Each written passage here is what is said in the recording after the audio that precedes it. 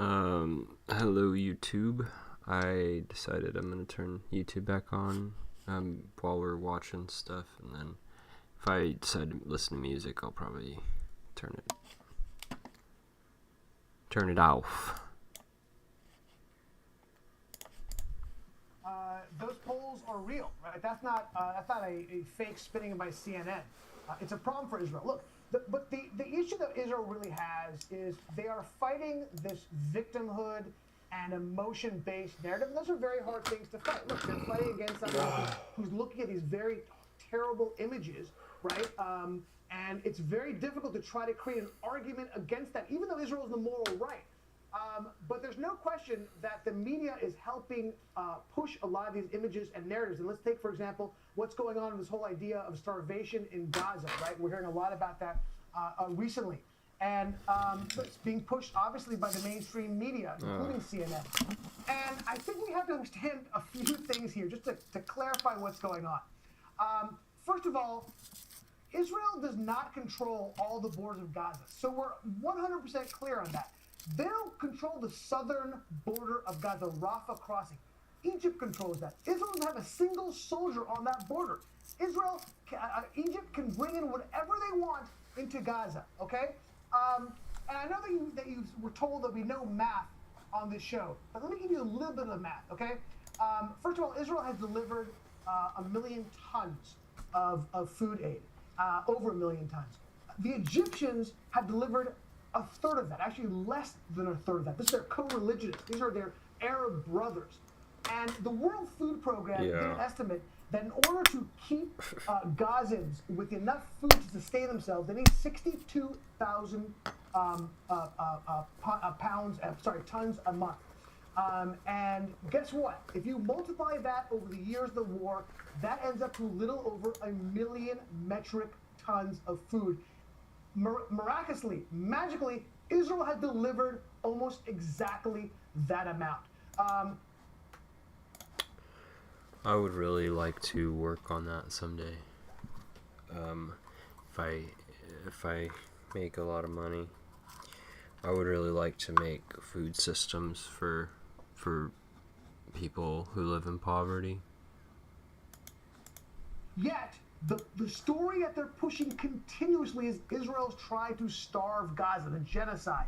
And now they're pushing this new thing. I think we saw also the horrifying images of this child that looks skeletal. It's horrible, right? The images, obviously, I feel terrible for this family.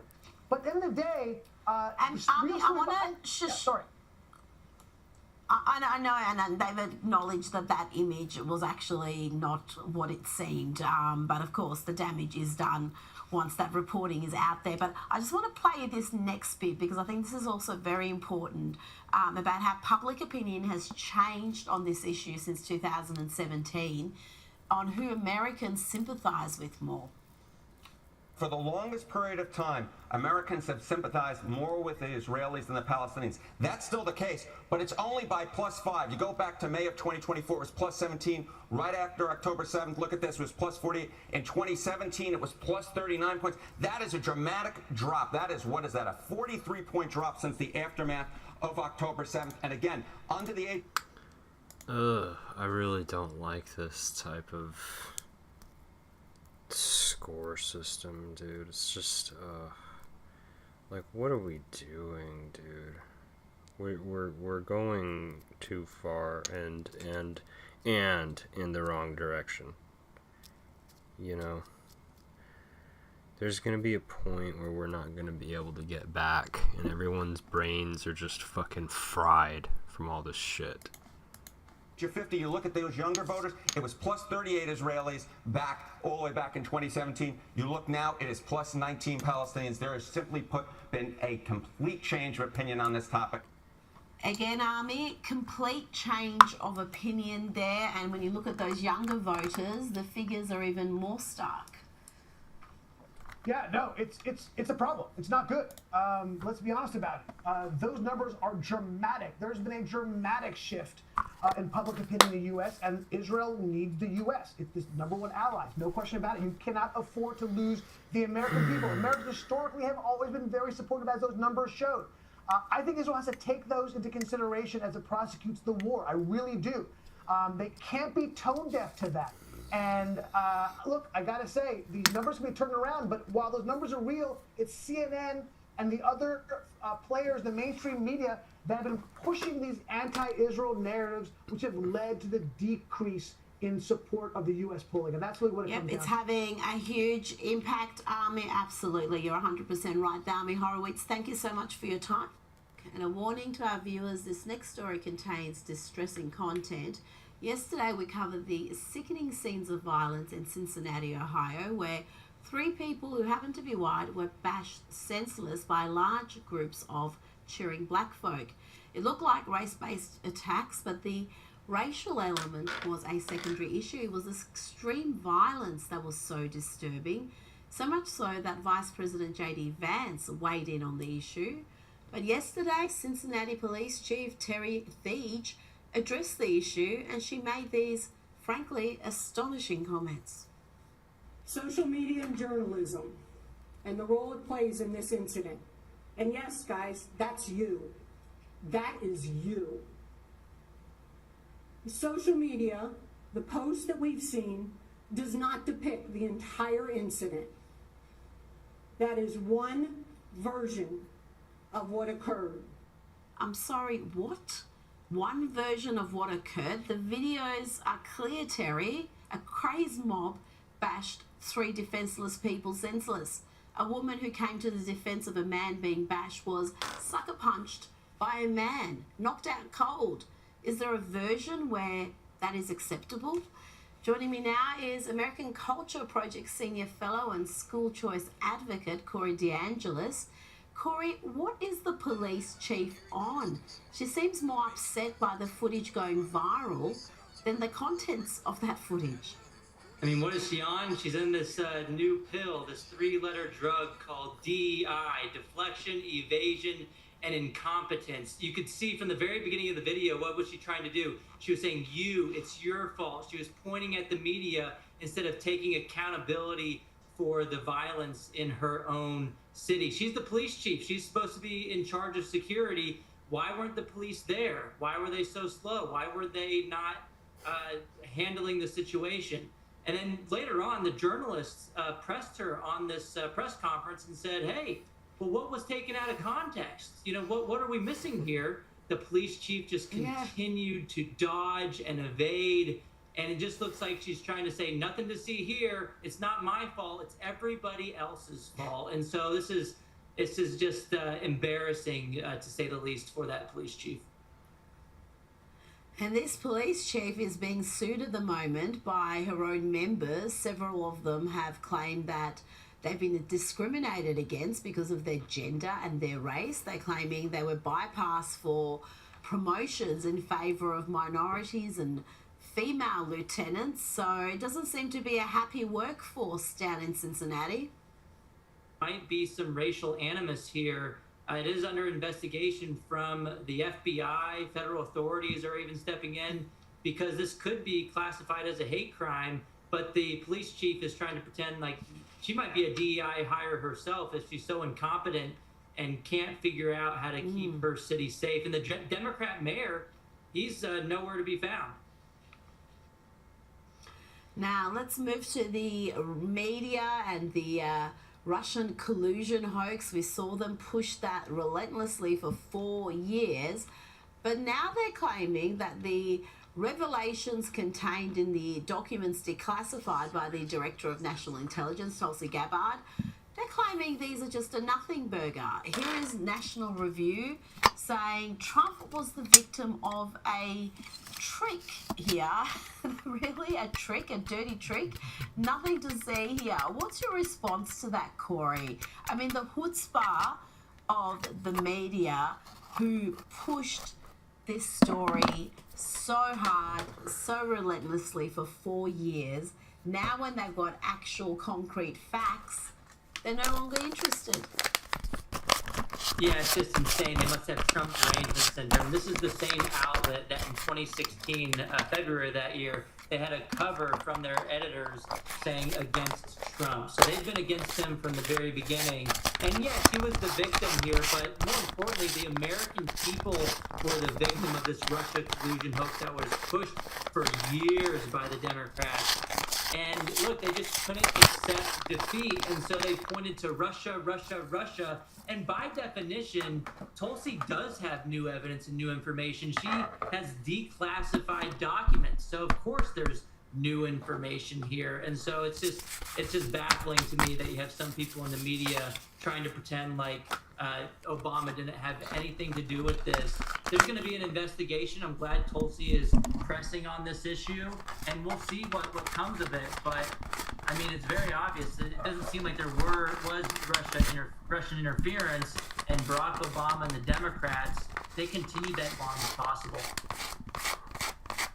Well, they didn't just continue it, they manufactured it, because the reports came in whilst Obama was still president, but Donald Trump had won the election. He was waiting for his inauguration. And the reports came in saying, no, Russia did not hack the elections. They didn't try to get Trump over the line. And Obama and his team decided, well, we're going to manufacture the evidence. And these documents really detail at great length how that happened and how one event led to another. So for the media to not be curious about this, I think, is an absolute indictment. Now let's move along to Keir Starmer and President Trump. Their meeting and the topics discussed were fascinating. The dynamic between the two was fascinating. Here the president talks about the importance of tax relief for family farms, and watch Keir Starmer next to him squirming, because while the US is removing tax burdens for farmers, the UK is imposing new and increased taxes. They don't want to do anything else. I speak to farmers, I say, would you like to live in my penthouse in Manhattan? It's always beautiful. No, sir, I want this farm. And what happens is, we were losing a lot of people to suicide. They'd borrow money to pay the estate tax, and they were not able to pay it. And some banks are ruthless; they wouldn't do anything, and they would end up committing suicide. We have totally ended the estate tax in those situations, so there's no estate tax. So when a parent leaves the farm to the kids, they don't have to worry about their local, possibly unfriendly banker coming in and stealing their farm. Corey, when you look at the full answer there, it's clear the president not only has a great affection for farmers, but he understands how important these family farmers are and how neglected they've been in recent years. That's right, and Starmer was there just awkwardly sitting there. It was almost laughable. He didn't know what to do because Trump's on the right side of history here. The economy relies on the farmers to be able to produce, put food on the table for people, have those grocery stores and their shelves stocked. And it's basic Maslow's hierarchy of needs. If your economy doesn't have the basics, it's going to be really hard to be competitive at a global scale. So it says Trump's doing the right thing here. He's opening up the economy, lowering taxes, putting more money into the hands of American people. And that's always going to be a big win. So we also had the big, beautiful bill passed, which is a sign of more good things to come. Now, before you go, let's look at this statement from Boston Children's Hospital, reaffirming their commitment to so-called gender-affirming care for children. Now, I'm pretty sure this mob, who received hundreds of millions of dollars of taxpayer funds, they were saying not long ago that this wasn't happening, that youngsters weren't getting these irreversible treatments. They even deleted all sorts of material detailing their programs.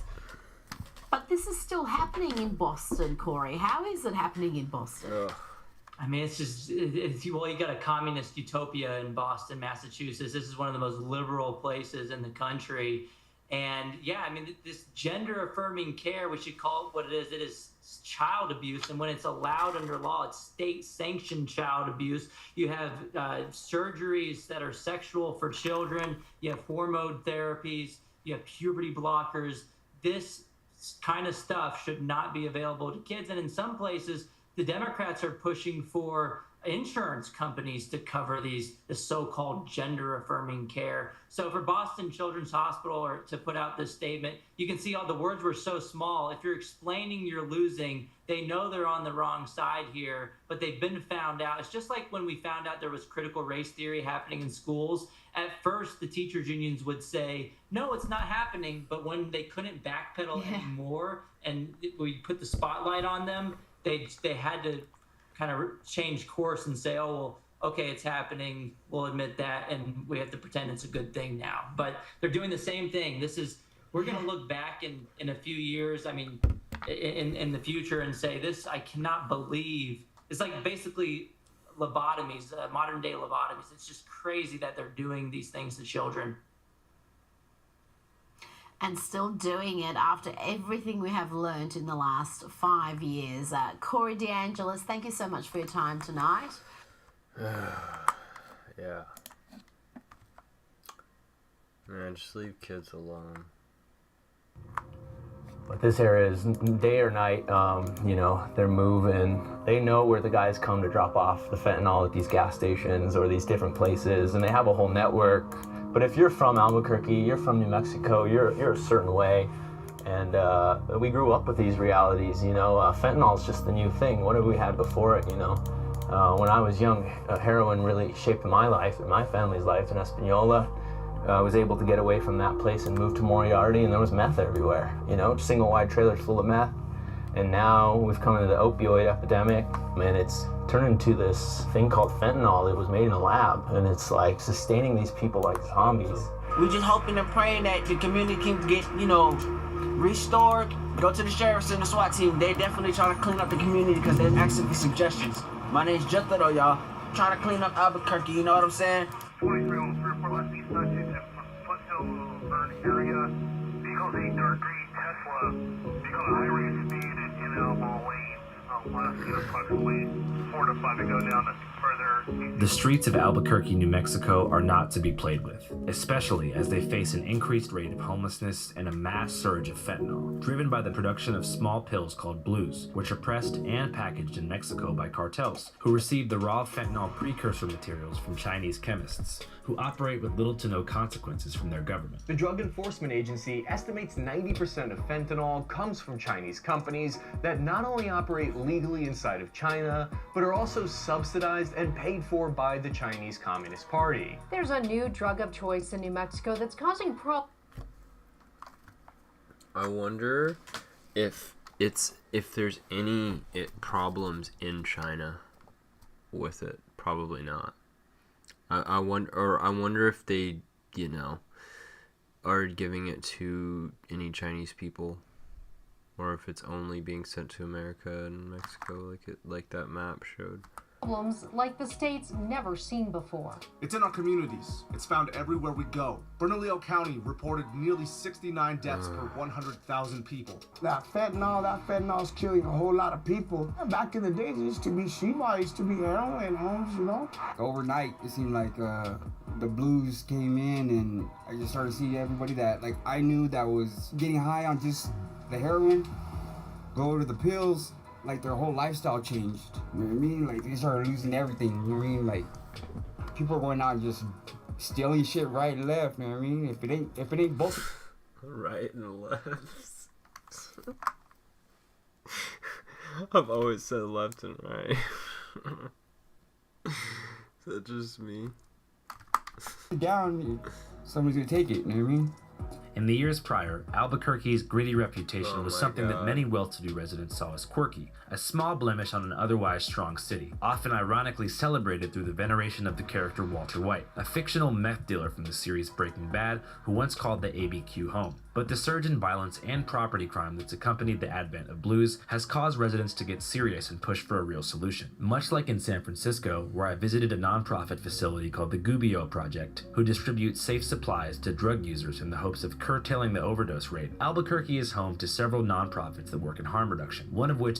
It's called the Endorphin Power Company. So I'm Jeff Holland. I'm the executive director here at the Endorphin Power Company in Albuquerque's International District. I'm also a clinician at New Mexico Wellness Residential Treatment Center and Detox. Yeah, we're a very unique housing model that helps people coming out of treatment who might be facing homelessness or who might be facing a situation where they think they need more support or they don't want to return to a dangerous situation. We're a non-denominational program. It's not faith-based, it's not this based, it's whatever works for the individual. So, you know, if going to church works, that's fine. If going to 12-step works, that's fine. If practicing Buddhism, that's fine. We're just gonna hold you to something. So we have case managers here. Everybody gets assigned a case manager, so you don't just live here. You actually Badass. I love that. Meet with people to help you set and achieve your goals. And the four... That's so badass, dude. This guy should be running a whole fucking something in every state, man.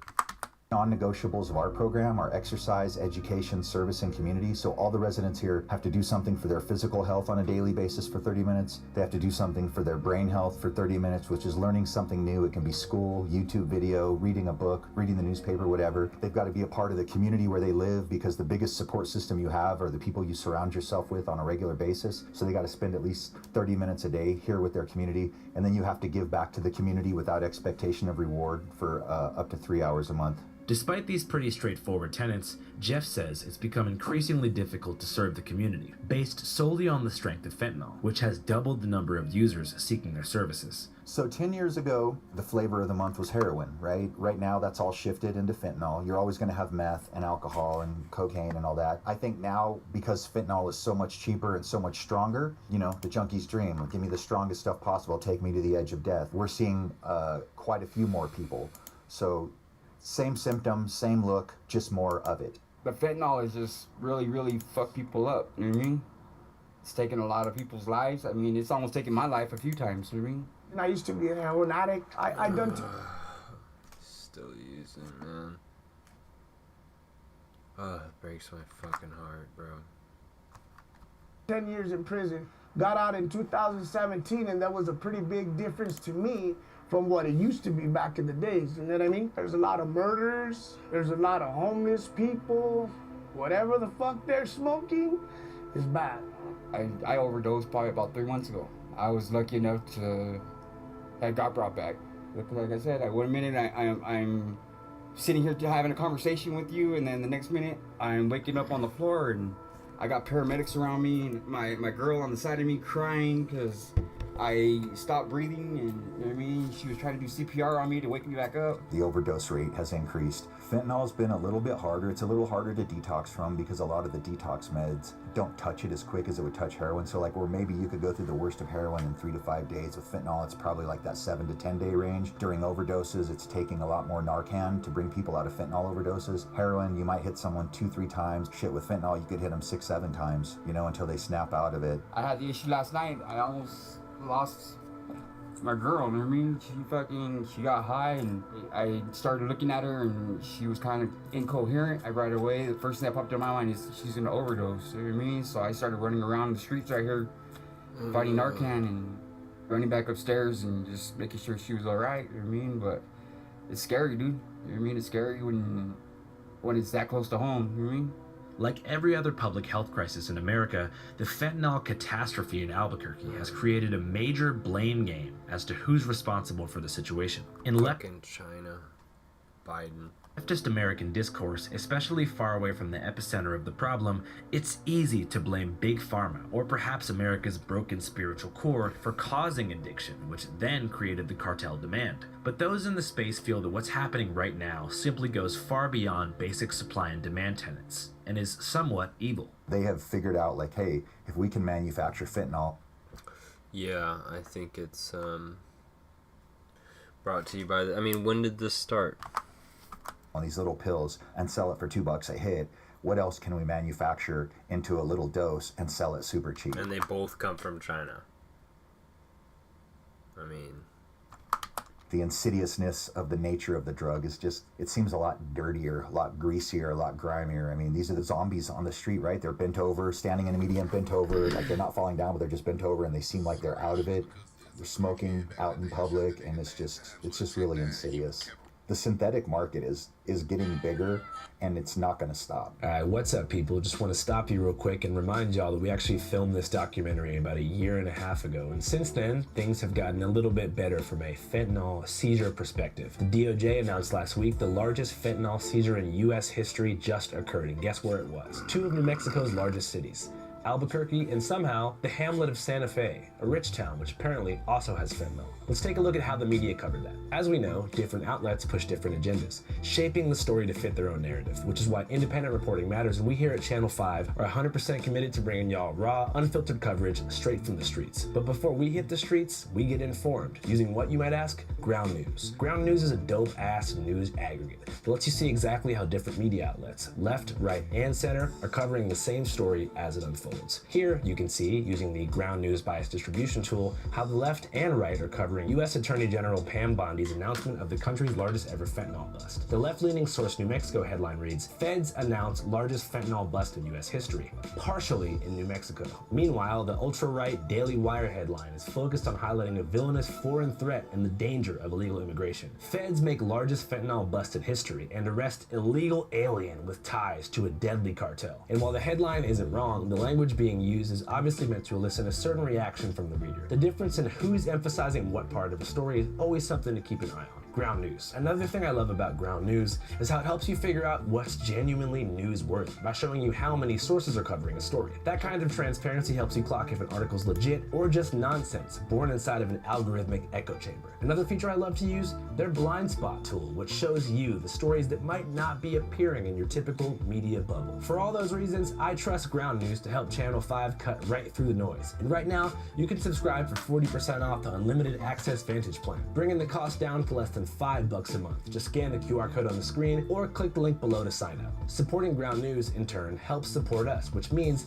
we can keep making videos like this, giving you coverage that isn't watered down or dictated by corporate interests. So check it out, stay informed, and most importantly, don't let the media tell you what to think. All right, back to the streets of Albuquerque. Much like in California, the tax-paying public doesn't seem to care too much about drug users until they become homeless en masse, which, because of the eyesore and declining property value factor, often leads to renewed calls for city accountability. In Albuquerque, the city responded, as cities often do, with sweeps, closing down major public parks where homeless people live in the hopes that they would either die or recover somewhere else. More than a year ago, Coronado Park had to close because homeless camping here had gotten so bad. At that time, a little over 1,300 people were experiencing homelessness in Albuquerque, and now that number has risen. This is what the underpass looked like in early March. We witnessed open drug use and clothing on fire on the sidewalk. There are now 2,394 people experiencing homelessness in Albuquerque, a nearly 83% increase from last year. Fuck, I've been homeless before. I've been out on the streets before. Honestly, I didn't like it. I didn't like being fucking out there on them streets with no money homes. Some of these people don't know what to do. And once you go to the streets, these fucking streets will suck you up. A lot of people don't want to have a drug addict at their house, around their kids, their property. You know what I mean? They think that, okay, well, because this person gets high, they're going to rip me off, or they're going to, you know what I mean, steal my shit. Some days are miserable. I just got this new tent. I came up on last night, but the other tent behind it, we're getting hold up that night. It snowed and rained. I woke up, fucking clothes were wet, soaked, drenched, miserable as fuck. I had to go to court. My birthday, court. Yeah, I'm trying my hardest, Anis. I'm trying my hardest. But yeah. You don't know who's out there, to be honest with you. You don't know who's out there. There could be a husband out there. There could be somebody's grandma, somebody's kid. You don't know who's out there, bro. But why do people hit the streets? Why are people homeless?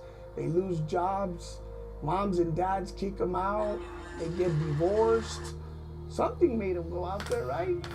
Something in their life went fucked up. If you don't have anywhere else to go, if you don't have anybody else to talk to, if you don't have any source of support that you feel like you're drowning in a sea of addiction or whatever, if we can't help you, we're never more than one person away to get you help, right? And that's kind of our philosophy. We just want to be that place, that go-to place. Others, especially in our generation, believe the true solution to the problem is within reach, especially by way of funding organizations like Jeff's. Yes. But the politicians like to keep these problems going to keep their pockets full. 100% agreed. If I had $1 billion, I would send this dude $1 million, like right now. I would help.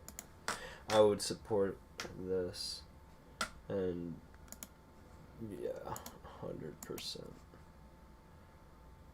That type of thing that guy's doing, where you like, they force you to get clean, and you have a case manager, and they're like one-on-one with you. That is exactly how it needs to be done.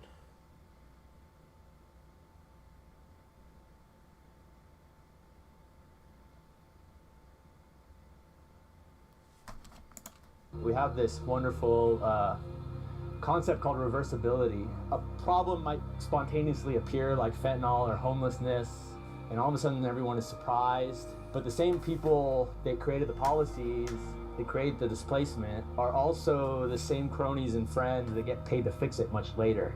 And we call this reversibility. Sometimes you have liberal politicians that'll say, oh, we're creating affordable housing. Yeah, agreed. Politicians need to just...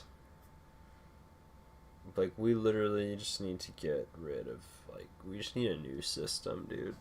We need a whole new system. Politics, the system that we have is not working, man. We need to upgrade it. It was made by, you know, a long time ago. And it needs renovation, remodeling, really. Like, you know, these types... This shit right here, dude, just look at it.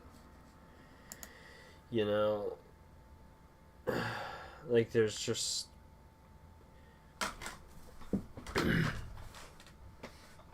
There's a better way. We gotta figure out a better way to do things. Honestly, I think,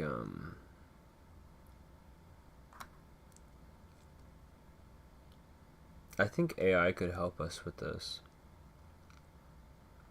Finding the best way to do things, and, like, you know, being an unbiased third party in a way, and helping with government. I think AI can help with a lot of things. Education. Okay, I'm gonna stop ranting, I'm sorry, but you know, just this shit right here, man. Just so many fucking things wrong with this picture right here.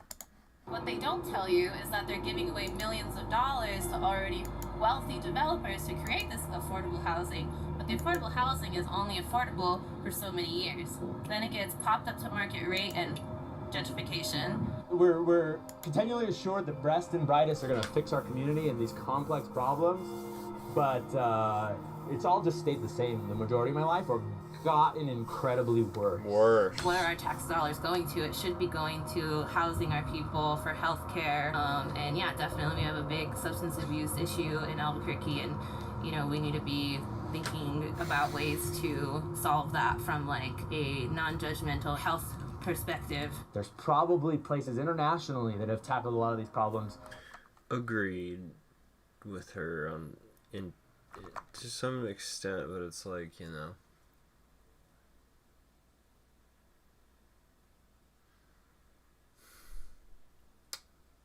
it's a slippery slope. People are using it to bring in illegal aliens, to vote for them so that they can stay in power. I mean, you know, it's a slippery slope. That's what's happened. That's literally what's happened. That's the result of what she's talking about, essentially. You know, this...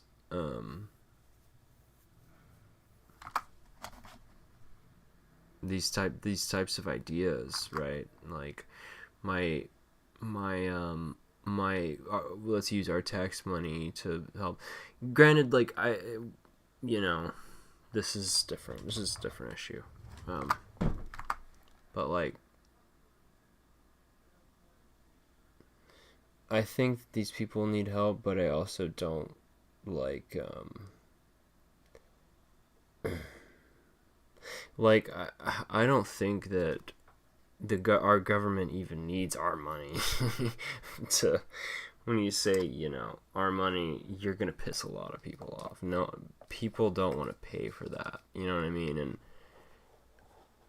there's such a big divide between like the left idealisms today and the right idealisms.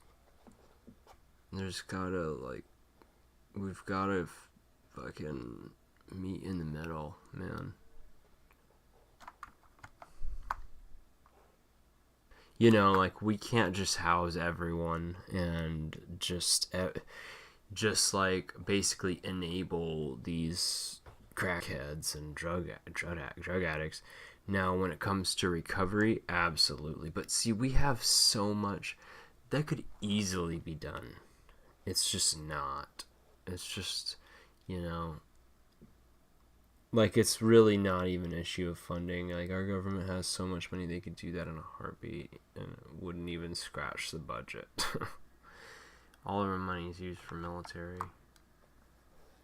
That are okay, I'm done. Ahead of us, you know, whether it's heroin, whether it's meth, whether it's opioids, whether it's fentanyl, whether it's, to me even, what did he say? that have tackled a lot of the Judgmental health perspective. Yeah, you know, whether it's heroin, yes, whether it's meth, whether it's opioids, whether it's fentanyl, are ahead of us. Okay, you know, so there's probably places internationally that have tackled a lot of these problems.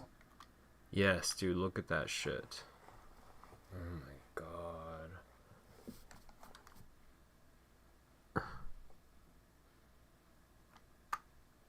2021, dude. I'm sure it's starting to go down now that they've secured the border a bit. My god. Like, we're the leader.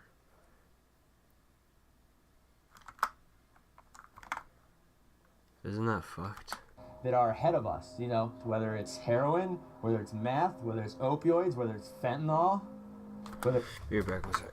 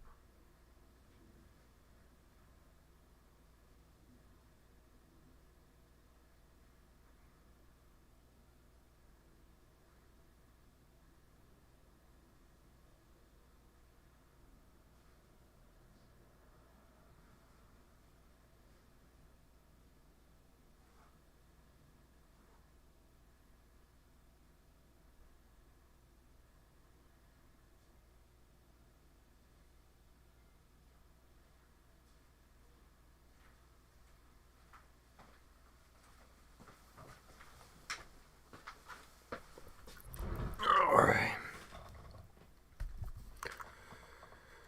Oh.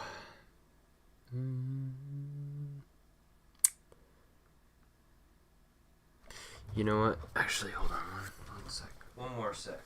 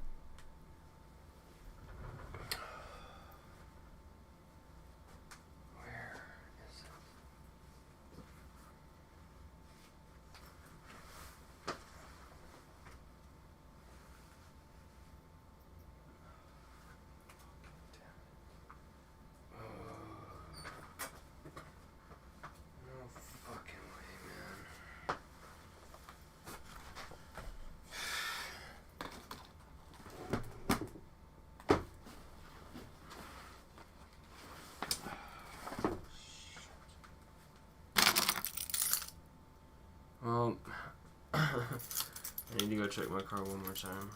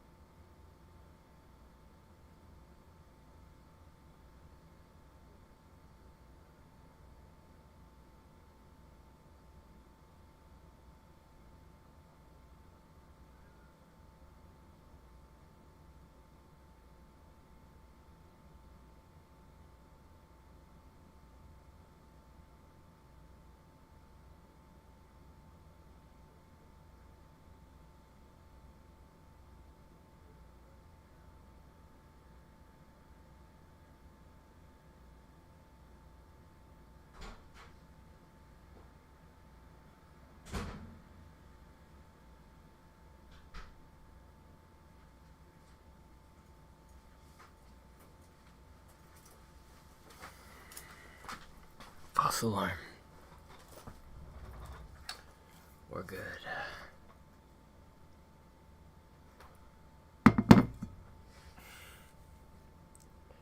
We got some Inferno whiskey barrel aged blend.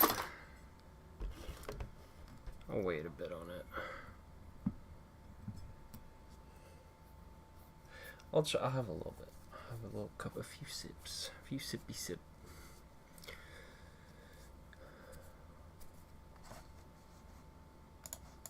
It's, to me, even alcohol, you know, it decimates our communities, and we have to start asking why. For many, myself included, Yeah, there alcohol. seems to be a Alcohol needs to be on that list. It's just as fucking bad, bro. Just as bad as these fucking other drugs, man. Well, you know, when it's abused, obviously, but just how the ease of access, and now there's literally like no regulation on how much alcohol someone can get. You know, it's like it makes it dangerous. Not that I'm saying, I don't even know how we could handle that, because Like, it's not like I think people shouldn't be allowed to party and, you know, have a good time. It's just maybe individual sales, like, not exceeding a certain amount or at once. I don't know, man. I don't even know how you'd... It's pointless. You can't even do it, man. You just can't. Alcohol is really not the... I don't know, dude. I don't fucking know the answers. It's so complex, you know?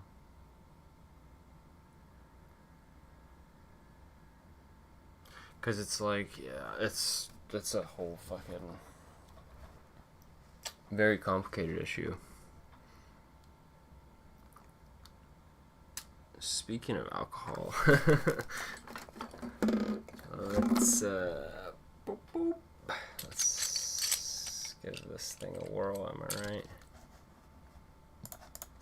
Between real estate developers and the proliferation of the open-air drug zones that seem to be confined to a small radius in American cities. One place you may have seen this is in our coverage of Kensington, the open-air drug market in Philadelphia. In every direction south and west of the area where police turn a strange and mysterious blind eye to the hellish street scenes unfolding every day, entire blocks are being torn down to make way for massive apartment complexes owned by mega developers like Templetown Realty, who have contracts with either universities or the cities themselves. The business model of many of these city-connected real estate companies, many in the neighborhood speculated, is to use the dejected homeless population to lower property values so the companies can tear shit down and make new stuff to make more money. So many of these politicians are invested in the real estate industry. I'm sure They insurance really too. don't represent the people. They represent those interests that, you know, often fund their campaigns. We see it from the city to state level. You know, we've got one brave ally, Senator Linda Lopez. She's reintroducing this bill right now, actually, to make rent control legal. Because actually it's illegal for us to put a limit on how much landlords squeeze money out of us, right? Yeah. We try to do the same thing. I think that's necessary in certain areas, probably.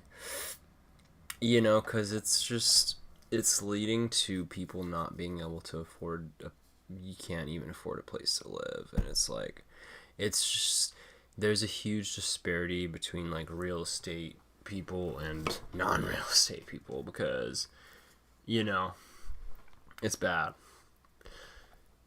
I think that maybe like once you reach a certain amount in sales, right, in revenue, in profit too, and it should be profit, like once you're making a lot of money, maybe $1 million a year or so, like something like that, you should and I would say it should only also be for like city, suburb type, you know, that type of housing. Like, I'm not saying like, oh, you're gonna put rent controls on a mansion that you built, and obviously that needs to be higher, right? But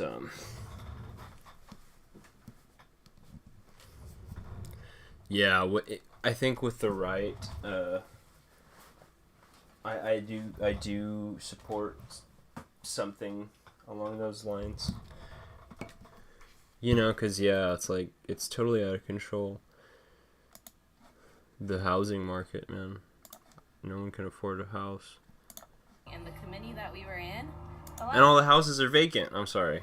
All the fucking houses are just sitting there vacant. And the realtors have all these other houses, so they just leave it. It's so fucked, man. We need to figure out a better system. those guys are landlords themselves. So it's a complete uphill battle. The system's completely built to benefit, you know, the very, very small percentage of landlords and developers, and it's to the disadvantage of the majority of us in New Mexico who rent. A few years ago, we bought a triplex across the street because we realized some of the people that were leaving our program, they were being discriminated against in terms of getting a nice place. Like, they would have good jobs, making good money, and they would go to these places and they would just look at their background or lack of background and be like, no, you can't live here. You know, this is the type of stuff, it's like, you know, housing is a huge barrier to people in Albuquerque and people in New Mexico, like, just being able to survive, you know, and like how Yeah, can you it's grow everybody, as a person? How can you everywhere. like be a healthy person mentally and physically if like you can't even have housing accessible? But we know that in many situations, full drug legalization can lead to a complete nightmare, especially in municipalities like Portland, Oregon, where the same drugs that are made legal are also deeply criminalized in other states and counties that are just a few hours away by car. What happens is that because of the disparity in law, many of the drug users, to avoid jail time and citations, decide to all head to the city so they can not go to jail, and the harm reduction nonprofit resources are stretched thin to the point of capacity. My city, my state is getting diced up, and it goes to the highest bidder, and you end up displacing a lot of people. It's kind of a mess. I don't know, other than money coming in and completely changing these neighborhoods, and then they go somewhere else. I don't know where they go. I don't know where this problem goes. Some people are like, arrest everybody and put them in jail and They make go somewhere everything cheaper. illegal. Like, well, maybe for some people that's going to work, you know, and other people are like, legalize everything and criminalize everything and just let everybody do what they want. And for some people that's going to work. But despite this scene on the ground, Such a complex problem, dude. It really is. I think more private citizens need to start solving stuff together instead of us always relying on, you know, the government and, you know, people. I think people are just, they don't have the money nowadays. We're not like, you know, in the baby boomer era where the economy's, or baby boomer, you know, like the economy's not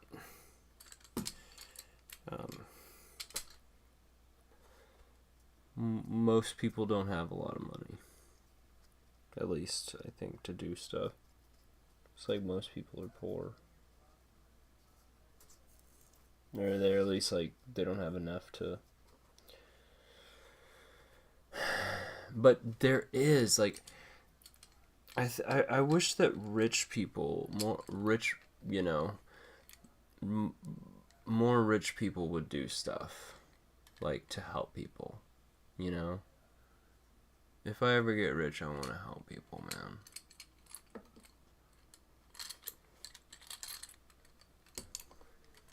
I want to help a lot of people. Turkey, from a legal perspective, is not like Portland, SF, or Seattle.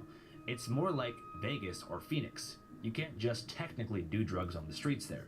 And many people on the Albuquerque streets began their career in jail and prison with petty drug possession charges. I used to be an heroin addict, and my first bid was in 2001. That's when I got sentenced. I got locked up in 2000. I didn't learn for a long time, man. You know, I took that little trip down that road to the Pinta, where most of us, I could say most of my homies anyways, ended up. And I done about 15 years. I've done 15 years, and yeah. And I did everything that I said I was gonna do once I put my mind to it in the joint. This is what I tell my homeboys when they get out. If they call me, Good they for tell you, me, man. and like I tell them, if you guys love your freedom and you enjoy your freedom, you're gonna stay clean, homies. Because if you don't stay clean, eventually you're gonna get caught and you're gonna go back. Whatever reason you have, True. at what point do we say, look, we've got to find something better? I'm saying maybe we need to make the jails more therapeutic. Maybe we need to put appropriate clinical services in the jail so we can say, Joe, you're really struggling, man. And we're really Agreed. worried about you as a person in our society that you're going to die. We have a program in our jail, so you're not getting out of jail like 3 days off of fentanyl or 5 days with no home, no services, no support. We want you to just stay here. Let's do a 45-day, 90-day, whatever treatment, and let's just try and get him some social support. So when you leave here, you're not leaving here, you're actually walking into something. You're going to leave here and go immediately into housing. A lot of people want to say that I'm saying incarcerate addiction, and that's not what I'm saying. I'm just saying the entire system has to think differently. But this whole thing where it's just about wins and losses on the attorney side, that's some bullshit. So how can we think about it from top to bottom to be better, right? There's really not Oh, an it's answer to delicious. how you're gonna fix that in New Mexico, that's for sure. At some point, when is it incumbent upon us as a society to help people who can't help themselves? We got to think of it in those terms. Otherwise, we're just stepping on our own dick all the time.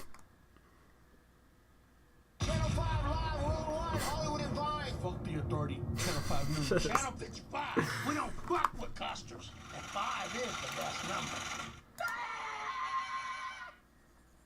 My name's Bel Cisneros. I'm from Albuquerque, New Mexico.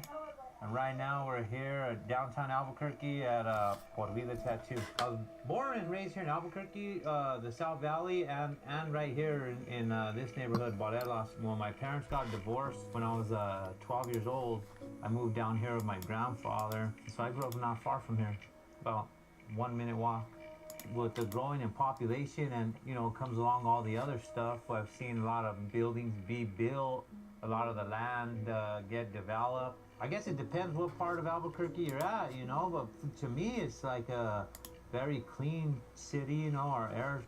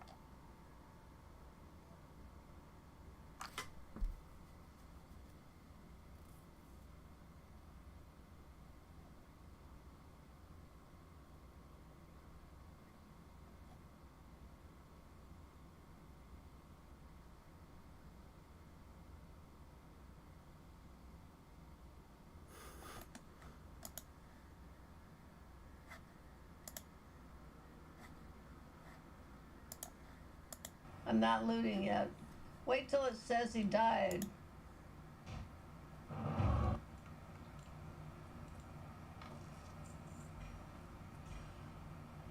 There is no mount. Clip what? There's no mount. So what are you gonna clip? She didn't see it. What? Where? Oh, I did get it. I did get it. Are you ready?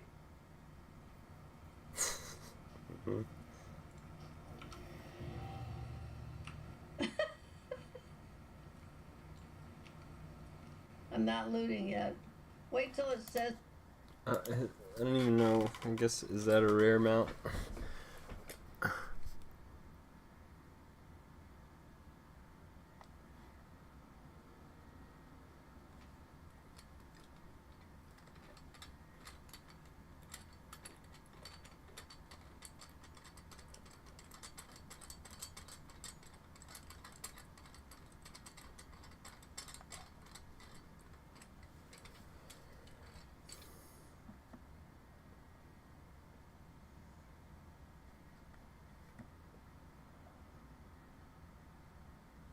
Let's do some Bizarre Bub.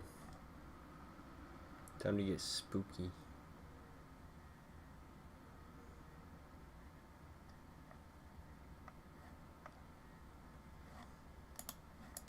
While driving down a stretch of highway, Felicity D promptly takes out her phone after noticing something down the road. It had caught her attention, considering that no other cars were on the road. It was just her and the driver alone on this highway when this was spotted. What the fuck is it?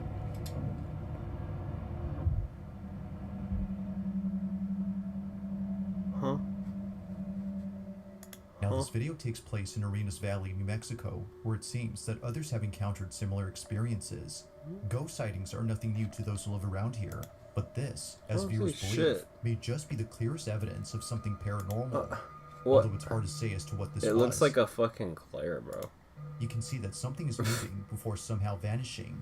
It's a bit faint, but something is there until it isn't. Now, unfortunately, not much info is given on this clip, except that it took place in New Mexico. Weak, bro. 2 out of 10. Yet still, as many have commented, this footage is pretty creepy. No, it's not. Just who, or even what, was seen on camera? Literally a glare, brother. Alright, let's go. On a Sunday afternoon inside a small retail store, an employee working by himself decides to tidy up a few items on display. It was like any other work at the shop. Johann Salazar would clock in and start the shift by organizing stock. But as he does his job, he all of a sudden runs to the back of the store, completely out of breath and visibly shaking. Johann, in his own words, had felt something heavy drop on his shoulders.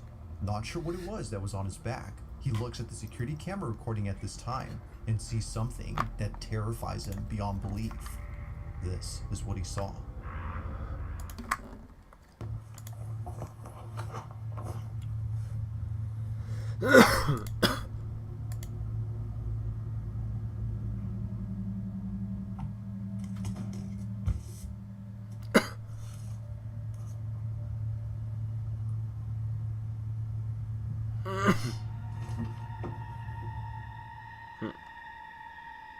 It appears that Johann's shirt and hoodie is pulled by something.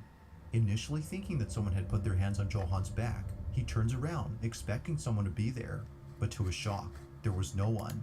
He was absolutely positive that he felt something heavy on his shoulders, yet it seems that whatever weight he had felt was non-existent. Or, so it seems, because as viewers believe, this invisible weight was most likely a spirit who was getting physical with Johann. If that's the case, then its presence was definitely felt. But whether ghost or not, Johann has been left terribly shaken by this incident. To this day, there is yet to be an update on this whole occurrence.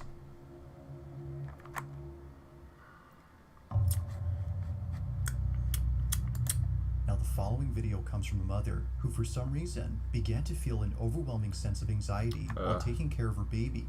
It was just her and her son, alone at home, watching a movie peacefully, when things took an unexpected turn. Looking at the bathroom door, she notices that it's wide open. When she last looked, it was somewhat shut.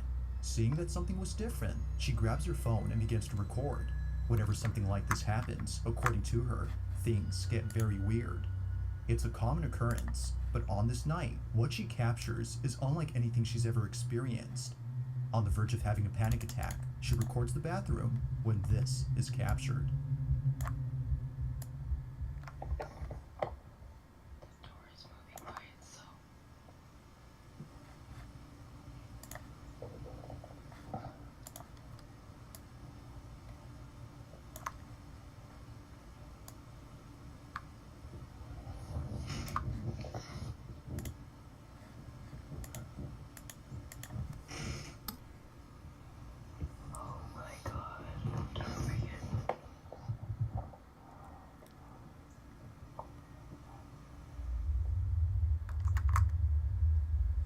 Please go away.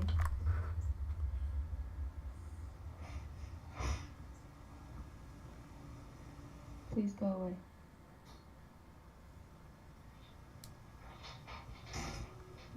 You're not wanted. Go away. Wherever you are, go away. I honestly think when you're recording it and you're speaking out loud and you're just giving, if there is a spirit there, I think you're just feeding into its little game. If it's, which I do believe in. I've seen some crazy ass videos on this channel actually too, and a bunch of other videos, and I've had some of my own experiences as well.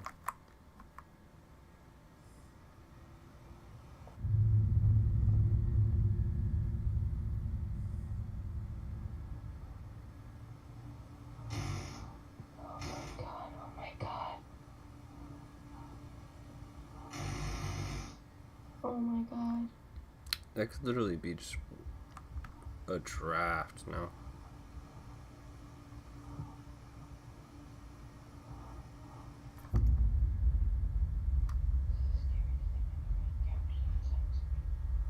That was something. Okay, no, that's definitely... I mean, although... I'm so scared right now. See, that's not gonna help, girl. Please go away.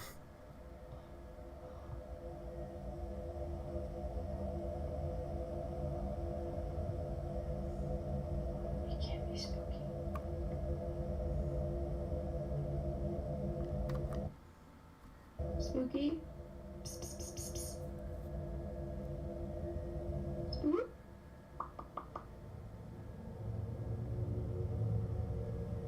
Just go on with your day, dude. You know, like, you're just giving it so much attention. Moo? You know? To say that the mother was I'm spooked just saying, I think that's the opposite of what you should do. I think you should just, you know, fucking ignore it. out of her mind would be putting it lightly. It's the fact that she pulls in her child after sensing something dangerous that really shows this. Now, she didn't see it at first, but after watching this video, she saw it. At the entrance to the bathroom, a very distinct shadow-like figure appears quickly. It's actually pretty quick when it happens, so it's understandable as to why she had missed this, but seeing how fast it moves only adds to the creepiness of this footage. Whatever this might have been seems to pop in and out quick before seemingly disappearing. Seeing this and hearing the bathroom door creak has led her to believe that something paranormal took place. But whether ghost or not, there has yet to be a definitive explanation for what was captured on this night.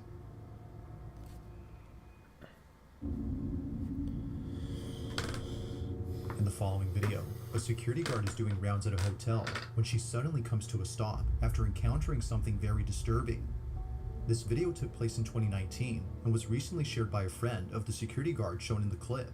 At first, the friend who posted this wasn't sure if sharing this online would be a good idea. What was captured, according to them, is something that the hotel would rather keep under wraps. Perhaps to avoid reminding people of a terrible incident that occurred many years ago. In 1986, this exact hotel, which was formerly called the DuPont Plaza, had mysteriously caught fire, resulting in many lives being lost. Guests had no choice but to leap off their balconies as the flames had engulfed the whole building. The sight of this was hard to bear, to say the least. But fast forward to 2019, and the hotel is now rebranded and remodeled under a different company. Demolish the fucking building, brother. What the fuck is your problem? You're like, bro, you've gotta have some... You gotta be missing some... That's crazy, bro.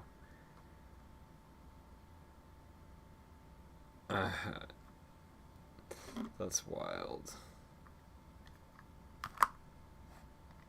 I'm just thinking about all the... You know. However, from time to time, strange things would happen here. Hotel guests would report supposed paranormal experiences and blame the fire incident that occurred years ago to explain this. Yeah. The following video is a prime example of what guests experience while being here. It's late at night when apparently something pulls the security guard's hair. Take a look.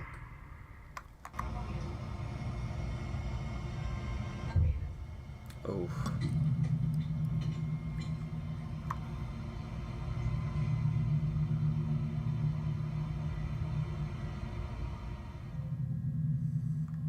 Looking closely, you can see that her ponytail is the first thing that moves before she tilts her head. However, its movement is anything but subtle. It's as if something had yanked her hair, causing her to jerk her head in a sudden motion. According to the friend who posted this, the security guard thought that someone had ran away upon pulling her hair. But after watching this clip, that clearly wasn't the case. Her hair was definitely pulled, but it wasn't someone she could identify, let alone see. What happened here, as the friend believes, was something unexplainable. But as always, I'll let you come up with your own conclusions. Just what exactly could explain the security guard's hair being pulled? I don't know what what could it be? When a group of friends decide to enter a hospital that's been out of service for quite some time, they would never come out. Unless they were dared to do so, because apparently this place is not what it seems. Although seeming like an empty facility devoid of any doctors or patients, the Felix Bonis Hospital in Santiago, Chile has been said to have a certain presence within its walls. Now thankfully, the lights are still on inside this hospital, which is a good thing for the group. The emergency system powering these lights appears to be running, but even with the lights on, the following incident remains just as frightening. This is what they caught. God, bro, you're crazy for that. I could never do this. Hey, I'll play a video game like this, but I ain't ever fucking going someplace and looking for fucking, like, you gotta be out of your goddamn mind.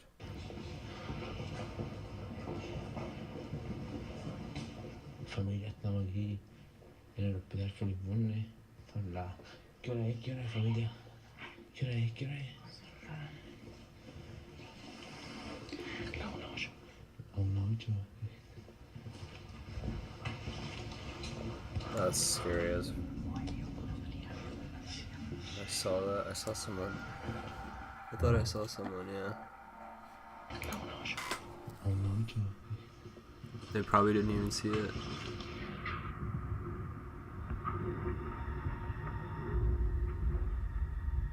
Yeah. Wow, they didn't even see it. Quickly, but upon looking closely, you'll see what appears to be a silhouette of a person just walking past the group of friends. No one had noticed it, and no one realized what was captured until much later when watching the footage. I like ghost footage like that where they're just like photobombing and they don't even scare the person. And they're just like, what's up? Clearly, something had been there, but it's hard to say as to what exactly it was. Briefly, we can see what looks like a distinct outline of someone small, but strangely, whoever or whatever this was goes unnoticed by the group. It's for this reason that they no doubt believe that this had to be the spirit of a deceased patient who doesn't know they already passed. But ghost or not, it seems that what was captured will currently stay a mystery.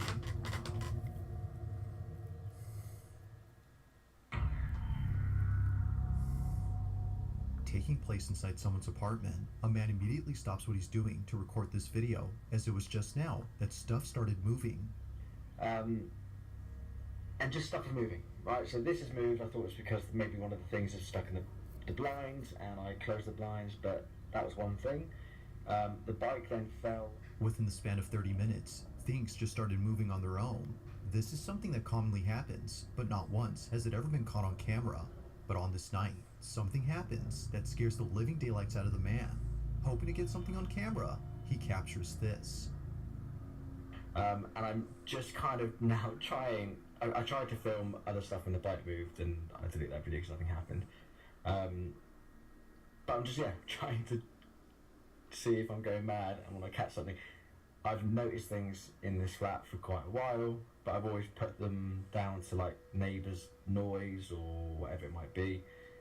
But this is the first time I've kind of actually seen things move. But yeah, so I don't really know. I want something to move, and I also don't want something to move. If anything is here, please by all means feel free to move something. Move one of the leaves here, move one of the leaves there, I don't know, whatever you want to move. Move the bike again, or the remote here. Don't be scared. Although I am a little bit scared. It's one of those horrible situations where you kind of want to off. There is no way. I'm so glad I got that on recording. Oh, I'm coughing on something. Holy. Oh my god, I can't believe I actually got that on film. Please move it again. You've done that much. Please feel free to move it again. This, by the way, has been propped up here for ages. This has not been moved. It's never moved before. Like, I'm actually shaking a little bit. Sorry for swearing, by the way. Oh my god. I'm so happy that I've just got that on tape. And like this, this isn't like attached to anything. Like there's nothing attached to it. Like I haven't kicked it, I haven't moved anything. It's been I don't know how it was now, but it's been kind of propped up for a long time. I'm gonna lay it down a bit more.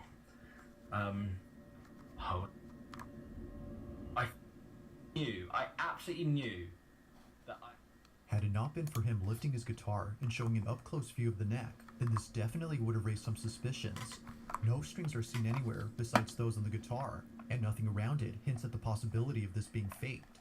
It's the lack of questionable evidence that makes this possibly real, and therefore pretty creepy. Yet this only gets creepier when noticing how sudden the guitar moves. Usually, when things aren't prop right, a slow shifting movement occurs before gravity takes over and makes it fall fast. This, however, immediately moves as if someone had forcefully pushed it. To the man, whatever happened here was surely paranormal. But of course, whether or not that's so is up to you to decide. Was something supernatural at play here? Or is there something else that could possibly explain this?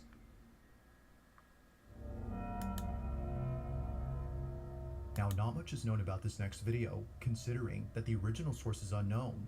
Where it came from, or who exactly posted this first, remains a mystery. But despite lacking any sort of context, the video is still pretty creepy.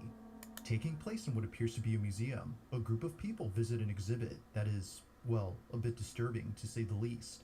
As with most lifelike mannequins, there's something quite off-putting about these, but it's not the mannequins that make the video pretty spooky, but rather something else. Whoever took this video seems to have not realized that they captured something unusual during this moment. They didn't see that this was captured.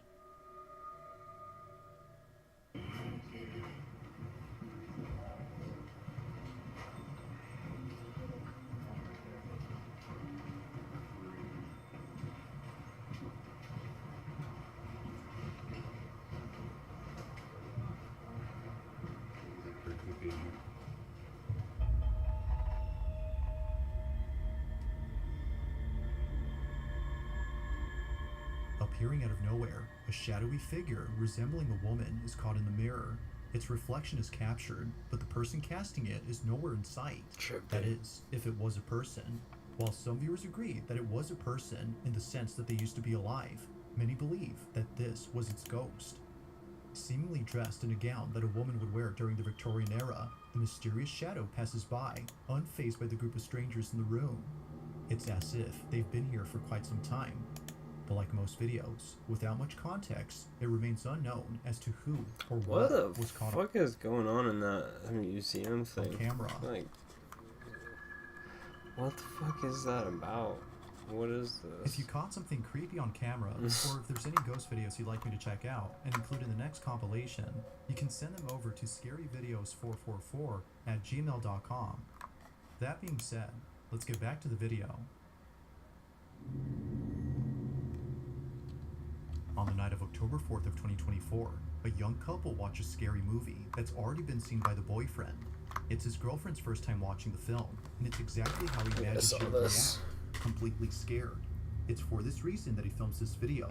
It would make for a funny clip, but little does he know, this exact moment would be anything but funny.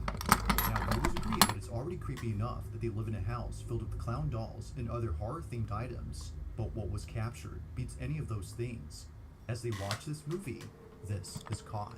Oh, what do you expect, man? The Son and the Holy Spirit, by this sign of the Holy Cross of our Lord Jesus Christ, who lives and reigns with the Father and the Holy Spirit.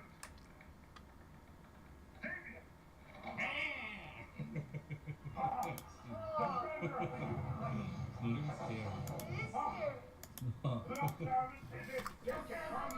You killed your mother!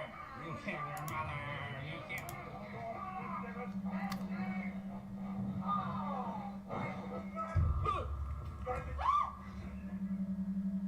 What was meant to be a funny clip of his girlfriend's reaction turns into something they would see in their movie. Out of nowhere, the clown doll on the wall. Yeah, I saw that. 25.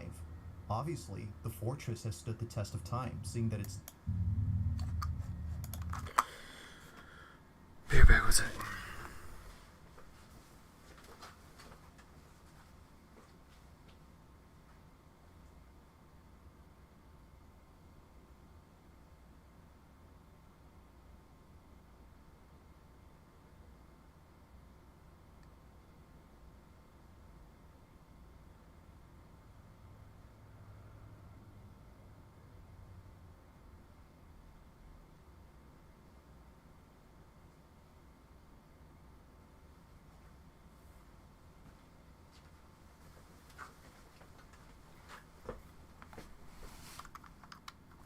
On a sunny day, somewhere on a peninsula, a man records a video of an ancient fortress that was built in 1725.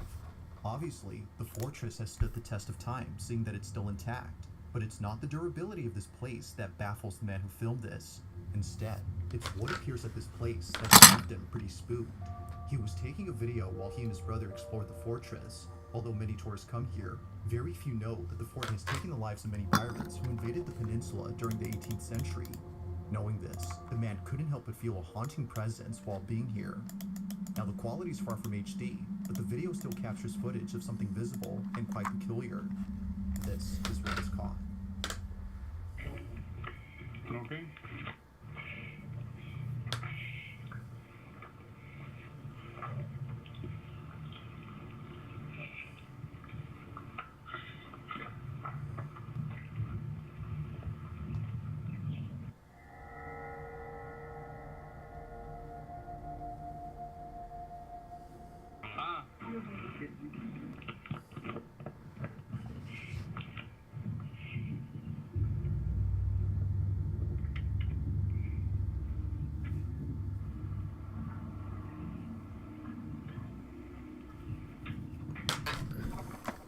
Took this had no idea that something appeared around the fort.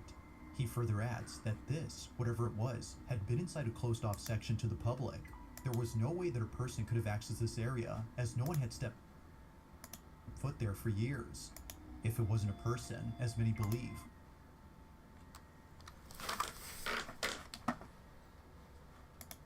Then what exactly was this? Now it is kind of odd how despite the video's quality, we can still make out distinct figures in the distance. But this, even from a not so far distance, is hard to make out. While some speculate that it might be the spirit of a pirate who died while crossing the fort, others are simply baffled by the clip. Although uploaded in 2023, this video continues to remain a mystery.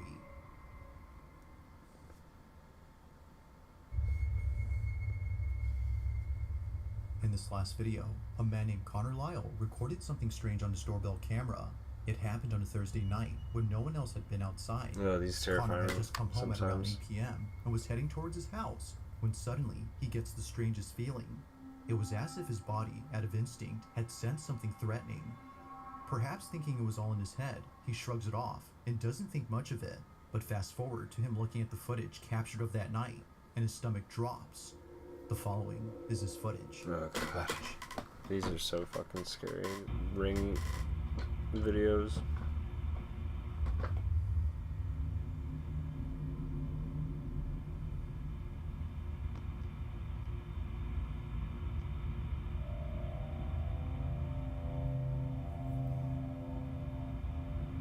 Get in there, dude. What are you fucking waiting As it for? turns out, his fight-or-flight response wasn't just random, but rather completely called for. Right behind Connor, there appears to be a shadowy figure walking by and then disappearing out of nowhere. However, after seconds pass, it reappears again, but this time a bit closer. What It's the as if hell? it was making its way towards Connor. Whoa. Feeling once again immensely unnerved, he turns around and sees nothing. But clearly, as he would eventually find out, something was behind him. That's wild. What this was is bro. unknown, but judging by Connor's reaction, viewers think it's best if he stayed away from ever encountering whatever this was. While there has yet to be any updates from Connor regarding this footage, this incident continues to remain unsolved. That's a good one, dude. Wow. Thanks for watching. Yeah. Holy fuck. That last one. Pretty spooky.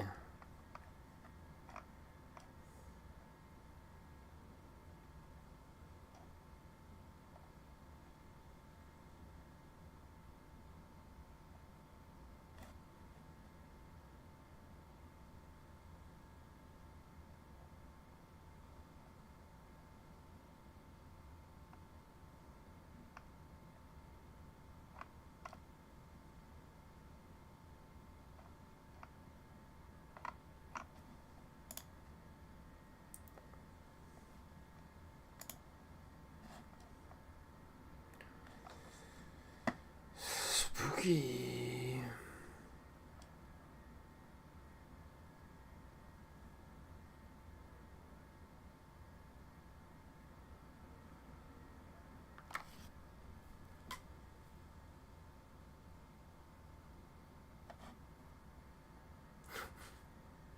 What?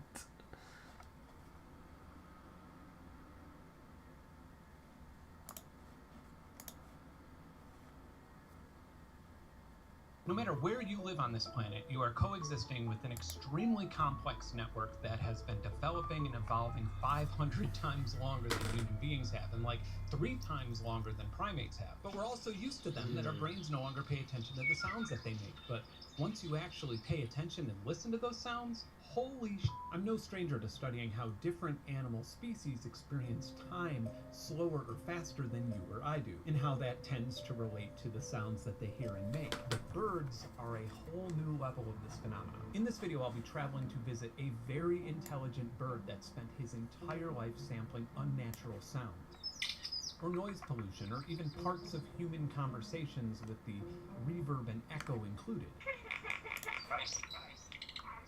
And we'll be recording him with a special ultrasonic microphone setup which will allow ornithologists to understand more about how some species of birds can recreate virtually any sound that they hear. I'll even show you how I got this starling to draw a picture of himself with his voice. And to my knowledge, this may technically be the first time anyone has ever stored data in an animal. We'll be analyzing all sorts of amazing and weird bird songs that I've collected, and I'm going to show you how easy and inexpensive it is for you to be able to build a portable device that listens to its surroundings, records sounds, recognizes bird songs, and constantly updates a website so you can know and hear virtually every bird-related thing happening around your home. And there's absolutely no subscription or sign-up necessary. We have so much ground to cover, so let's dive into the hidden and extremely weird world of...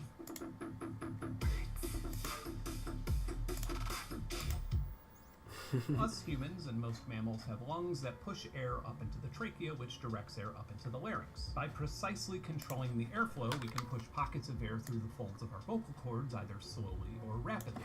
And each time these folds open and close, they create a soft tap. The level of muscular control that we have over this is mind-blowing. And if you do that 36.71 times per second, you have this. And if someone were incredibly able to do it at 3,729 vocal flat taps per second, you would have this. Then, of course, the muscles in your mouth and throat produce things like vowels. Your tongue and the root of your mouth produce some of the consonants, and then your lips help with consonants and consonants with explosives like P or F.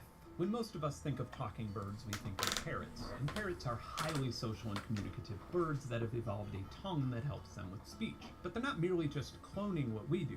Saying Polly want a cracker with a beak is a very different workflow than saying it with a human mouth. But other birds, like songbirds, they have a syrinx. And this is where things get really crazy. A syrinx places 2 pairs of muscles on each passage coming out of the lungs. And some birds have as many as 14 of these muscles. Songbirds are on the higher end of those muscle numbers, all of which are used to control the pitch of their voice with exceptional precision and speed. They can go from this note to this note, dozens, if not hundreds, sometimes even thousands of times per second. When the speed of this gets fast enough, we start seeing amplitude modulation and frequency modulation between the 2 pockets of air being pushed out of each of the lungs. And you might better recognize these terms from their acronyms, AM and FM, as this is the exact same thing allowing a radio wave to transmit an audio frequency to a receiver. Amplitude modulation, when very quickly changing the volume of my voice, sounds like this. Frequency modulation is even more powerful, which is, as you probably would have guessed, modulating the frequency of a voice. If we take this sine wave and modulate the frequency with another sine wave, we can get some really complicated sounds. In fact, FM synthesis is very familiar to just about anybody due to its vast use in 1980s pop music.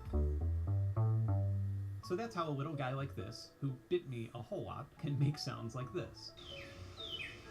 And when we record him with a special microphone that allows us to slow him down significantly without a reduction in audio quality, we get to hear just how insane the syrinx mechanism is.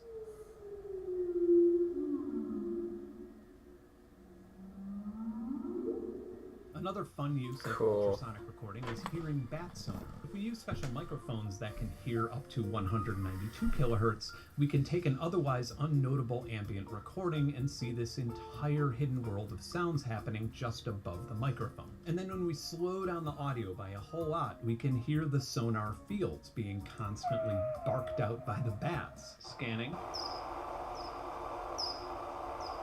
Up, got a detection. Zero it in. Gulp. My first order of business was to figure out what the variety of avian species looked like on my farm here, so I put out some recorders that just monitored various points of the property 24 hours a day, a bird feeder camera, and a small DIY device that records, classifies, and sorts through every single bird song that it hears, and then updates a local web page where I can keep tabs on every tweet and caw that happens around my studio. While that data was being collected, I decided I'd do some field recording down on a Gulf island in Florida where I'd unlock access to a lot of migratory and neotropical birds to expand my ultrasonic recording library. I did manage to get some decent recordings of a willet, a ruddy turnstone, a white ibis, a little egret, which is the species name in my opinion. It's a pretty big egret. Unfortunately, none of these birds really make sounds that are all that ultrasonically interesting. But on my last day, I visited the Seaside Seabird Sanctuary, which had a whole bunch of owls, black-crowned night herons, and on the beach right behind it, I found the highlight of my whole trip to Florida, a bunch of brown pelican nests full of babies. And if you happen to do sound design for horror films, these guys will make your job a whole lot easier.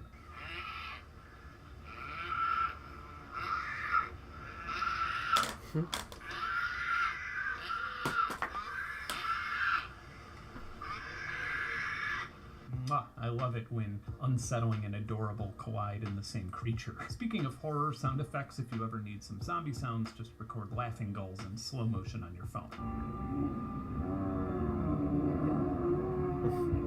I had a lot more luck in the mountains of North Georgia, as some of the more remote wildlife refuges are only accessible by off-road vehicle, which makes noise pollution a lot more scarce. There's so much quartz up here. Oh, that's where I want to be, man. Yeah. Wow, did you somehow take down a deer when I wasn't looking? Cool. There you go. I spent a few more days lugging all this gear around in other remote parts of Georgia before deciding to check on my massive bird data collection project still running back home. In my absence, the automated bird recorder and analyzer captured 31 bird species, with quite a few chimney swifts and common grackles, which are quickly declining in population as they slide into the federally recognized endangered species category. It also seems like quite a few members of the quickly dwindling red-headed woodpecker population have taken residence on my land. Neat. But sound-wise, the most interesting birds I found on my property were the eastern towhee, which sometimes uses amplitude modulation in the early swooping part of its song,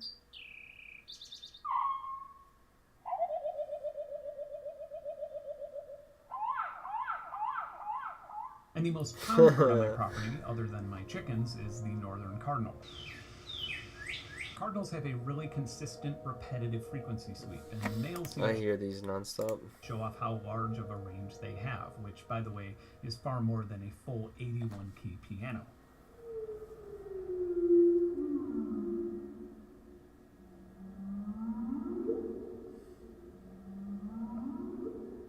Then I have some ruby-throated hummingbirds, which is one of the hardest species to capture clear sounds of, not only due to their wing buzzing and humming, but their general skittishness. And they seem to pretty infrequently flex their songwriting skills.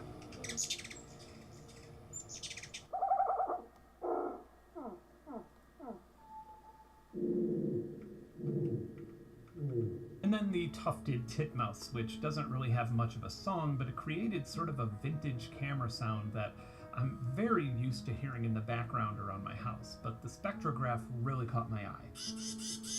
It seems to be creating as many as 18 pitches at once, very few of which are natural harmonics of the fundamental, and I frankly don't understand how. And this tufted titmouse was very uninterested in being anywhere around humans. I was not able to get a decent shot with any of my cameras, but here in all his glory is my bird feeder camera trap's number 2 customer. If you're wondering who the number 1 customer is, you guessed it.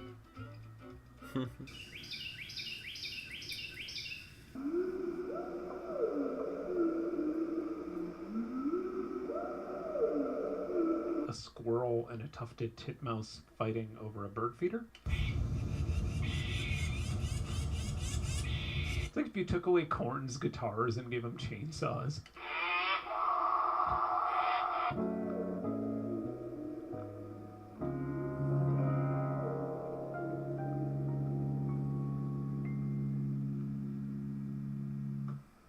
What am I doing?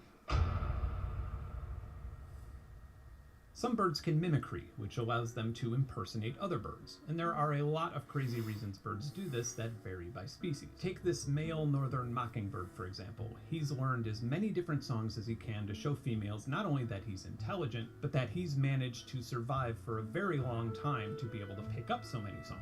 These complex mixed tapes of songs are also beneficial for territory and defense. Other males may fly into the area and realize that they're outmatched, preventing a physical altercation that might jeopardize either bird. Male mockingbirds and the dudes you see taking selfies at LA Fitness are basically the same organism. On the other hand, and on the other side of the world, when the little tiny brown thornbill feels threatened, she mimics the alarm calls of other bird species to create an atmosphere that larger birds might consider dangerous and worth avoiding. This would be like the little puny kid telling the bully that the cops are on the way the moment he feels threatened. A pretty good tactic. An even more clever mimicry is from cuckoo birds, which are known for being brood parasites. Female cuckoos lay eggs in nests of other species. Then once hatched, the parasitic chicks quickly mimic the begging calls of the host's own offspring. So it's not only possible, but probable that the robins in my area are raising yellow-billed cuckoo chicks and not realizing it.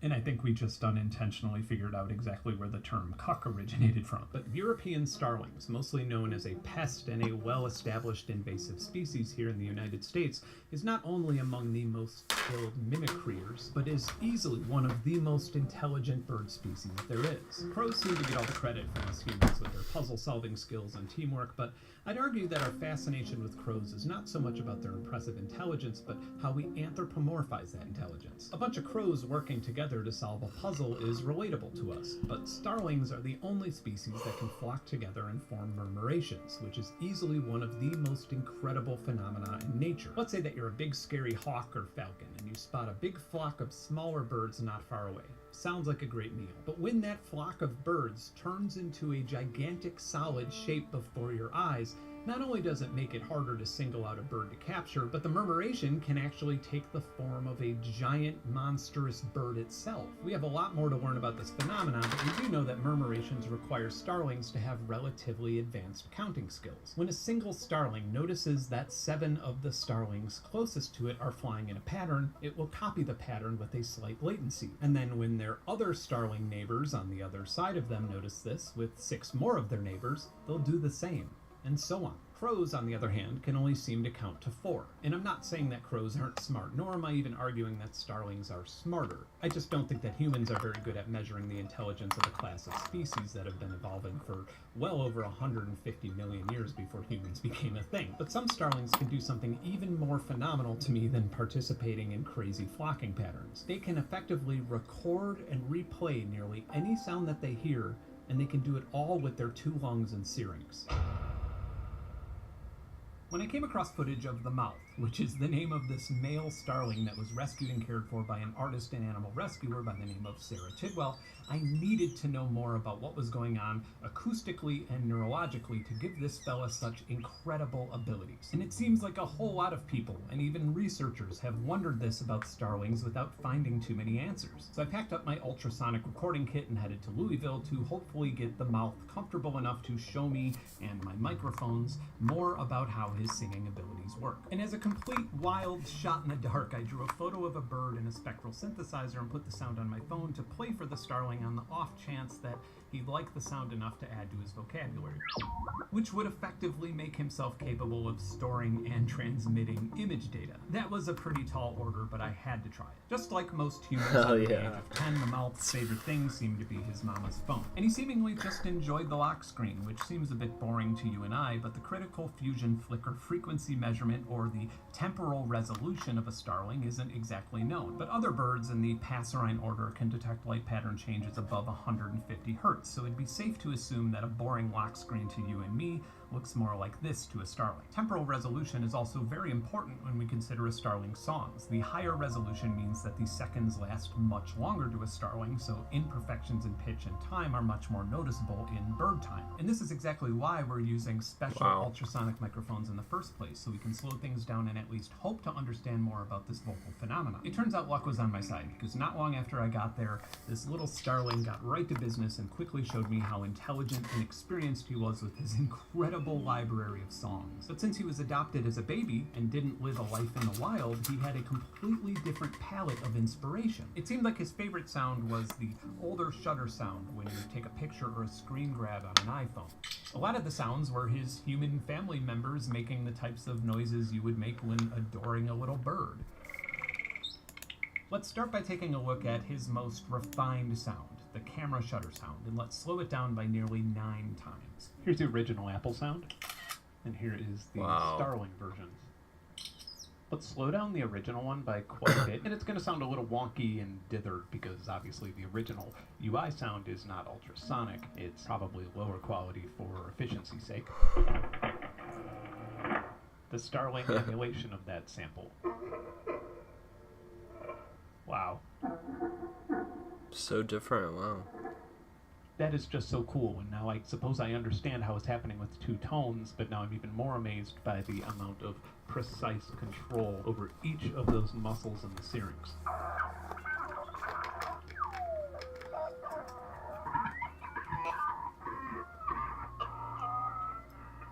Here's a good sequence.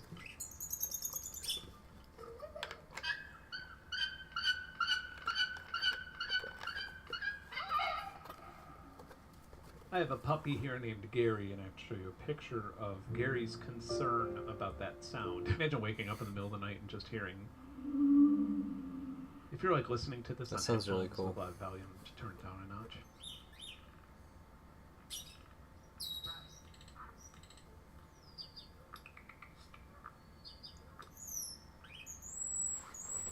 This whole area right here is just crazy.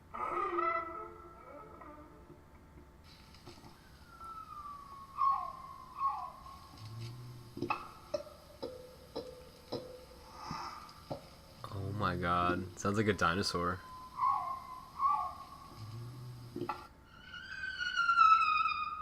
I played my bird drawing spectral sound a few times, and I did get a sort of... Wow, that is so cool, man. You could... That last one sounded so awesome. Freeze, like... Sounded like a literally like a dinosaur jungle. What I would imagine that sounds like.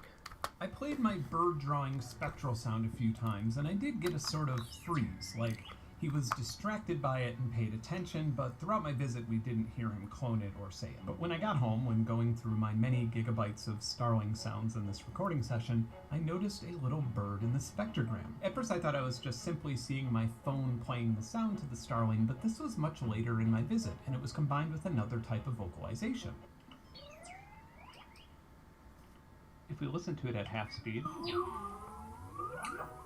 and then there's this line just sort of randomly going through it, and I'm assuming that maybe that's just sort of, I don't know, like a fundamental frequency to modulate everything else. Here's the original file that I played for it. Original Starling recreation. Let's just try and isolate this little mouth part of the beak. Crop it, and now we could see if it's pitch perfect. For the most part, we lost a little bit of precision in the Starling song, and he was about 50 to 60 hertz flat. But musically, that means literally nothing up in the 4,000 hertz range. This little bird successfully learned and emulated the sound in the exact same frequency range that he heard it, effectively transferring about 176 kilobytes of uncompressed information. Hypothetically, if this were an audible file transfer protocol that used a 10:1 data compression ratio, that's nearly 2 megabytes of information per second. While there are a lot of... Dude... I would be surprised if some like intelligence community didn't use those try to use those birds. Caveats and limitations there. The fact that you could set up a speaker in your yard and conceivably store any amount of data in songbirds is fucking crazy. We found him on the side of the road as a baby. He was just basically one big hangry mouth. The constant traffic of this train going up and down the road. I like that. I like that painting back there. The Mona Lisa all tripped out.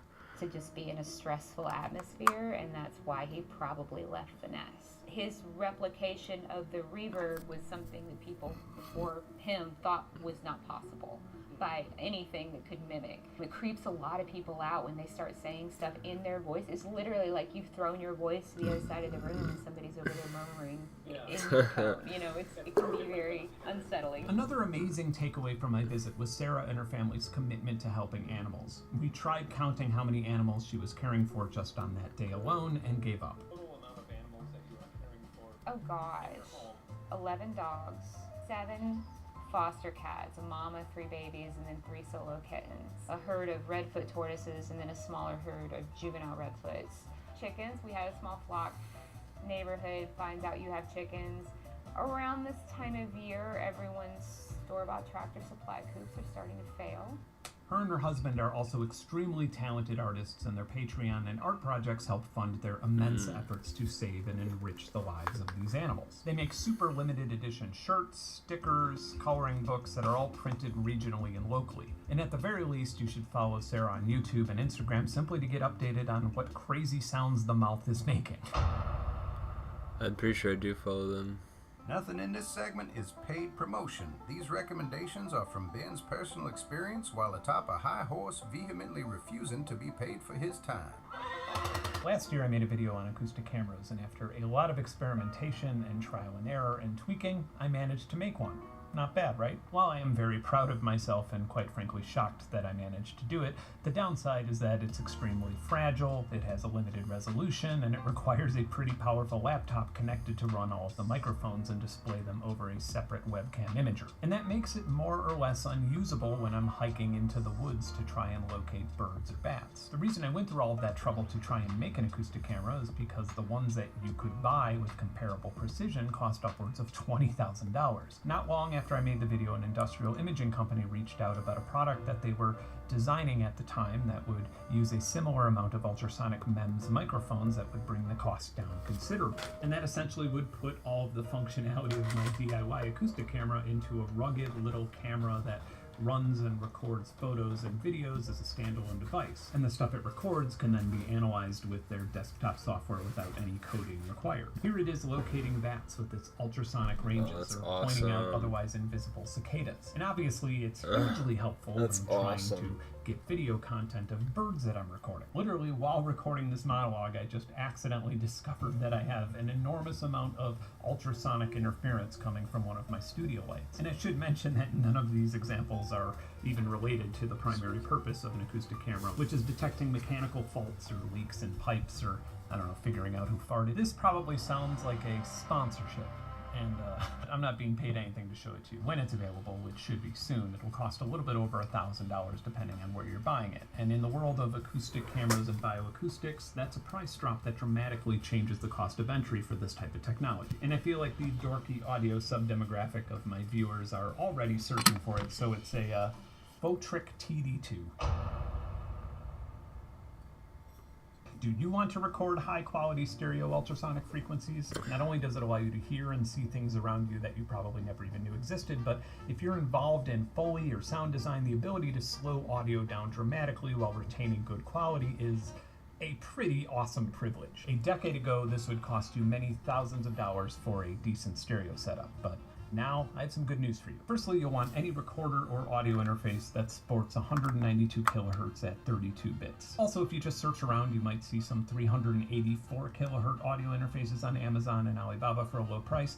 I highly doubt that they're actually recording at this resolution due to there simply not being any analog to digital converters, chips, or libraries that can do this anywhere near the price range that they're selling them at. Another quick thing to note before you go on some forums or Reddit looking for advice on what to buy, the discontinued Sony PCM100 has been the go-to recommendation by most field recording enthusiasts for a really long time due to its incredibly low self-noise at negative 127 decibels. In fact, you can even find some used ones on eBay for as much as $1,500. Nowadays, any Zoom recorder with an F-series preamp sports the same self-noise rating, but since they're 32-bit, they have about 19 times more dynamic range. I've used the F3s a lot, and they run around $300. If you want to record more channels, the F6 or F8 are there, and significantly more money. But if you find a good deal on virtually anything else that matches the specs, you probably won't notice the difference, as every modern recorder has excellent self-noise these days. With the exception of the Tascam Portacaptures. They have a terrible self-noise up in the ultrasonic range, and they're pricey anyway and eat up batteries, so I'd avoid them for this unless you already have one. Ultrasonic microphones can run anywhere from dirt cheap MEMS all the way up to $10,000 specialty bioacoustic mics. A great start would be the SO4 from Sonorous Objects, a small mic company in New York. They're super tiny, very quiet, and the stereo matched pair runs around $199. You could also make your own microphones by picking out capsules and soldering them to preamps. It's not actually that hard. There's a little bit of trial and error, but it kind of leaves the scope of this video. But if you do not own any audio gear whatsoever, you should be able to get started recording high quality, professional, scientific, stereo, ultrasonic recordings for around $500.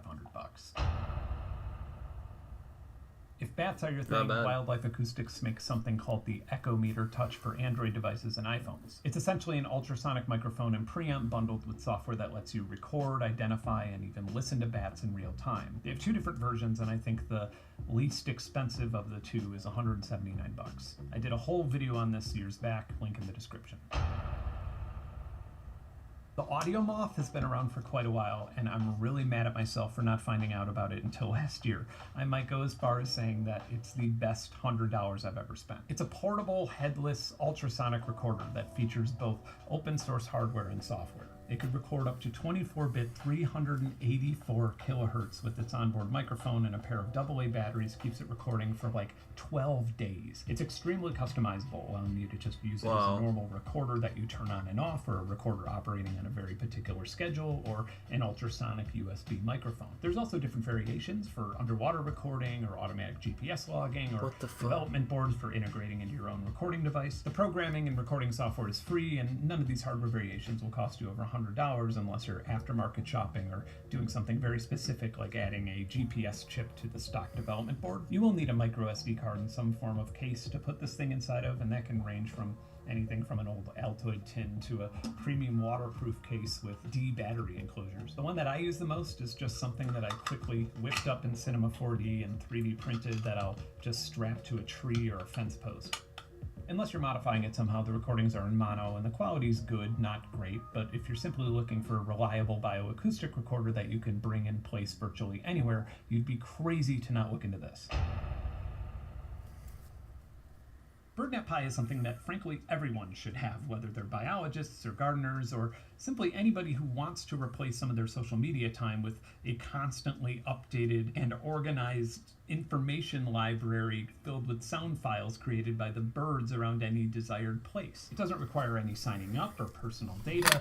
You don't have to pay for a subscription. You don't even need to be connected to the internet with it. It can be user-friendly enough for children to use, or you could use a terminal and compile and execute scripts to help refine the data however you want. Basically, it's just a really fun, low-cost, incredibly powerful bird computer. I'm going to give you a few example BirdNet Pi setups. The cheapest would be a $30 Raspberry Pi Zero starter kit that comes with the power supply and case, combined with a very basic $7 USB MEMS microphone dongle, and you also want to get like a $3 USB cable so the microphone isn't right up next to the CPU getting interference from it, and that totals out to be maybe $40. If you wanted a mid-range setup with a snappier interface and a directional mic, you could get a $100 Raspberry Pi 4 kit with a $70 Movo X1 shotgun mic with an onboard preamp. That way you could just place the Raspberry Pi inside of a window and run the mic out the window under an awning and point it at an area you want to record most clearly, and all of that would cost about $170.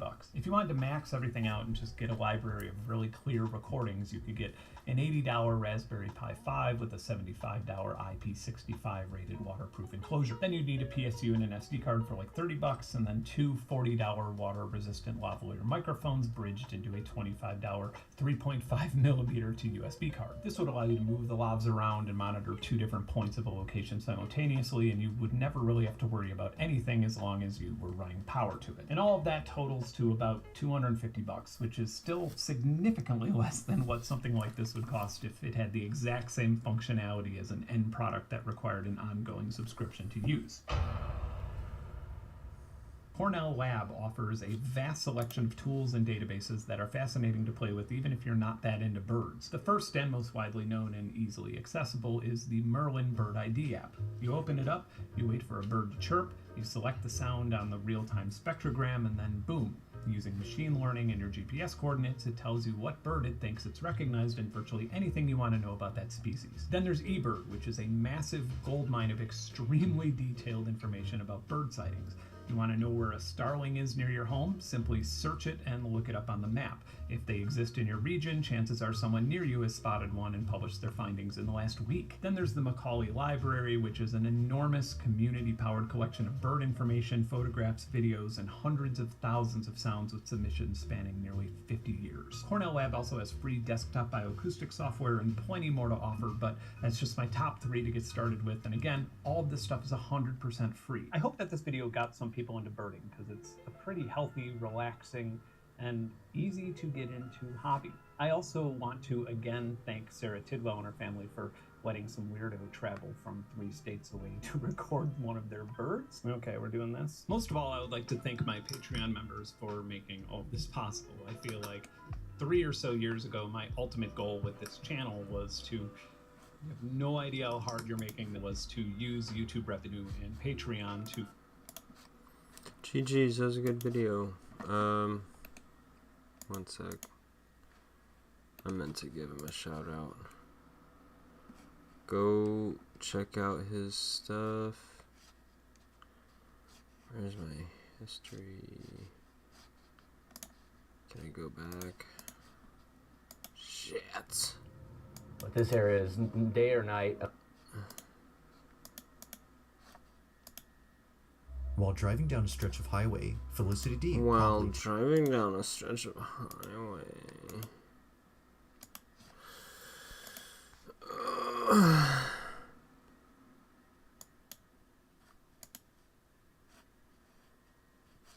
Where is my damn history? Okay, there it is.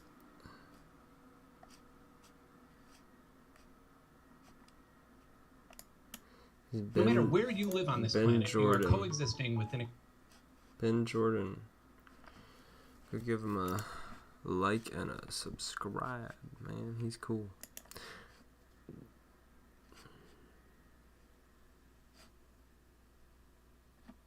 He's got cool videos.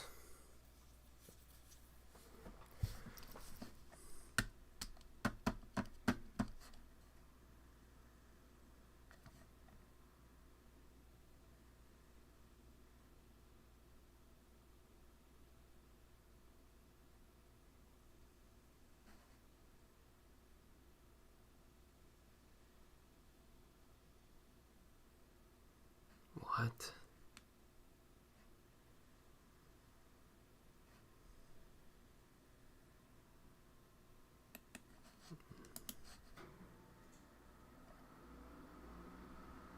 What the fuck, bro? Is that a microphone?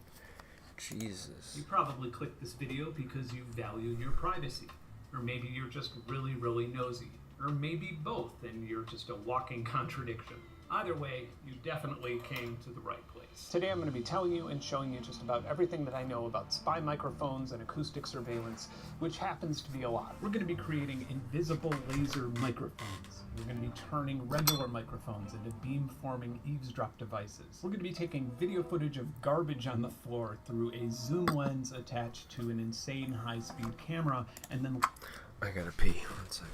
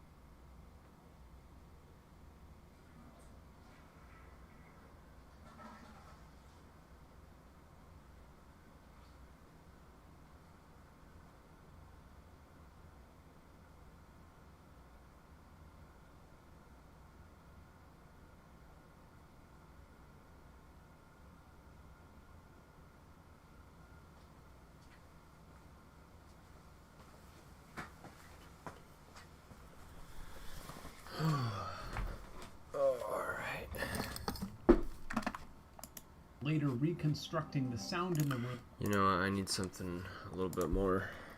Wake me up. Wake me up inside. You know what I'm saying?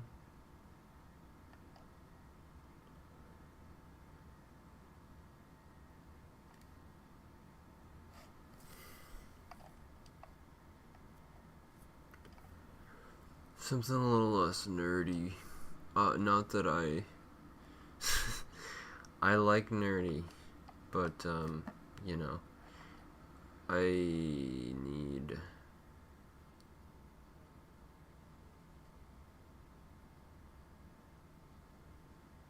less nerdy right now.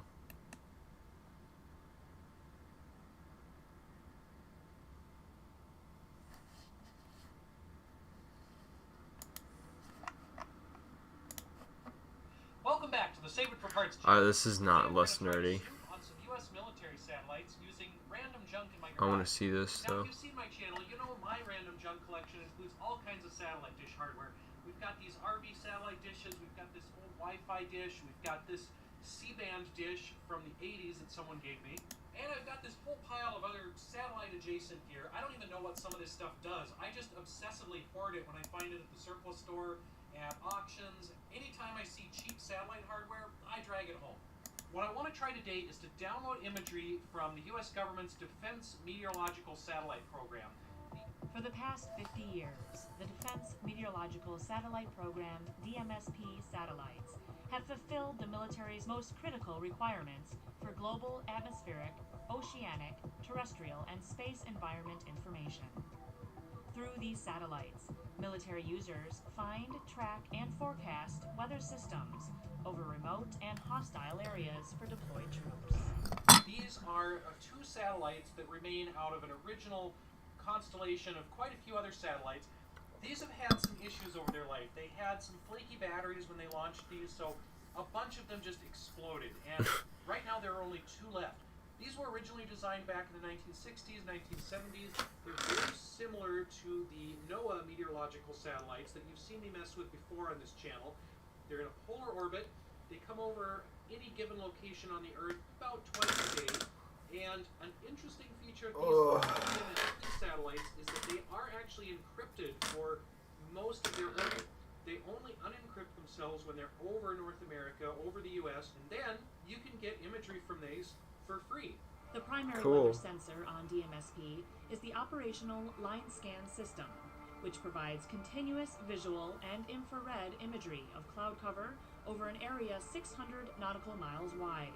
So our sensor is pointing down and sweeping back and forth 6 times a second, photographing the Earth, and then storing those images and transmitting them down to our ground stations once every orbit. A very common question I get when I do weather satellite videos is this legal? And then the second most common question is, why aren't these encrypted? Well, most of the satellites I work with are publicly funded. They're from public agencies like the National Weather Service, like the National Oceanic and Atmospheric Administration, and they're made to be available for anybody, anywhere in the world. The satellites that I want to look at today are not supposed to be publicly available, at least not for most of the world. These are Defense Department satellites, these are military satellites, so they are actually encrypted for pretty much everyone else. If you live outside the US, then I'm sorry to say you might not be able to do anything with these satellites. So the DMSP satellite program originated in the 1960s, although the current satellites are a little newer than that. This was kind of a spy satellite for spy satellites. What I mean by that is the DMSP satellite would be a weather satellite, and it would go over first. So let's say it would go across Moscow, and it would say, what's the weather like? Is it cloudy? The actual spy satellite, like the Corona system, used film, and so they didn't want to waste their film if it was cloudy and they couldn't see the ground. So if the weather was nice, Corona would go over, it would take a film picture, and that would be the one that could see like Soviet license plates. So the film got spooled into a cassette magazine, something like this one, and that lived inside of a conical re-entry vehicle called a bucket. Once the bucket and film spool were full, the satellite would fly over U.S. controlled airspace, eject the bucket, that would re-enter the Earth's atmosphere, deploy a parachute, and then get scooped up by Reminds me of Lost. CIA aircraft. Yeah, I don't know how many drugs the designers were on, but the 60s were crazy. Beginning in 1966, it acquired a tactical as well as strategic capability and furnished the needed weather support for both activities. Indeed, DMSP significantly increased the image search system effectiveness of NRO reconnaissance satellites and of SAC SR-71 and U-2 reconnaissance aircraft, while it markedly reduced the number of aerial meteorological sorties. Declassified in 1972, DMSP data was made available to civilian and scientific user communities. Anyway, nowadays our spy satellites are all digital, they don't have to use film, so the DMSP satellites are a little bit obsolete, but they still do get used for weather forecasting for military operations and things of that nature. These are on what's called the S-band of the microwave spectrum, around 2.2 gigahertz. Previously we've looked at stuff in the L-band, that's what this little dish is set up for, that's around 1.7 gigahertz. S-band is a little more tricky. It's a little harder to find commercial equipment for that, although Wi-Fi is pretty close. Wi-Fi is around 2.4 gigahertz. Now another thing I've heard that works pretty well for these satellites is this dingus called an MMDS, and this is apparently some kind of microwave point-to-point antenna that's common mostly over in Asia. They're not very common in the US, and you can't really find these in the US, so I've tried to find a few of these. I don't even remember where I got this one. Unfortunately, this one is tuned for 2500 to 2700 megahertz, not 2200 like I want. So this one I wasted my money on. This one I got from a website called AliExpress. Now, I've never used AliExpress before. I get the impression it's like a kind of sketchier, more communist Amazon.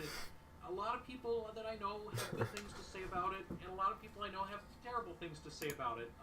Some people say you'll get great deals, you'll get stuff for like a tenth of the price of Amazon. Other people say, yeah, it's a tenth the price, but it takes 8 months to show up, and it's a box of sand when you actually get it. So I don't know whether or not this is actually any good, and I'm extra hesitant because there are absolutely no markings on this thing. So there are no specifications, there are no serial numbers. The antenna that is built into the MMDS is a linear feed, so this is just a little dipole. This is for radio waves that are coming in one direction, and most of these satellites that I want to look at use a helical feed or helical polarization, so the signal's coming in kind of a spiral. This is a feed I made a while back for S-band. It's using SGC Derek's design, and my 3D printer hates printing stuff like this, so I had to hack this together out of 2 failed prints. I think it maybe kind of works. So instead of this linear feed, I'm just going to put an antenna jack on there.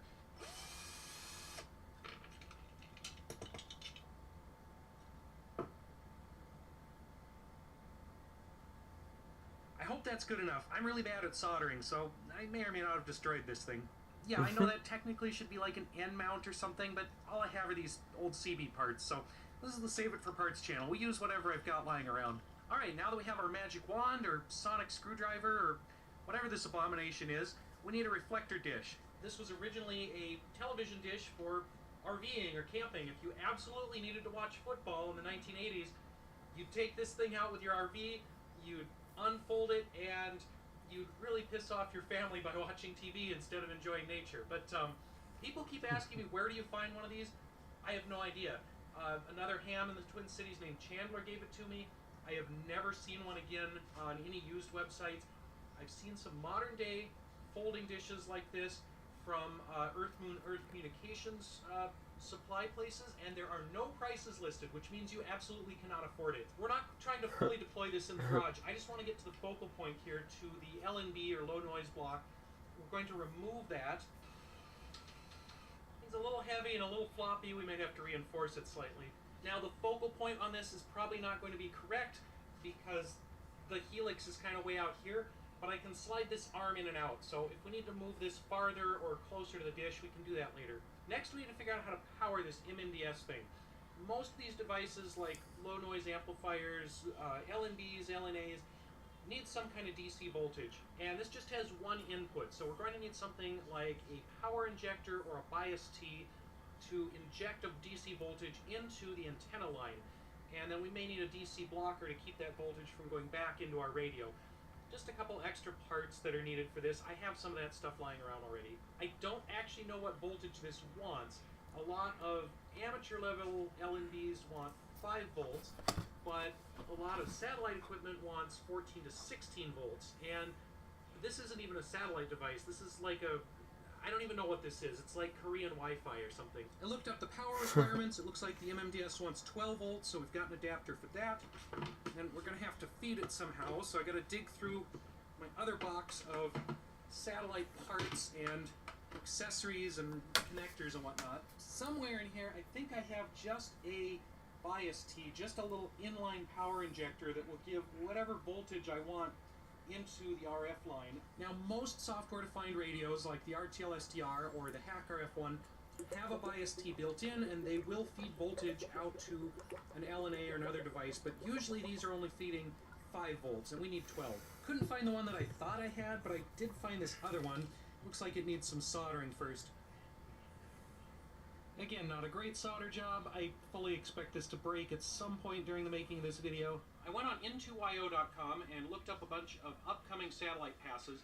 The DMSP satellites that I'm most interested in are kind of in inconvenient time slots. We're using the Newelec Hack RF1. We've got our bias T. We've got the power supply for the bias T.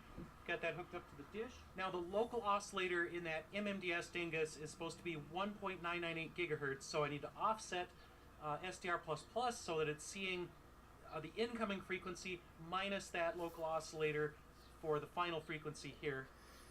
The Hack RF1 can go all the way up into S-band by itself, but the MMDS is down converting anyway, so we'll just use that new frequency.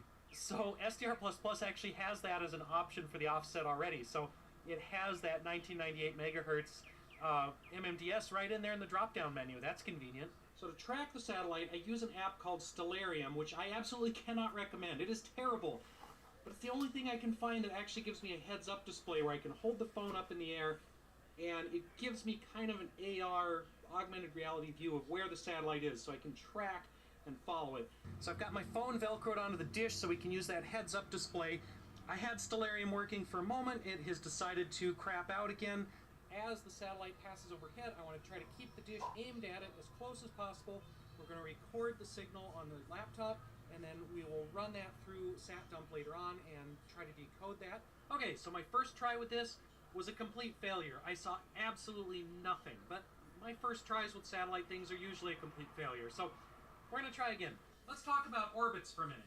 Carl over at US Radio Guy has a great animation of how some of these different orbits work. So a geostationary orbit, like the GOES satellite, which I've looked at before, is far enough away from the Earth where its orbit goes around once every 24 hours. So it is always centered above one spot on the Earth, and it always sees about 1/3 of the Earth's surface.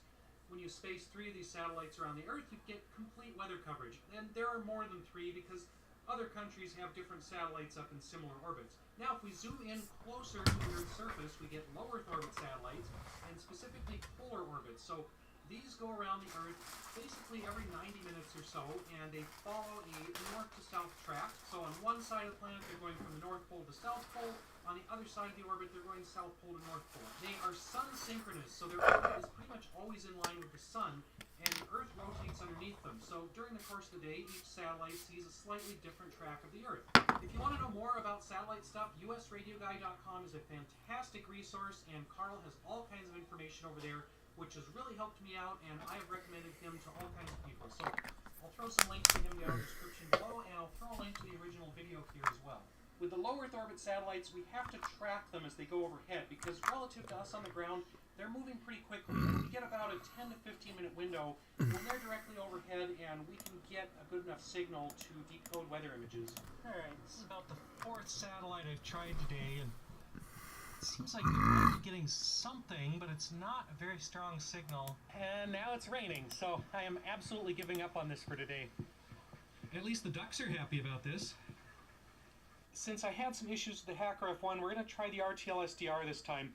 It does not have as much bandwidth as the Hack RF1. It cannot go as high in frequency range, so it's not really as good for S-band, but if we trust the MMDS here, which I guess I kind of do, it seems like it's mostly working, then the MMDS should down convert from S-band to something that the RTL SDR here can see. Okay, I think we've got this a little more dialed in. we're looking at Sirius XM satellite radio signals.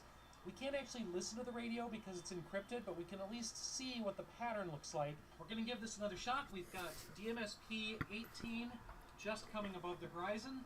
So we're going to try and track that, see if we can record it. I think we might have actually got something this time, and I think we might have seen where it went from encrypted to unencrypted.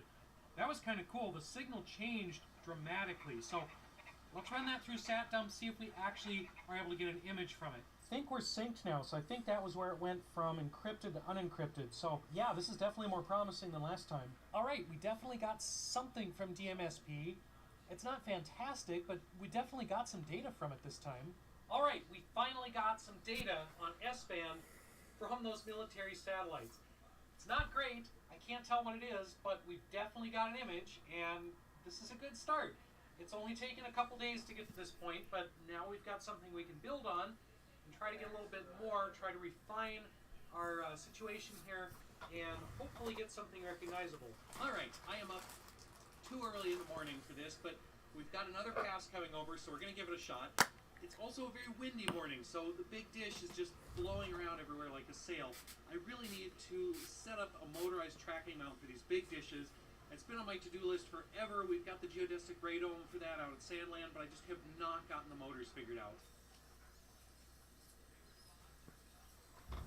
Alright, well that pass was another complete failure. I saw the satellite for just a second on the SDR screen, and then I could never lock onto it again. I was searching all over the place with that dish. So I went digging around my satellite stuff box again, and I found two more possible S-band antenna feeds that I could try out. We've got this thing, and then we've got this crazy thing that looks like something you give your kid when you're at the state fair. So if I haven't shown off the Nano VN8 before, this little gadget basically is a portable antenna analyzer, and I really only use it for SWR to see what the standing wave ratio is, where is an antenna most optimized. Alright, so here's our loop feed, and we've put that in an old camping dish that I was going to melt down for the aluminum. So we've stuck that on here. We've got our MMDS converter, kind of the same as before. We've got this thing at the focal point of the dish. Hopefully the giant aluminum canoe there doesn't affect the signal. Maybe somebody can come up with a way I can make a canoe into an antenna, although I'm going to use that one as a boat.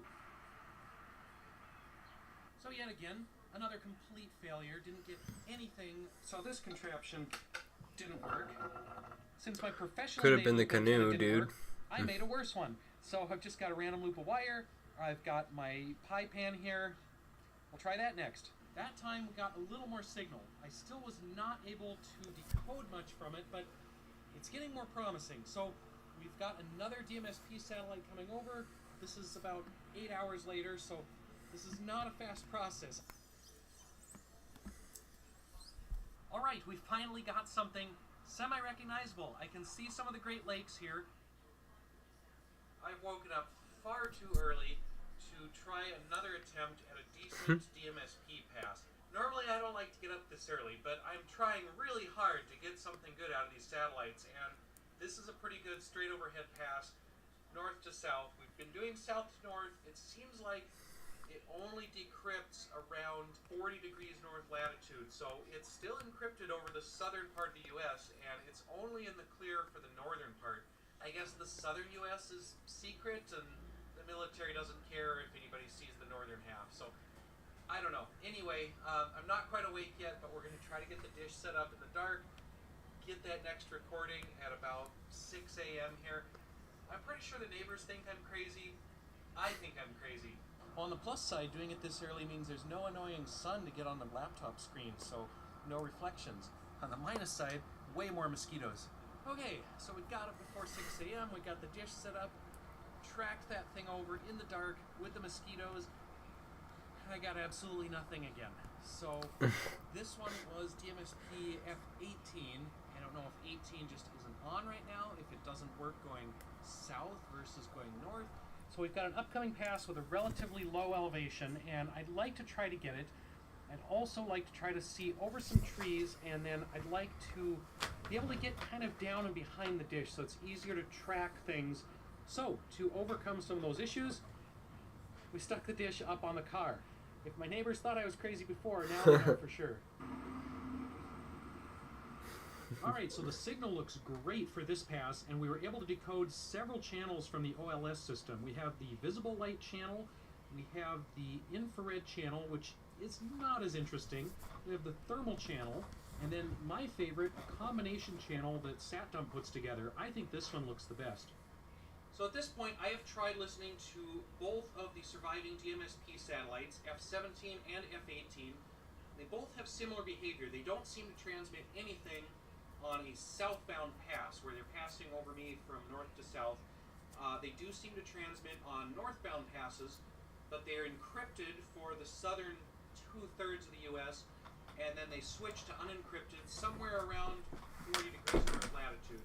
So, very interesting. I don't know why that is.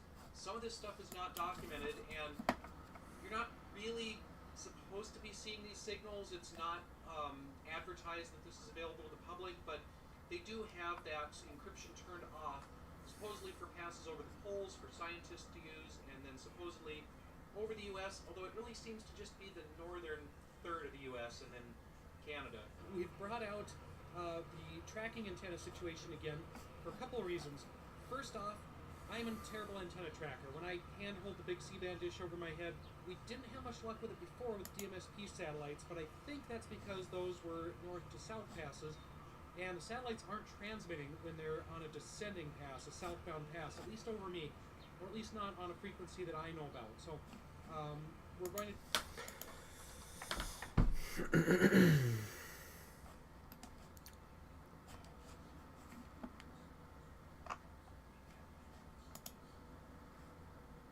How's it going, bros?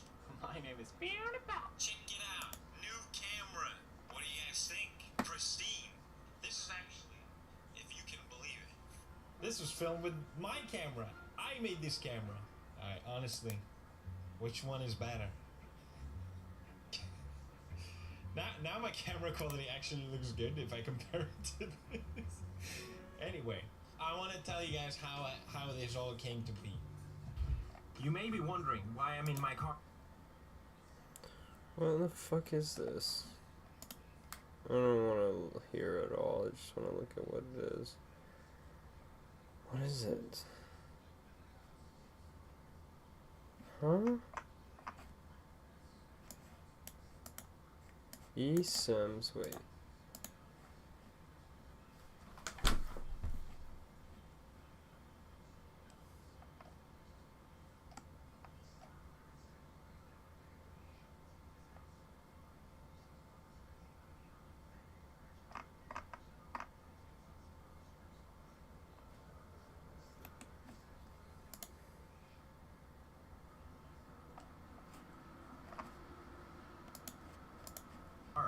You see, it all started with me selling my old car, my Tesla, and I had dog mode on it, which I find really helpful.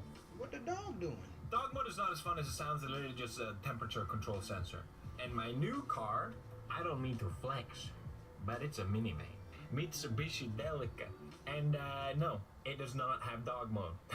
I actually find it really helpful, like if I need to just pop in a shop really quick, or if me and Mars are traveling with the dogs, we maybe want to stop for a bite. Bro, what is this It's about? a good idea.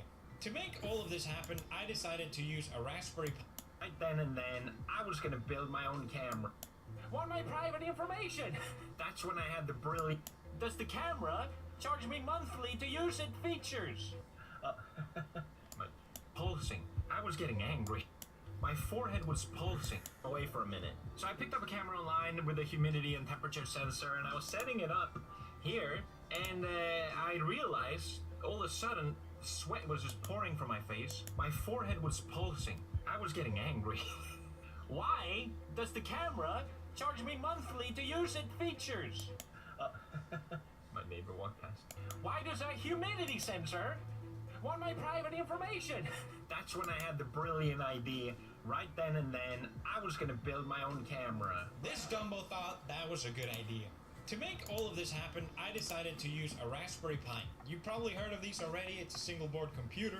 And the best part, it runs Linux.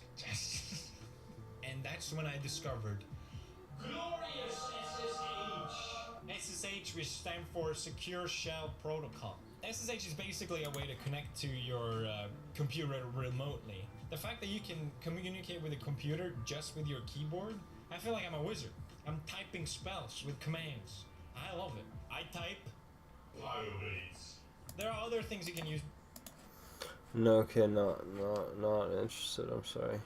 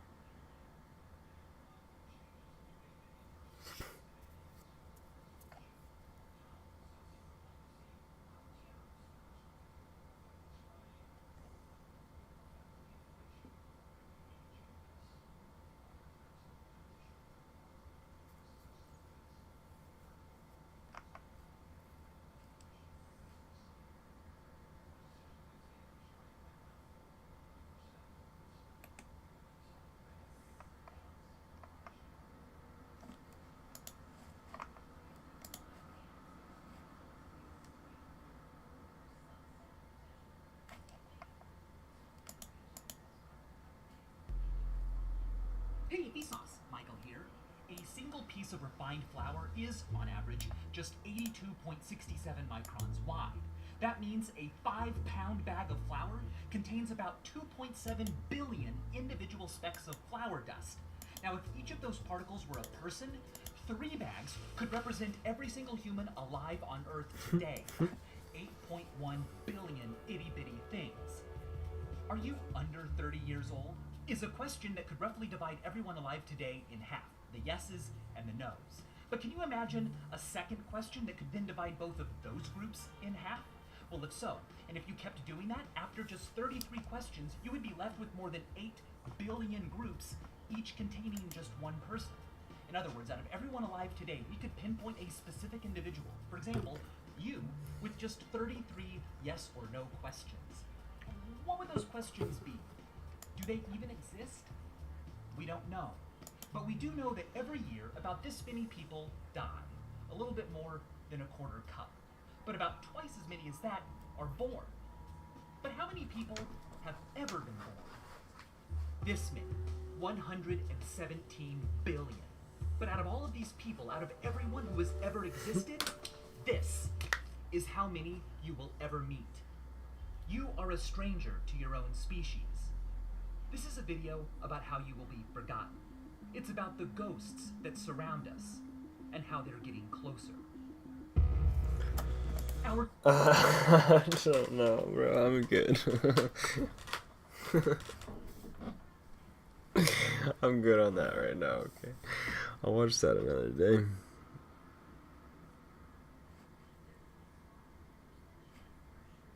What the fuck is that, bro?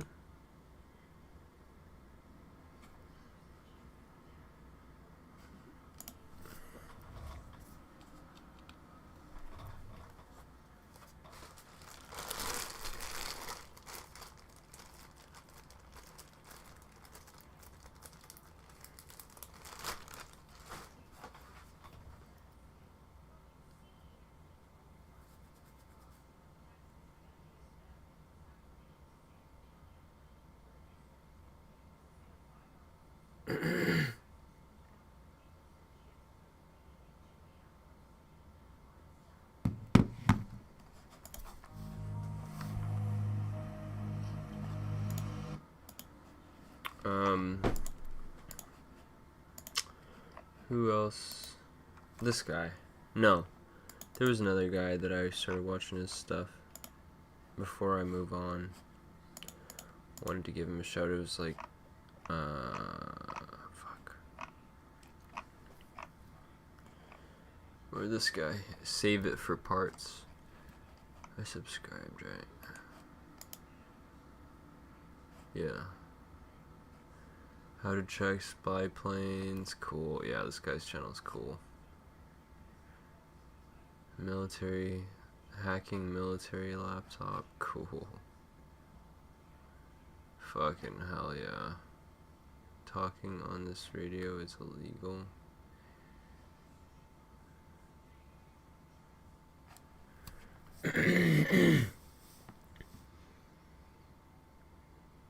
Records video onto audio tapes. Cool.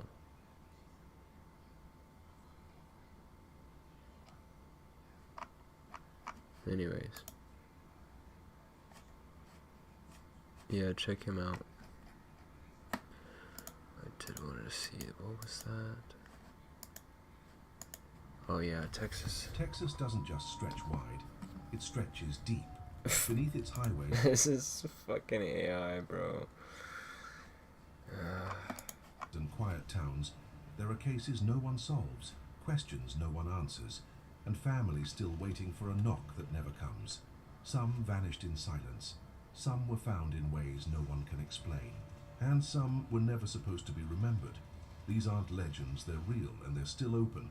Put on your headphones, turn off the lights, and cover yourself well, because after this video, you'll never see Texas the same way again.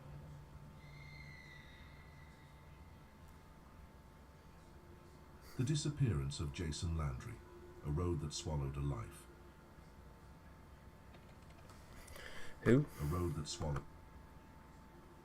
The disappearance of Jason Landry, a road that swallowed a life. Luling, Texas, December 13th, 2020. It was a quiet Sunday night, a straight road, a single car. That always creeps me out, dude. I can't do that. Like when you're really out in the middle of nowhere, it gets a little creepy for sure. Heading home for Christmas. He never made it. Jason... I don't know, though. Like, well, okay, certain areas where you're like off the road, you know, like on some private road, like a dirt road, that's when it's like sketchy as fuck. Normal roads, it's not so bad. If there's any light at all, you know what I mean? It's like the smaller roads that don't have lights and are just in the middle of fucking nowhere. Those get spooky at night. Fuck that. Landry was 21, a college student studying music at Texas State University in San Marcos. Doug Hind, laid back, always smiling. That night, around 11:30 p.m., Jason left campus to drive to his parents' house in Missouri City, a drive he'd done dozens of times. He texted friends, played music, everything normal. But somewhere along Salt Flat Road, just outside Luling, something went wrong. At approximately 12:31 a.m., his car was found crashed and abandoned. Not wrecked, just stopped. The rear of the car was backed into a tree. Not fast, no blood, no airbag deployment. The lights were still on. The keys were in the ignition. His wallet, phone, and backpack were inside, untouched. But stranger, his clothes, shirt, shorts, socks, were found on the road, 900 feet from the car, scattered in the trail. And Jason himself, gone. By dawn, search teams had flooded the area. Drones, helicopters, dogs, mounted patrol, hundreds of volunteers. Cadaver dogs hit on a scent trail that led down the road through a barbed wire fence and into a field, before ending abruptly at a nearby pond. Divers found nothing. Thermal imaging found nothing. There were no footprints, no drag marks, no signs of a struggle, just a silent field, and a family screaming into the dark. The sheriff's department proposed a theory. Jason crashed, got disoriented, and walked off into the cold. Maybe hypothermia. Maybe where is he then? But then the details keep pushing back. Why were his clothes removed and left in a trail? Why would a sober, healthy young man walk nearly a mile naked into the wilderness? Why was there no sign of him on any camera, driveway, or private property for miles? And why did the scent trail just stop?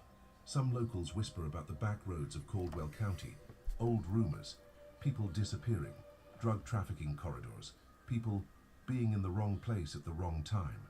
Others wonder if Jason was taken by someone who knew how to disappear someone without a sound.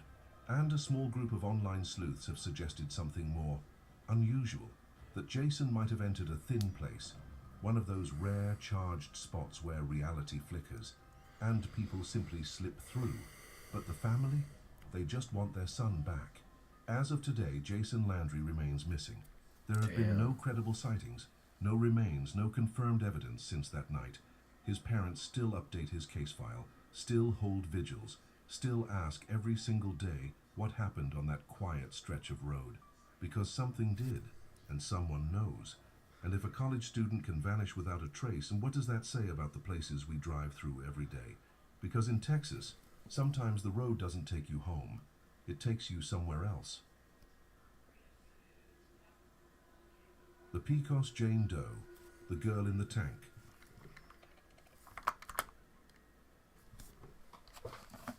When was this?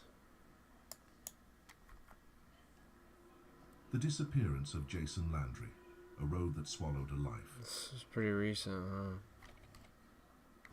December 2020.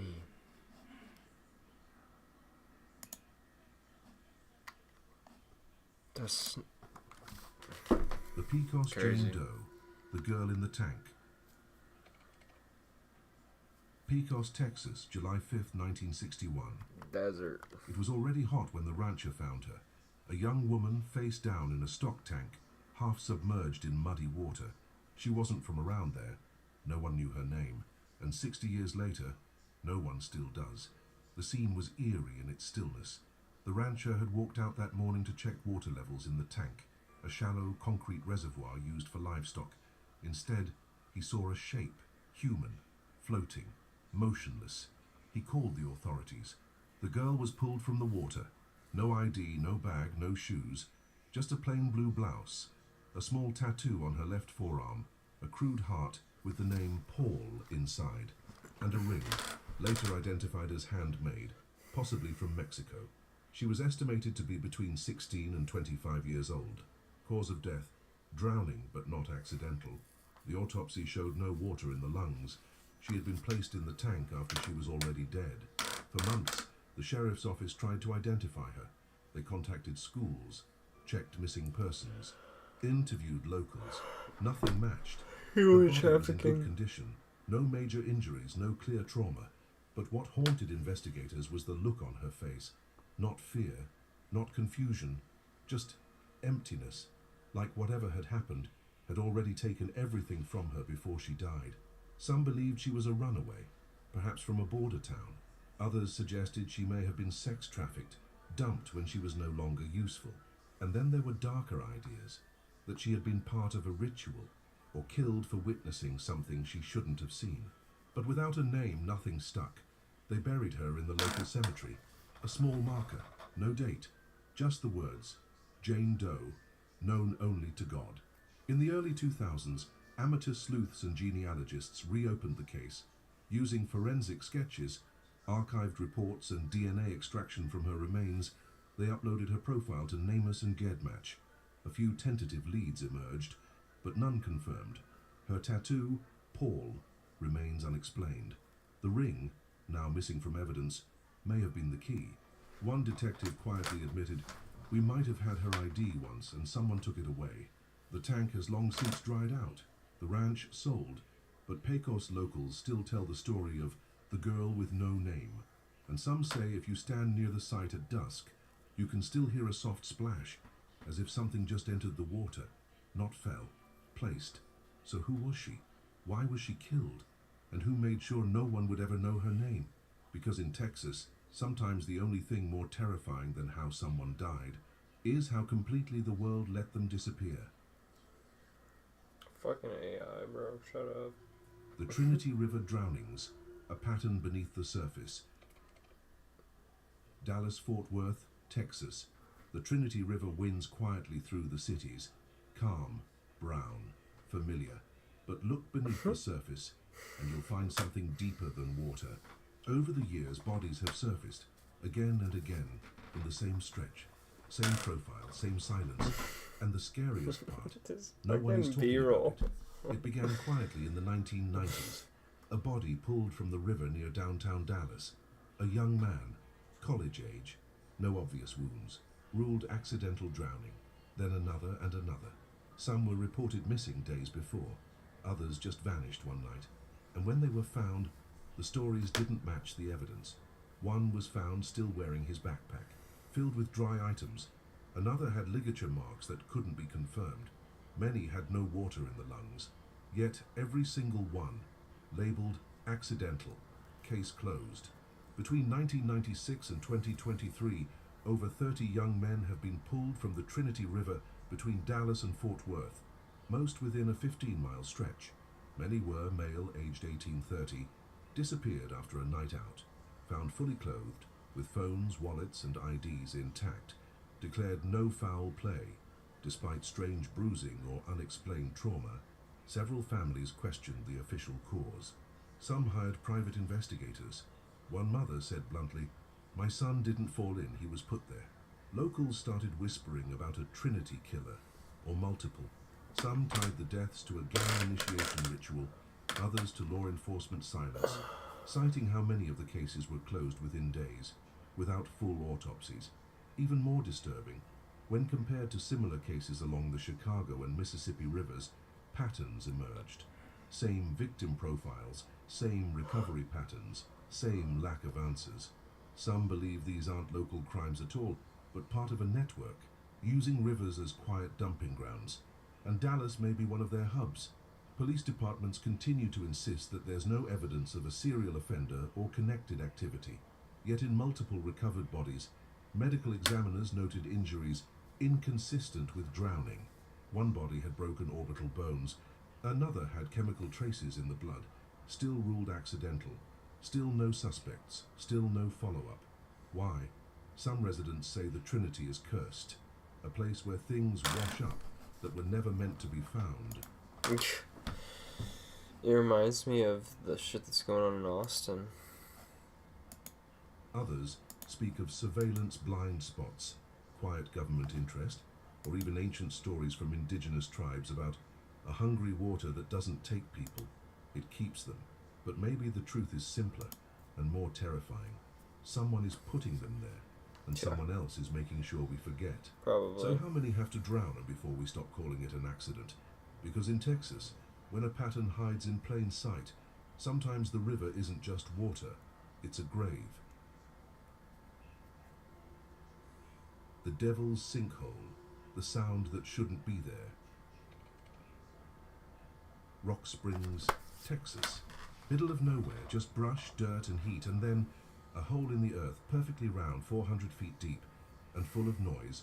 Locals call it the Devil's Sinkhole. It's beautiful, majestic, but some say when you stand near the edge, you can hear it breathe.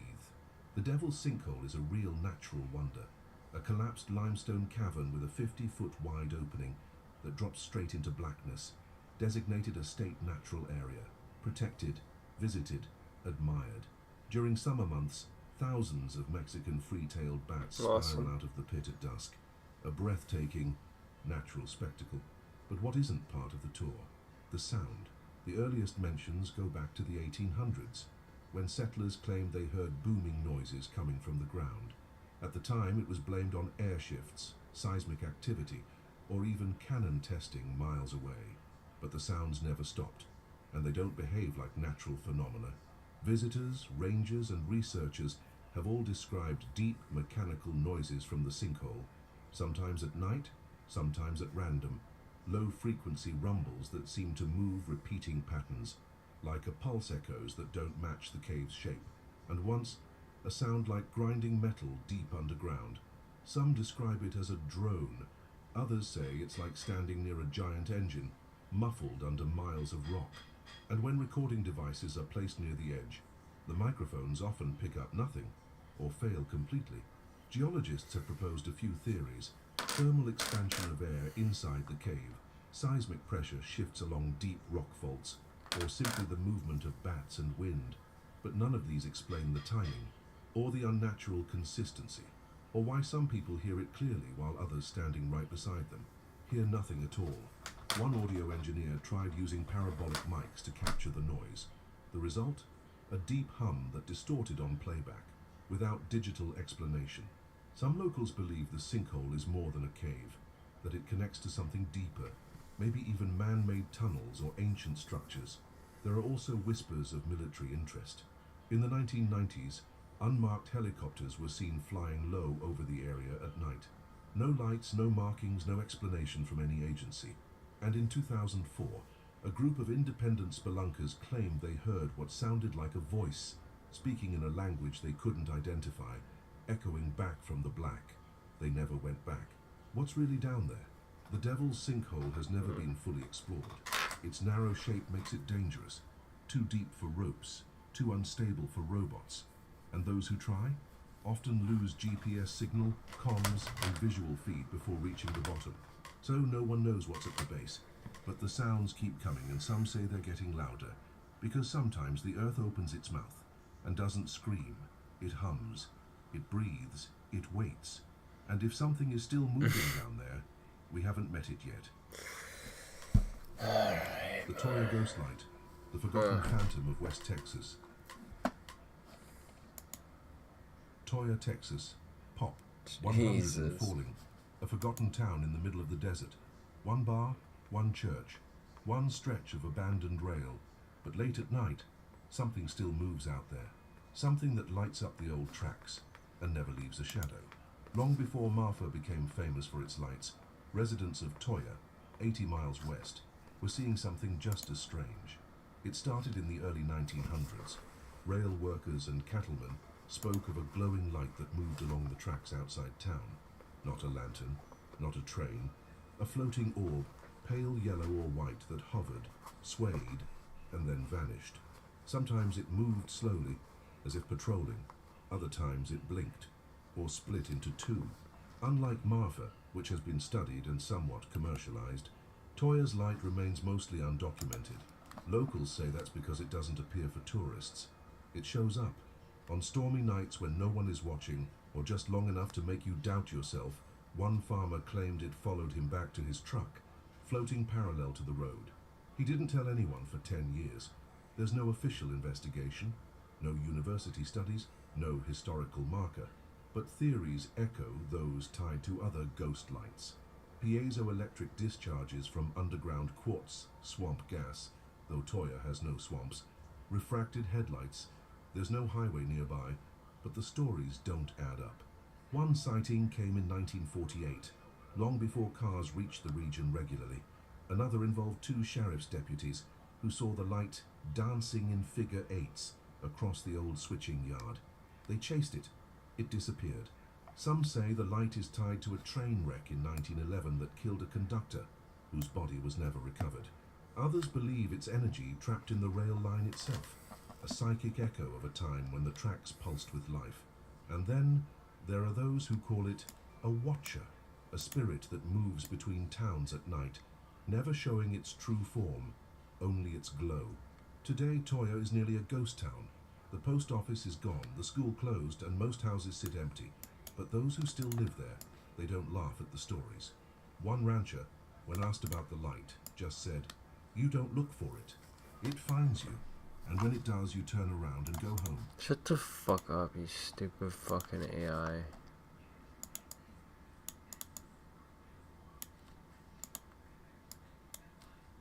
Fucking sick of it, man. I want to listen to a human talk. God.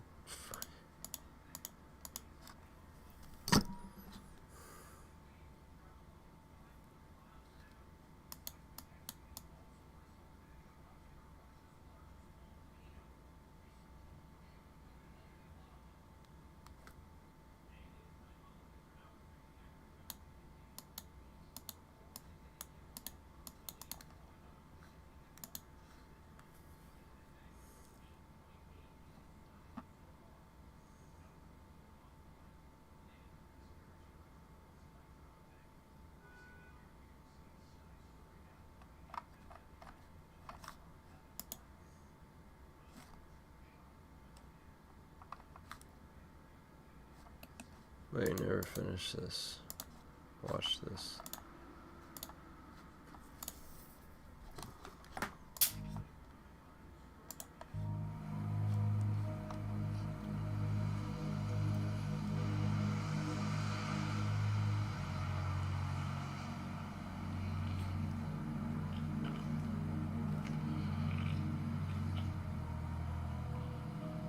Jesus, this is oh, East Cleveland, Ohio. This isn't even, you can hear the city. Yeah.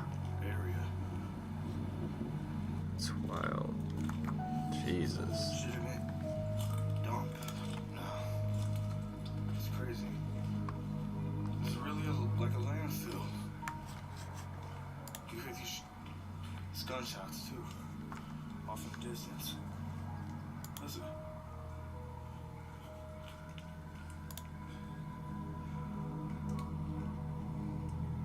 That's crazy. East Cleveland is crazy. Hope you're strapped, bud. It's another crazy looking house. Everything's abandoned.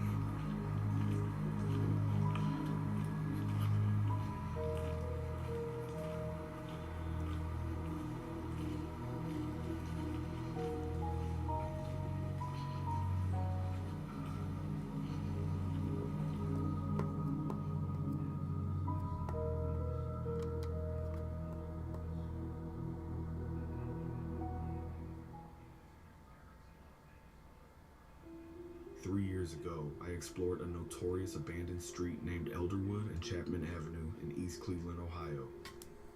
This area is infamous for its high crime rates, rampant drug use, and homelessness. But perhaps even more disturbing is its reputation as a dumping ground for bodies, thanks to the countless abandoned buildings that are quite literally all over the neighborhood. East Cleveland police have identified a body found in an abandoned house is 46-year-old Juvar King. Police say his body was found last night in the 1800 block of Chapman Avenue. Today, police say the remains found in East Cleveland are that of missing Warrensville Heights woman Michelle Arnold. News now at 11. 3 bodies found, and you are taking a live look at where that discovery was made in East Cleveland today. In the past, I've spoken about the corruption and crime plaguing East Cleveland, but I've never truly addressed the heartbreaking reality of just how many bodies have been discovered in abandoned areas of East Cleveland. When I first started exploring, one of the earliest videos I uploaded was me exploring an abandoned apartment building in East Cleveland, one that has since been torn down. What I didn't realize at the time, however, was that a dead body had been found inside that very building. A developing story now from East Cleveland. Police have found a badly decomposed body in an abandoned apartment building at Baldwin and Hayden Roads. And this isn't the first time I've explored an abandoned building where a dead body was found. Last year, I explored an abandoned school, unaware of the tragedy that happened there. Sadly, a young boy had been discovered lifeless on the steps of that very building. Very difficult to hear another family mourning a teen lost to gun violence. The victim this time just 16 years old, and his killer still walking the streets. Everywhere at 5 o'clock, Winnie Dort has been in the neighborhood getting reaction from people who witnessed the aftermath. Demarion Whitsett dying near these steps. I talked to Nate. Be right back, one sec.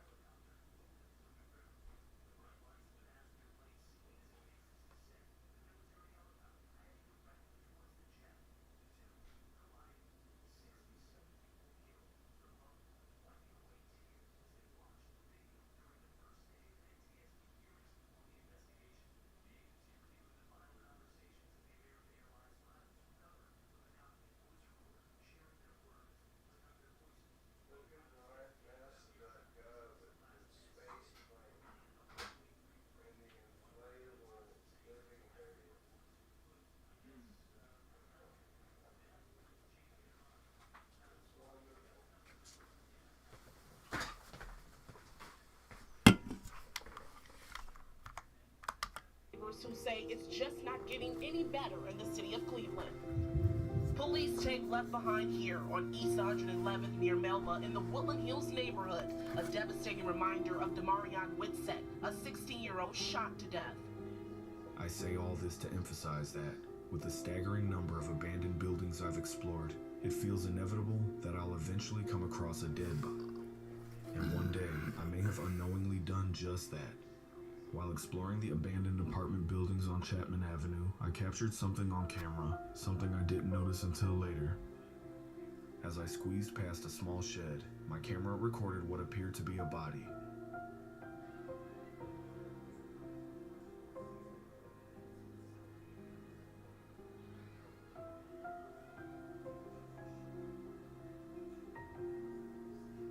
Even more unsettling was the fact that the shed's door was secured with a relatively new-looking padlock.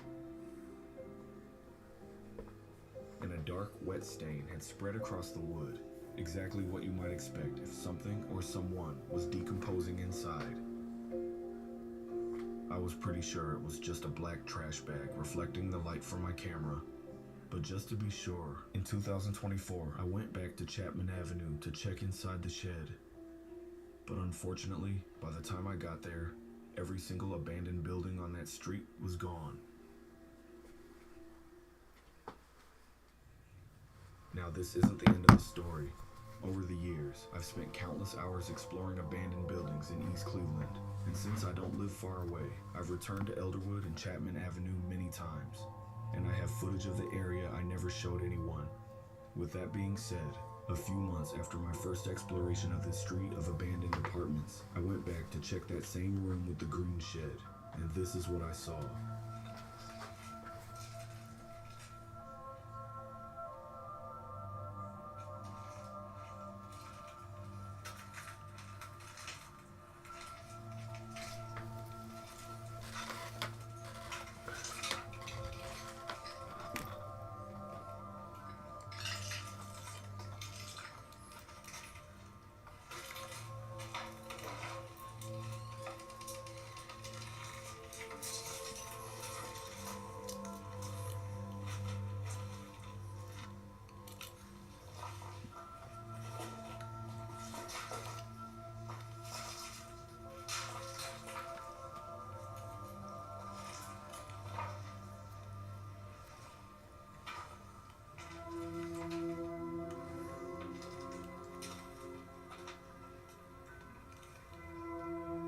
At first, I was nervous to look, but when I finally worked up the courage and pointed my camera between the slats, the shed was empty.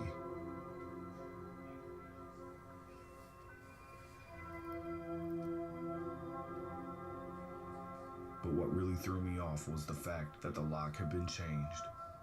It was as if someone wanted to erase any trace of what had been there before. That's when a chilling thought crossed my mind. Whatever had been inside was removed, and my video might have been the reason why.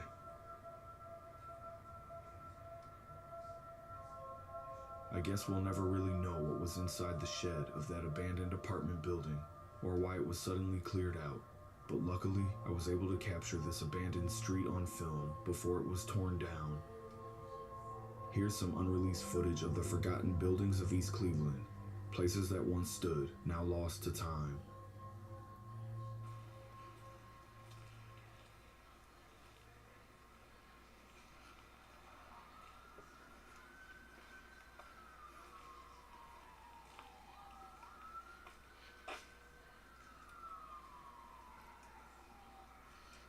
Oh my god, this is really a dump. This is really like a landfill. You hear these gunshots too, off in the distance. Listen.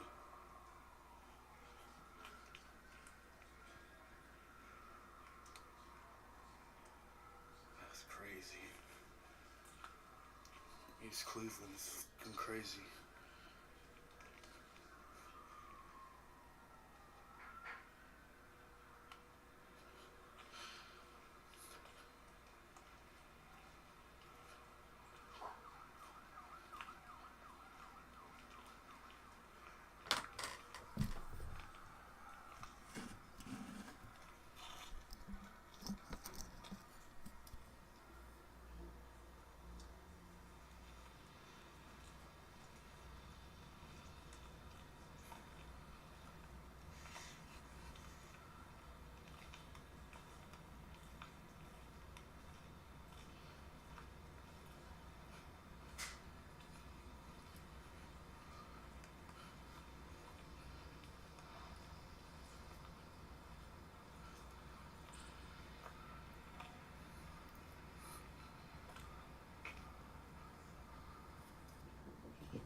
look at that.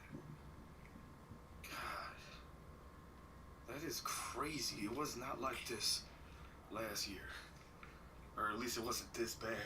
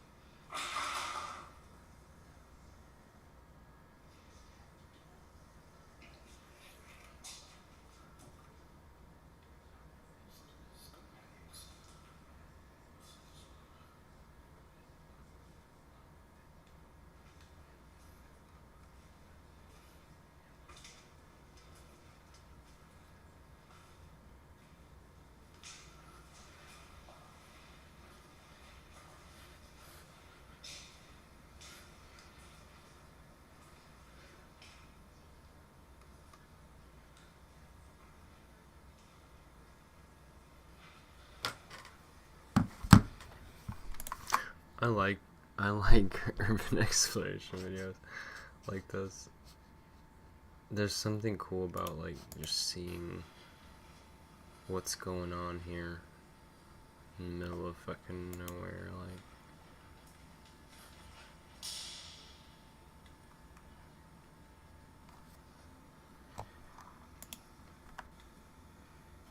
Oh really? I did not see that.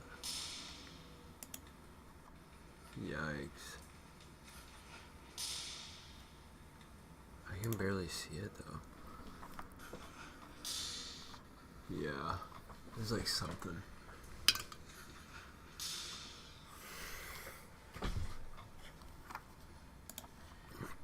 Kinda hard to see though.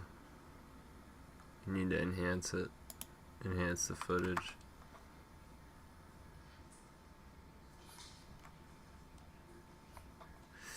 Oh, bro, you gotta have fucking cojones.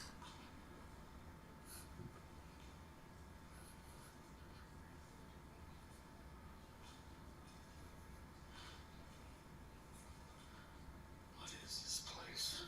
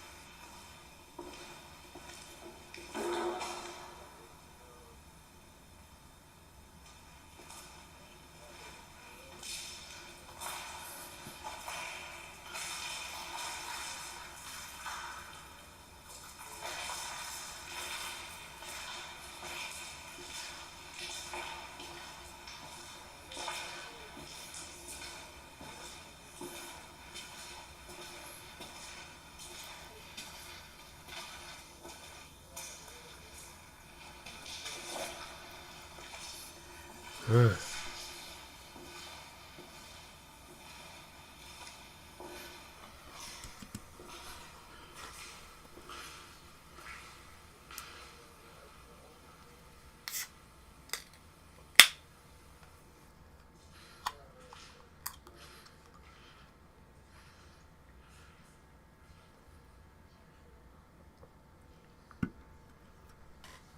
that shed was fucking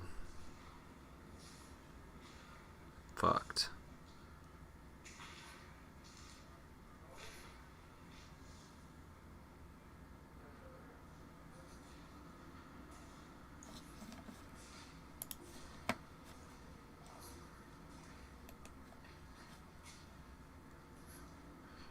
This place is weird.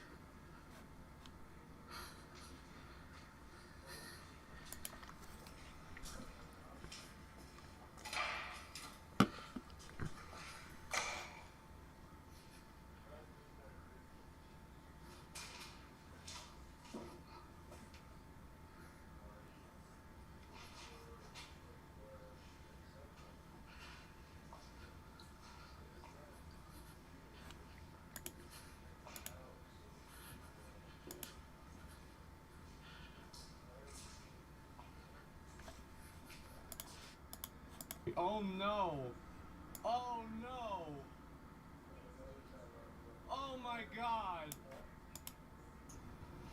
And I definitely won't say that they're the most comfortable jeans I've ever worn. Or that they make your butt look amazing. Yeah. Why would I need to do that? But if you said that you want to buy the jeans, I'm not going to stop you. But just so we're clear, this is not me telling you to buy American Eagle And jeans. she's not wearing shoes.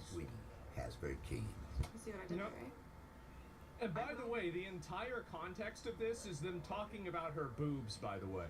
That's what's being discussed with jeans. Everybody that's not a retard,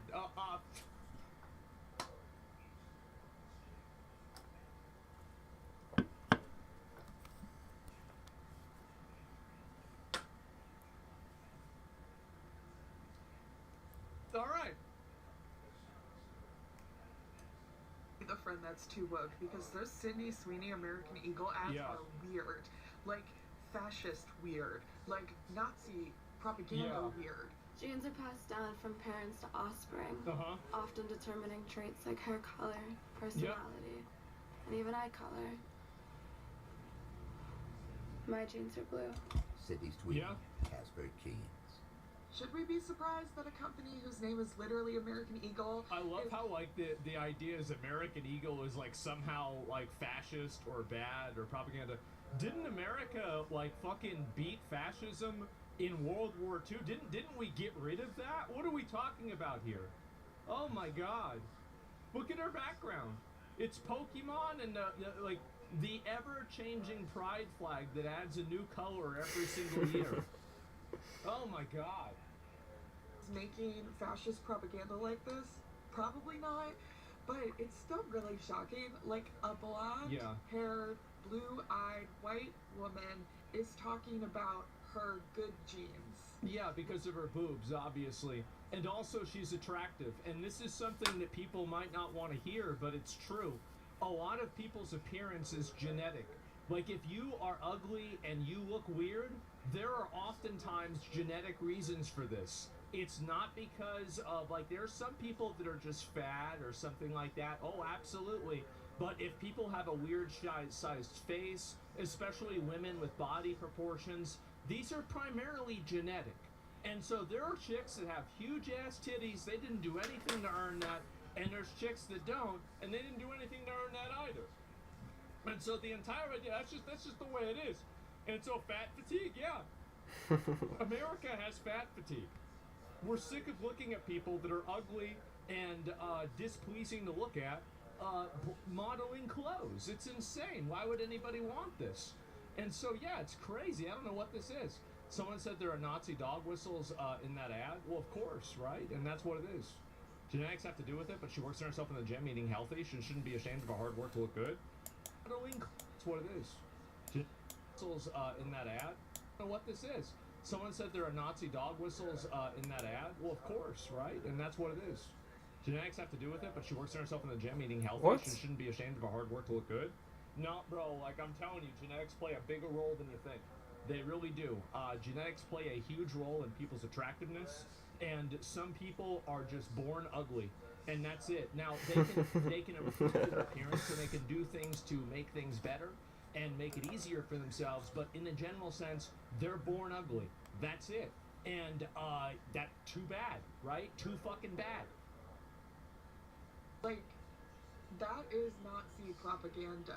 I'm Yeah. also thinking about like all of the young girls who are doing their back to school shopping Right. right now at places like American Eagle who are seeing ads like this. This is the person, by the way, who is ruining everything. Do you remember what I said? Two groups of people? This is exactly what I mean. This person right here is a bigger threat to America than ISIS, Iran, Hamas, Hezbollah, all put together, okay? Like, this is the real enemy within, all right? It's true, and I'm being serious about this. These people will ruin everything. Also, American Eagle is mostly a Yeah. brand that like teenagers to like young adults shop at, and so the fact that like this type of advertising is The being fact used that like this type of advertising. feels so for the male gaze and so It is for the male gaze, that's right. Because guys like looking at hot girls with big boobs. That's right. That's correct. Wow. Thank you. Thank you, Lilith. You've given us the insight that nobody else ever had. Wow. Did you guys know that? What a fucking surprise. sexualized. Like, I just don't like it.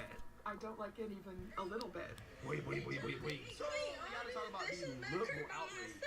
Over Sydney Sweeney pushing what they're calling Nazi fascist eugenics propaganda in an ad campaign with American Eagle outfits. It sure seems like it worked. Sydney Sweeney has great genes. Because she has great genes, this is Nazi fascist eugenic propaganda, right? Of and course. liberals are very upset over.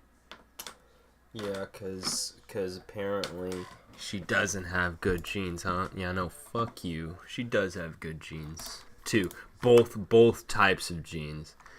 Fuck you for if you think she doesn't, man. Because that's just called racism, you know. And it's okay to be racist, but you need to admit that you're a racist. Okay, and it's sad as fuck because. For so many different reasons. It's not even liberals. It's just it you'll see, but you'll see. You'll see. American Eagle, their stock has enjoyed a lot of success. Wow, since wait, this what? ad campaign really showing. Wait, so are you telling me that they put out an ad with an attractive woman that had big Hell boobs yeah. and it caused the number to go up? Has this ever happened before? Guys, oh man. Like, I'm not sure if this has ever happened. What? What do you mean you could just go and do that?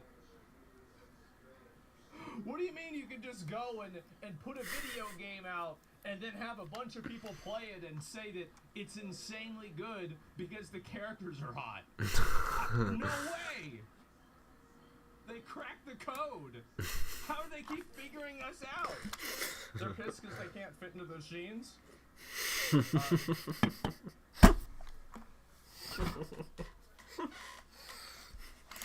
These liberals that America True. back. And that's what I want to talk about here today because that's what this I'm is. sure they sell about. Forex.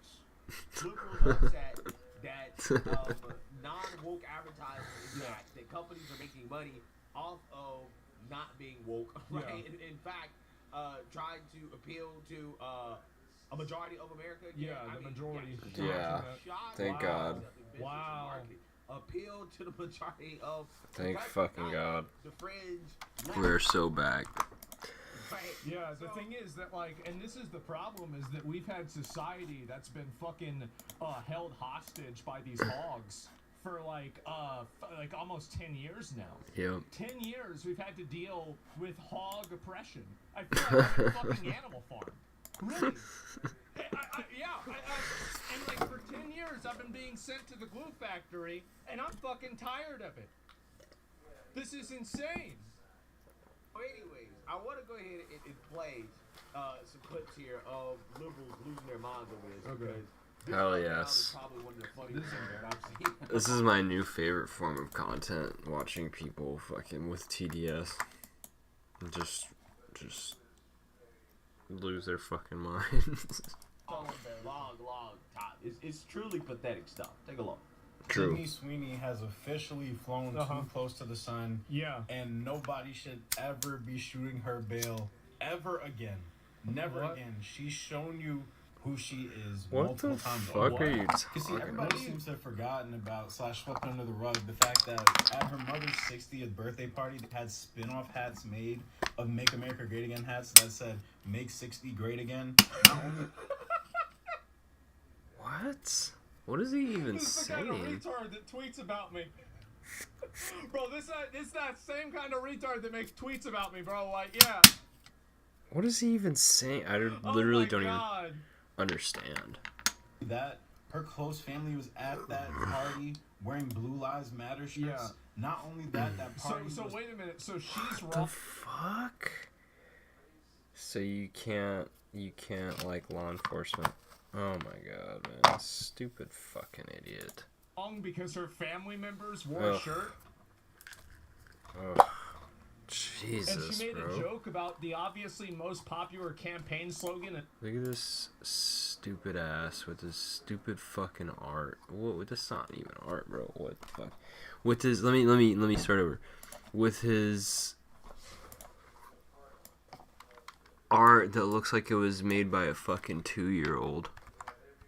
That's the type of that's the mentality that he's on. He's literally like as smart as a 2-year-old. And he's probably around my age. In our entire lifetime, they made a joke about that, and somehow you're losing your mind. Thrown at a ranch, and that may seem like an insignificant detail compared to the other two, right? Yeah, but you couple the aesthetic of the clothing that people were wearing with the fact they actively chose a ranch as a venue. And also, by the way, why do cops' lives What? not matter? What? I don't think there's Yeah. a problem with saying Black Lives Matter or Blue Lives Matter. This guy is so fucking cooked, bro. You need to stop smoking so much or something, dude. You need to do something, bro. I bet honestly though he's probably being humbled right now by everyone, hopefully, because like, dude, this shit's gotta stop, man. People are actually so fucking stupid. Yeah, I support both of them. Sorry. I guess this is going to be like a Ludwig perspective of mine. But yeah, I agree with both sides. I think that obviously police officers shouldn't treat minorities badly, and people obviously should care about police officers. Yep. Yeah, true. There's no problem with that. Oh, it's kind of just blatantly saying racism to me. It's saying I'm a conservative piece of shit. That's what it tells me. And people did the typical thing they do when a white person they like shows them that they are actually a conservative. They say, oh, well, that was just their family. You know what I'm saying? They can't control their family's views. Like, that doesn't say anything about their political silt. You know what I'm saying? And then Sydney Sweeney came out with the statement, oh, you guys, I just wanted to share photos of my mother's birthday party, and you guys made it some insane political statement. No, motherfucker. Yeah, no, yes, motherfucker. The thing is that these people lose all of their power once you stop giving a shit about them and start laughing at them. That's what you have to do. You have to laugh at these people and never take them seriously. Because if you give these people any level of power, any level of credibility, you listen to any of their grievances, it's like a fucking parasite that gets inside of you, and it just infects more and more and more of you before it takes control, and it starts running the ship itself and replacing people like Sydney Sweeney with hogs wearing bikinis that nobody wants to see, except for other people that look like that. True. And even they don't want to see it. That's why they use filters on themselves whenever they go on dating apps. They don't even want... Jesus fucking Christ. Make America Great Again hats and Blue Lives Matter shirts at a birthday party. You are making it political.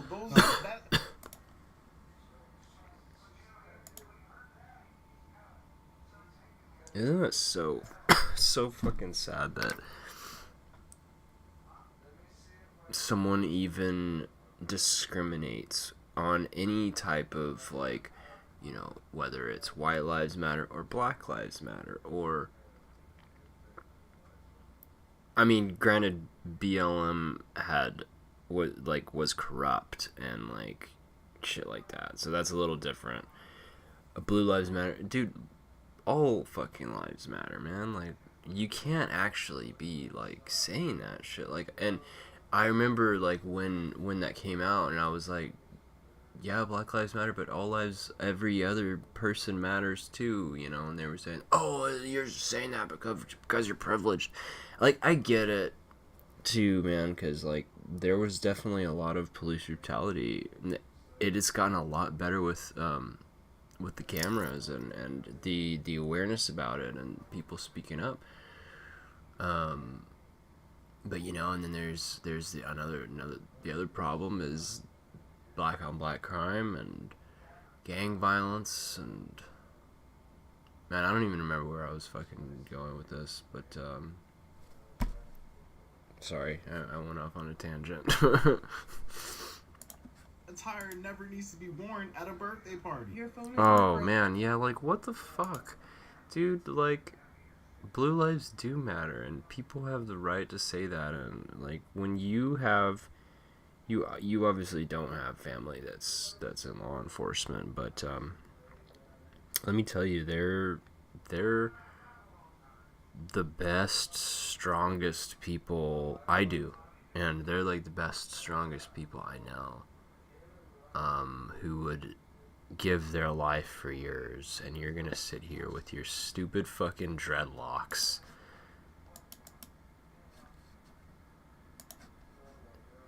and you're going to, you know, say shit like that, man. Like, you know, every single fucking life matters, man.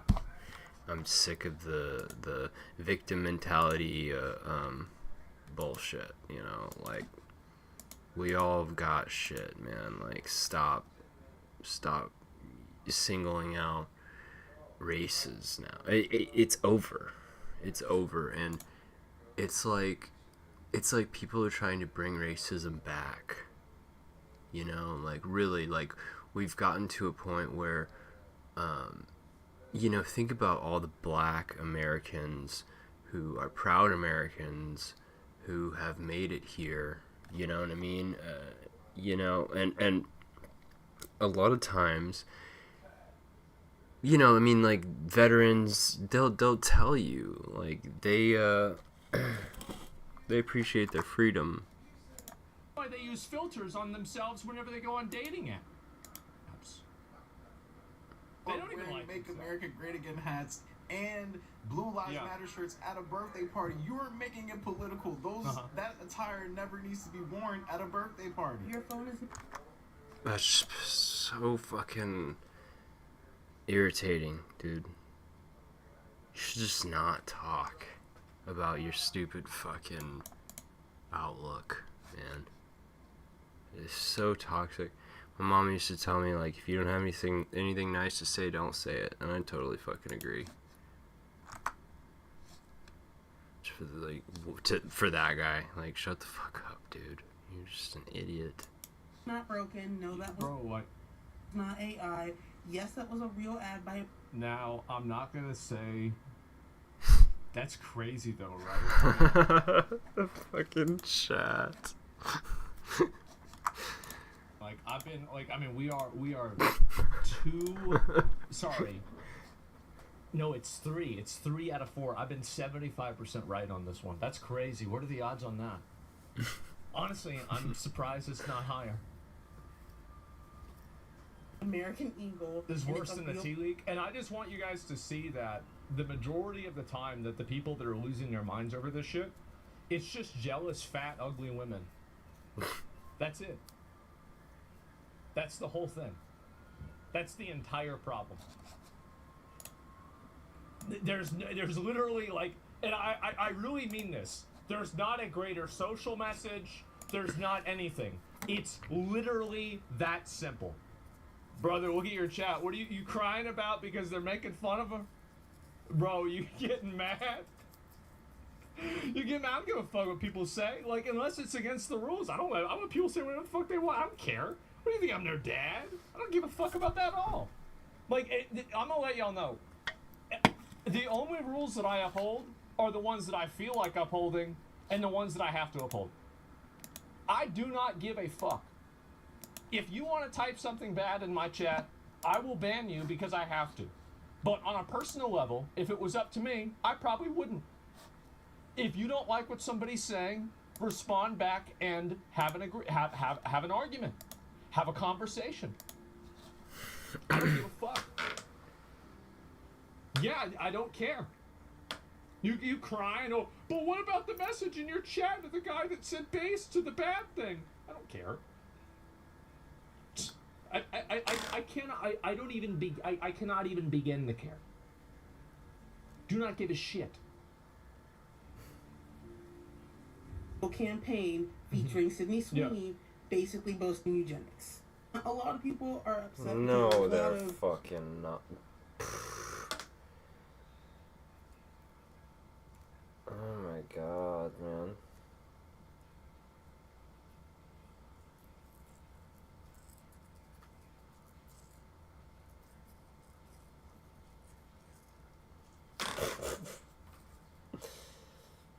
Fucking eugenics, yeah, so...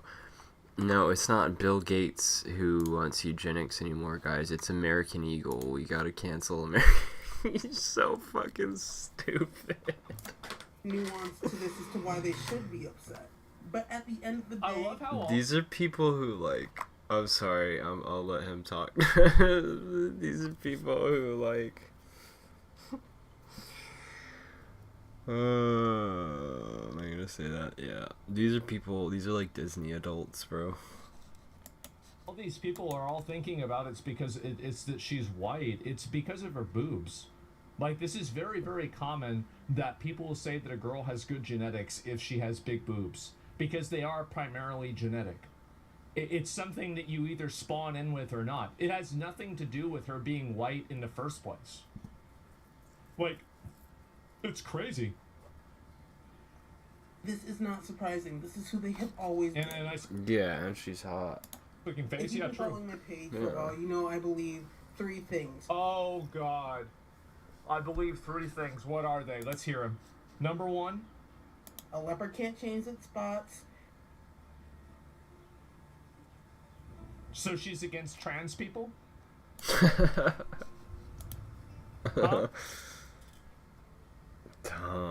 Dumb, See, dude. this is the kind of stupid logic. See, people like this, they love to say this. Yeah, caught? Yeah, oh, wow, there we go.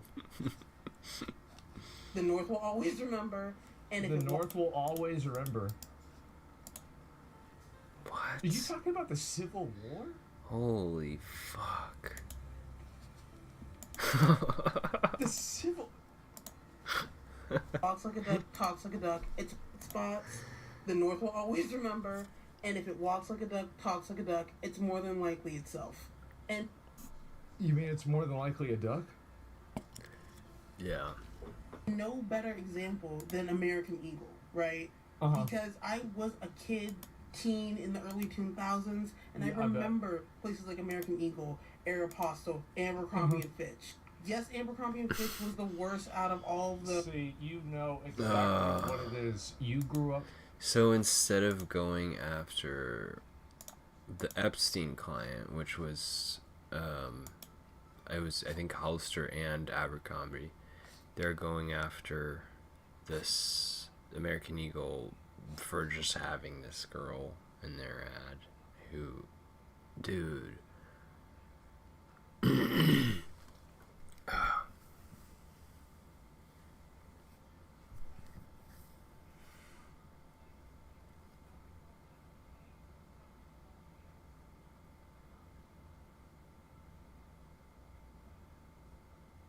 People are so cooked. Thank God it's only like a small percentage, though. And it's not, you know, everyone. But it is a lot of people. I've never seen it this bad. You know, like COVID Well, we've had so many different things like this, I think, over the years.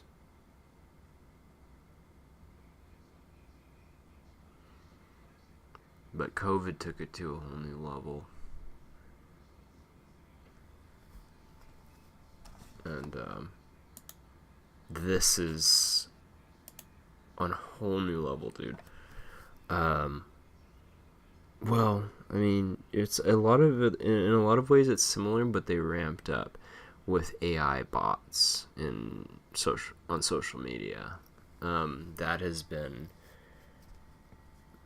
really hard to deal with. I mean, I think that, well, it's because, like, okay, most people, they get their information from, like, memes and social media now, and,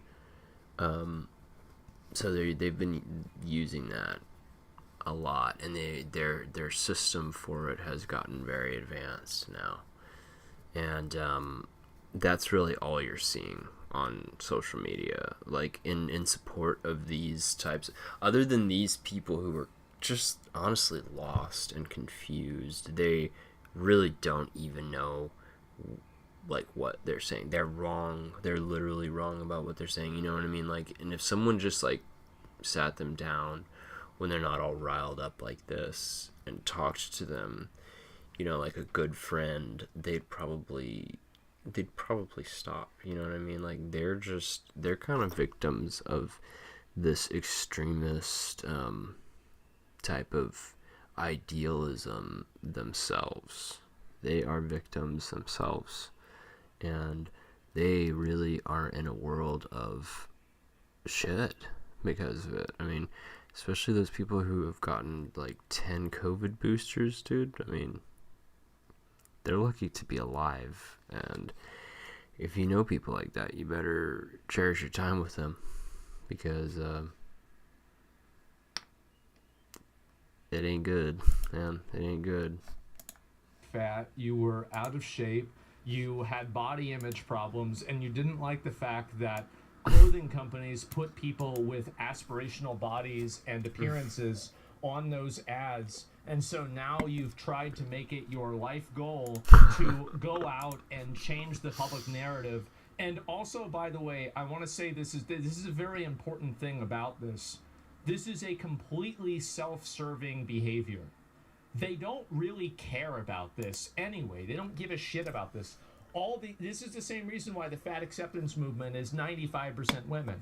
It's about psyoping people into thinking that the way that they live and the way that they look is attractive. They want everybody else's mind to change and to conform around them.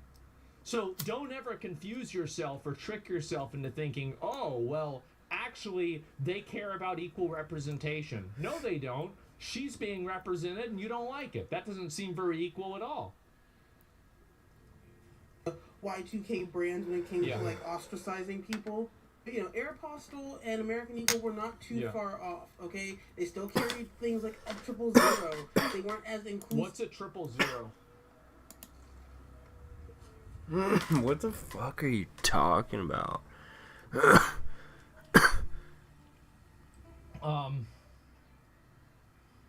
Let me ask the internet.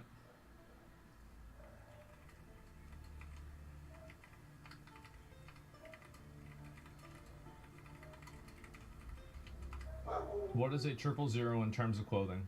A style designation for women's apparel that's smaller than the stand.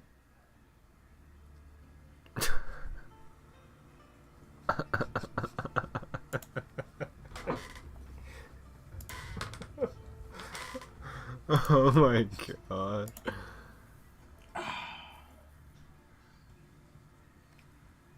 I see. I see. Okay. Right. Keep in mind. So look at what she's saying. She's saying that carrying a size is problematic. This is on her list of grievances. So these people don't want to be represented. They want to remove other people's representation. It's not enough for them that they have a 4X section. No, that's not enough.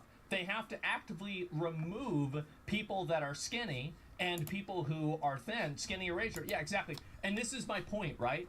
Is that simply having a size, because there are women that are thin. I know this.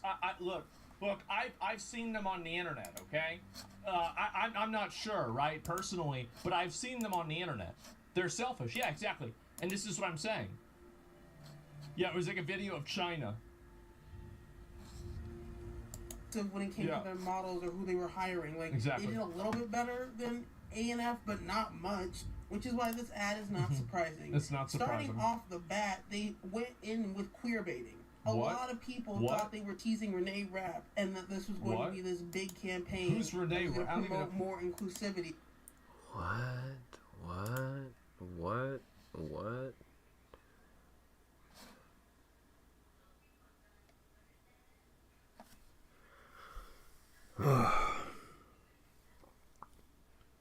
Yeah, what the fuck, man? You preach about inclusivity, except for white people.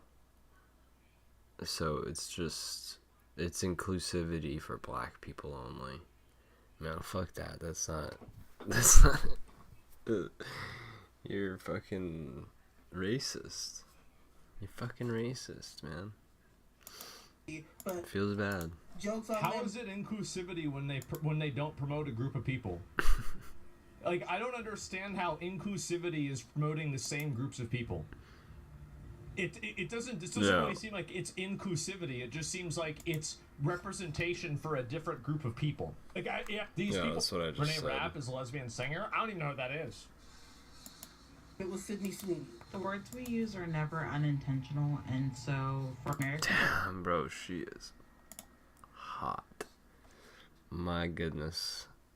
I would 100% would. not the knitting weirdo. Sydney Sweeney has good genes. True. If they're so unintentional... I'm just gonna say it, bro. True. I don't give a fuck. Well, then why'd you say If there's never words that you use that are unintentional, Okay, why wait. Let me. Are unintentional, and they won't. Let me spec this up. Sydney. Words we use are never unintentional, and so for American Eagle to say that Sydney Sweeney has good genes. If they're so unintentional, then why'd you say If there's never words that you use that are unintentional, why are you using verbal pauses? Did you mean to use the verbal pause? No, of course you didn't. You'd never use a verbal pause if you could help it. It's just, again, it's just it's so stupid. Is not an accident. So, there's an ad that was grabbed from the internet. So it said, why Sydney Sweeney has good genes. It talks about her, how genes are passed down throughout time. From your mother, from your father. And you get your genes. That's true, by the way. That's by the way, I don't know if you know this, but I bet her parents probably have the same. I bet they're also black. I bet they probably have the same skin color as she does. Yeah, these people don't realize that they're the ones being racist. It's so ironic and funny, actually. I would love to see their comment section, but at the same time, I'm a little bit scared because I feel like a lot of people are actually falling for this stuff. I don't know if it's... I've seen some stuff where people online are being like, whoa, but I don't know if it's real. I don't know if the shit like that I've seen is real, because I do believe that they're getting really advanced with AI and social media manipulation. Trust me, I have seen an insane amount of it, and it started with COVID, and they just got like more, and they've just done it more and more and more because of their genes. I bet I've got a pretty high probability of that one, huh? Parents. Yeah. Her genes are blue. She wanted us all to know her genes are blue. Yeah. And this is not a far cry to say that it is the amping up of eugenics in this country. I think that's a far cry. I think that's absolutely a far cry to say. It is the ramping up of... Yeah, I think it is. It's a bit of a far cry. Choosing certain models. Dude, just stop knitting. So weird. To promote certain items. Yeah.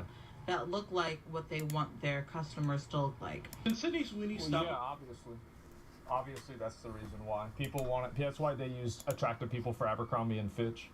It's that they want to look at attractive people. People want to wear clothes and they want to imagine themselves looking attractive. I don't know, like, I don't know what she was knitting there, but hopefully it wasn't clothes for a person to wear, because she obviously doesn't understand the apparel business. This is a problem.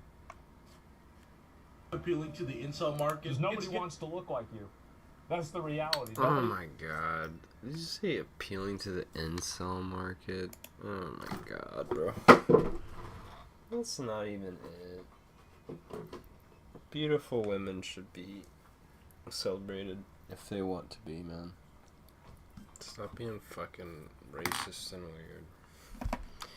You know, it's like...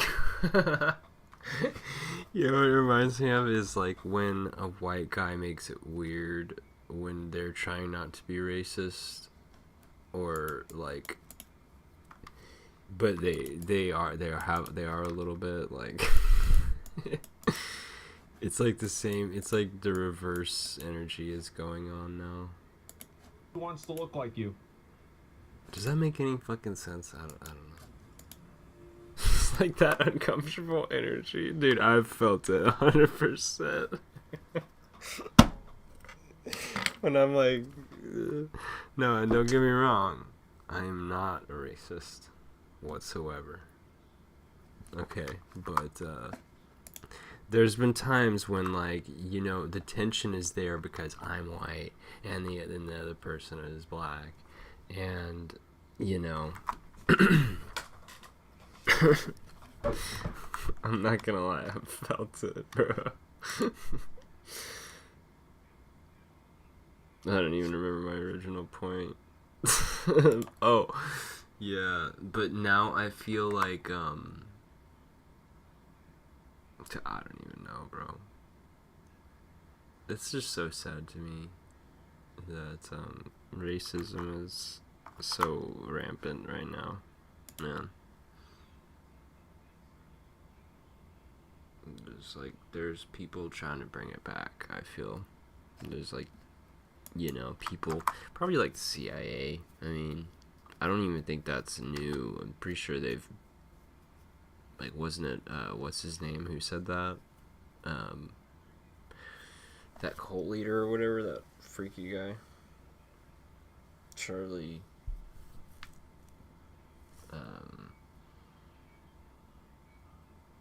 didn't he say that they were going to start a race war? Or they were trying to start a race war?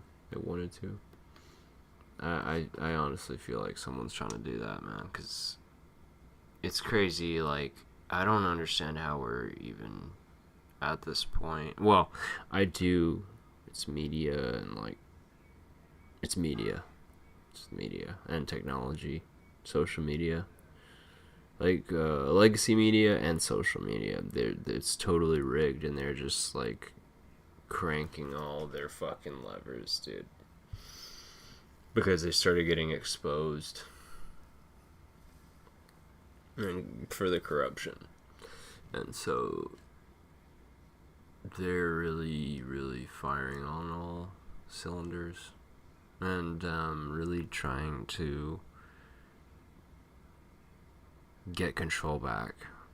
Or, you know, I don't know. I don't know if they're going to go quietly. Well, they're not. That's what we're witnessing. Okay, end rant. Jesus Christ, I just want to, like, a whole fucking dialogue. I'm sorry, but racism is bad, okay? Please don't be a racist.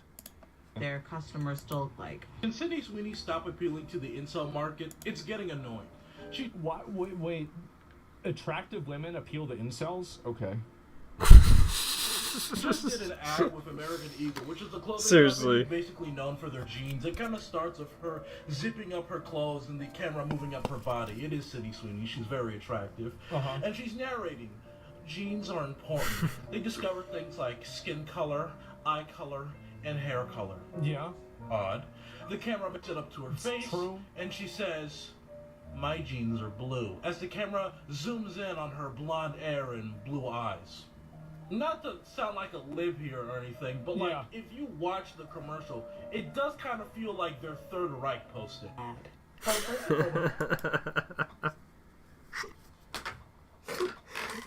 Dude, how can you even say that? How, bro?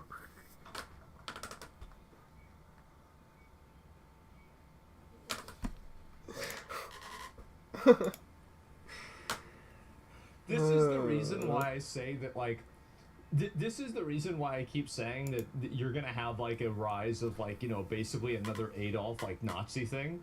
It's because they call everything that. Yeah. Everything is like Nazis. Everything is Hitler. Like, if everything is Hitler and everything is Nazis, whenever you have people that are actually Hitler and actually Nazis, people are going to be so fatigued from listening to that, oh, this is Nazis, these are Nazis. Like, it's crazy. They're not even going to be paying attention whenever it actually happens.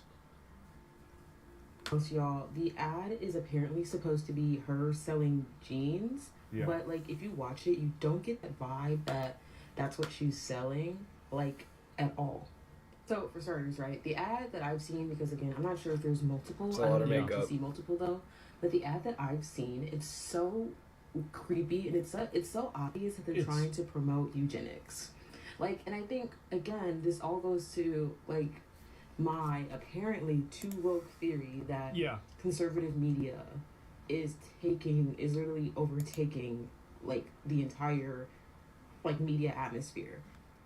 Now you know how I feel. Now you know how I feel. I had to deal with this shit for 10 years. Yeah, exactly. I'm switching the lighting because it's making my concealer look so light. And I promise y'all it is not that light. I promise you. Anyway. I love how she even recognizes the irony of what she's doing, but she has to address it in the video because it's so ridiculous. It'll blend out, I promise you. I know what I'm doing. Anyway, so yeah, like when you see it, like it's just like a eugenics campaign. That's obviously what it is. Like, of course you're gonna say that the blonde-haired, blue-eyed girl has great genes, and people are trying to say, "Oh, well, it's just a reference to her big boobs." Okay. Yeah. Like I'm sure it's also a reference to that, but where it's also like. So you agree? 100% sure at the same time that two things can be true at once. So it's also about literally the fact that she's a white blonde girl. Yeah. So you see that you heard that. Now, again, what is this all about? Well, it's about the fact that they're losing the culture war, right? They are upset that an American company can openly, in their eyes, advertise to white people, right? Because they're basically... It's not even advertising to white people. It's like, I'm pretty sure there's plenty of black guys and, you know, Hispanic guys and Indian guys that see that and they're like, all right, I'm going to get American Eagle. That sounds really good. And this is not just for white people. This is fascist, Nazi, eugenics propaganda, right? Cities... Bear back one sec.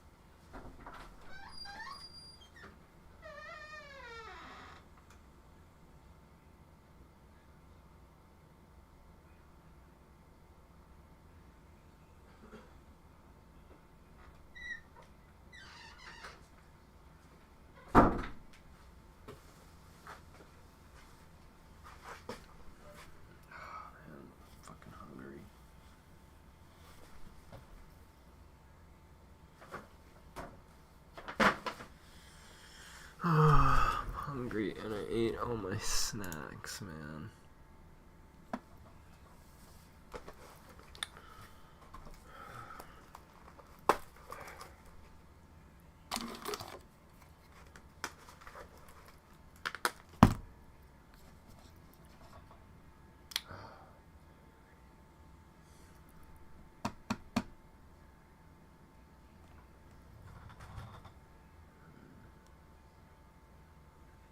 Trying to think of like something. If I left something somewhere, I don't think so. I'm just gonna have to go get some food in here in a while. Sweeney has great jeans, which I mean she does. In that commercial, I thought that the jeans were very nice jeans. But if they just so happen to be talking about genetics, I think that she has great jeans as well too. When you talk about that, I mean, I Same. That's the reason why they did it. Same. Reasons, right? In regards to why she has great jeans, that should be pretty obvious, right? I think True. can agree. City Sweetie does have great jeans. To me, it doesn't matter what True, the man. reasons may or may not be, because being white and blonde, right, having blue eyes, that doesn't mean that you have bad genes, right? Just like There's nothing wrong with that's what these people try to push, right? That's clearly what it is that they would have no problem with somebody going and saying that if that person shared the attributes that they have. But when a person who doesn't share those attributes says it, now it's problematic. This is the reason why I think a lot of people don't like this kind of stuff. It's because it's completely one-dimensional. It's not really about any sort of an ideology. I mean, it's just, again, erasing and replacing people that they think are problematic with people that they don't. It's just that simple. Being black means that you have bad genes, or being Asian means you have bad genes. Like, even if they mean that because she's white, she has good genes, why is that controversial, right? Especially considering how we just lived through 4 years of blackity black, black, black and black. Right? Everything is great. If it's black, black is beautiful, right? Okay. Yeah, they've been saying this forever. Like, and there's plenty of people that are attracted. Like, I don't know. I mean, you go look at my Instagram following, you'll see that I'm not a racist. Okay. And so the fact is, like, it's and every guy, by the way, 95% of guys are like me. We've spent the past 4 or 5 years celebrating. Someone said fault.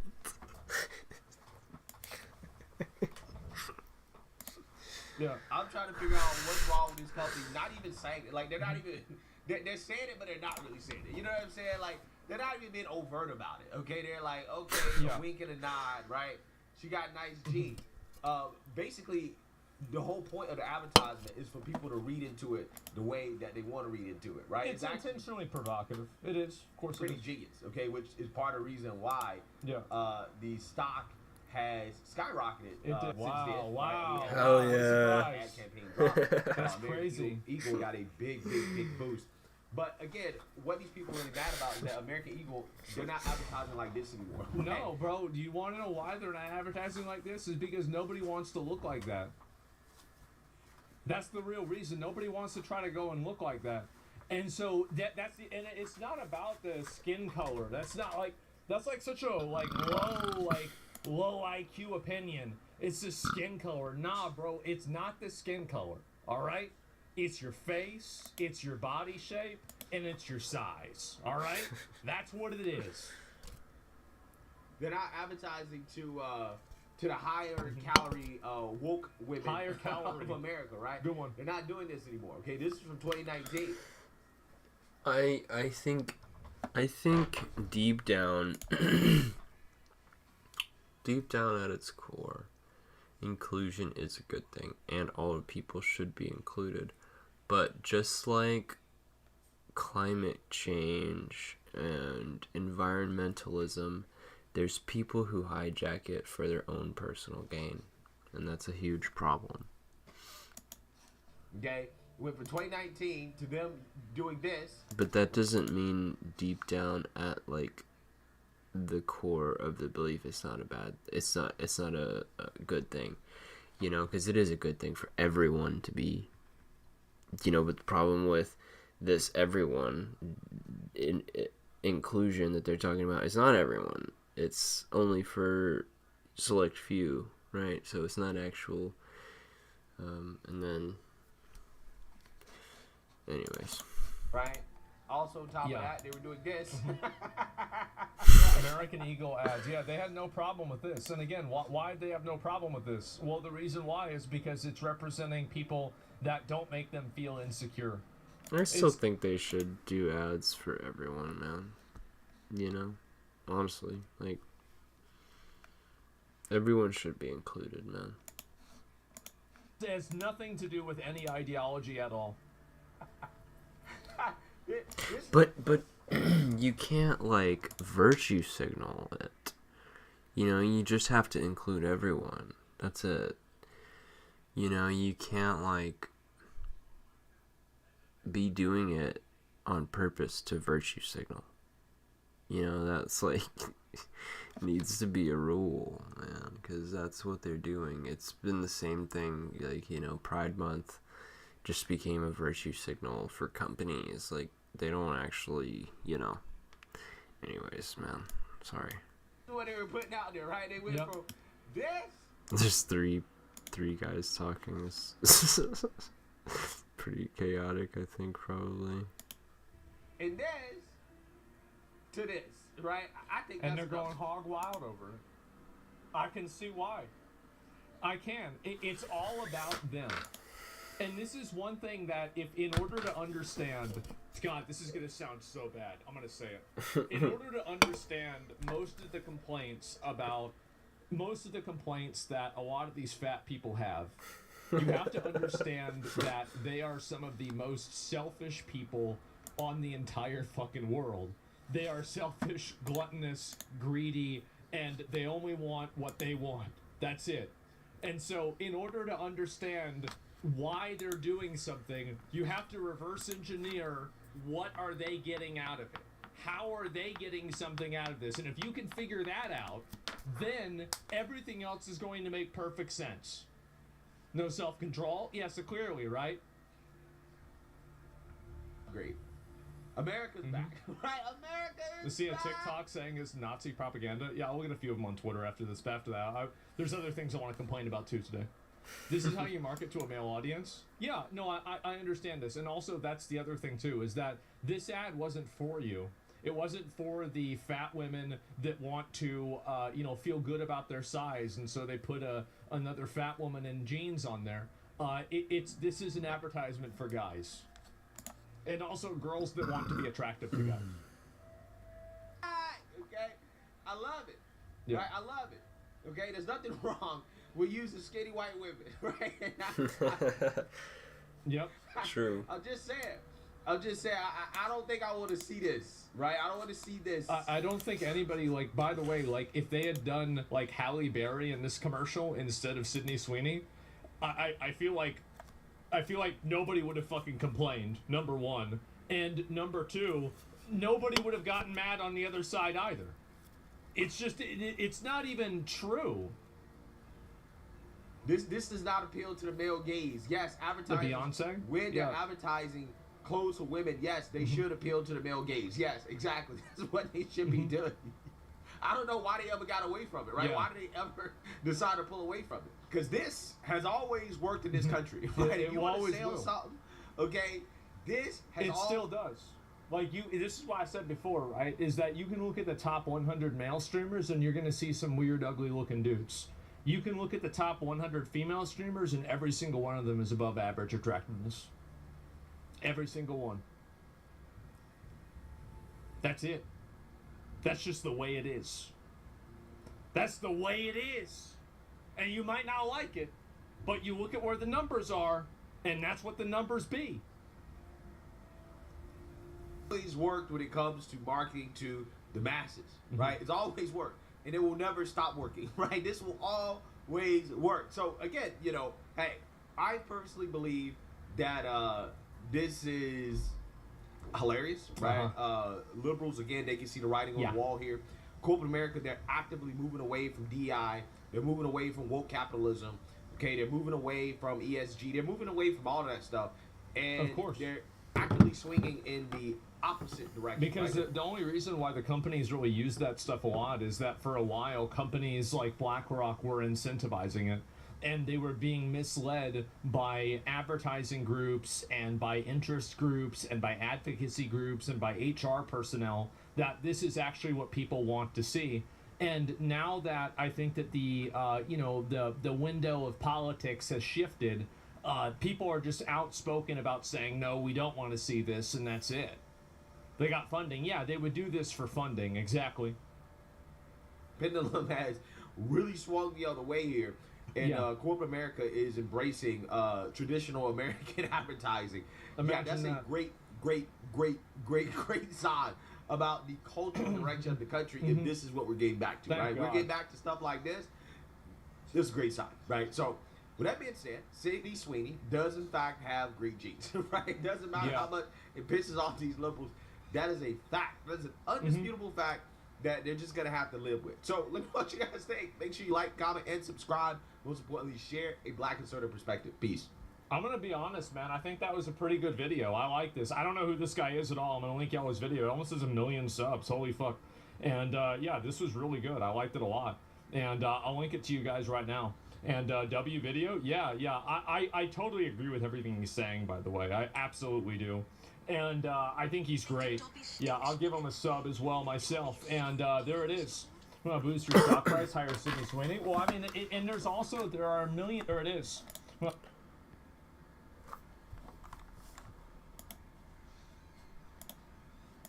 boost your stock price, hire Sydney Sweeney. Well, I mean, and there are 1 million other attractive women that you can do this with also. It's not like there's only one person that's able to do that. This is something that's generally true. If I can find it, Sydney Sweeney. Bro, it said leak. Oh, God. Okay. And so here we go. And this is the fall 2025 campaign.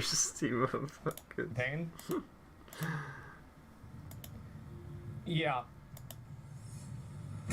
Bro, there's gonna be countless AI porn videos of her. They're probably already up. Right. Sydney Sweeney has great genes. I can see why they're mad. Yep, I can absolutely see why they're mad.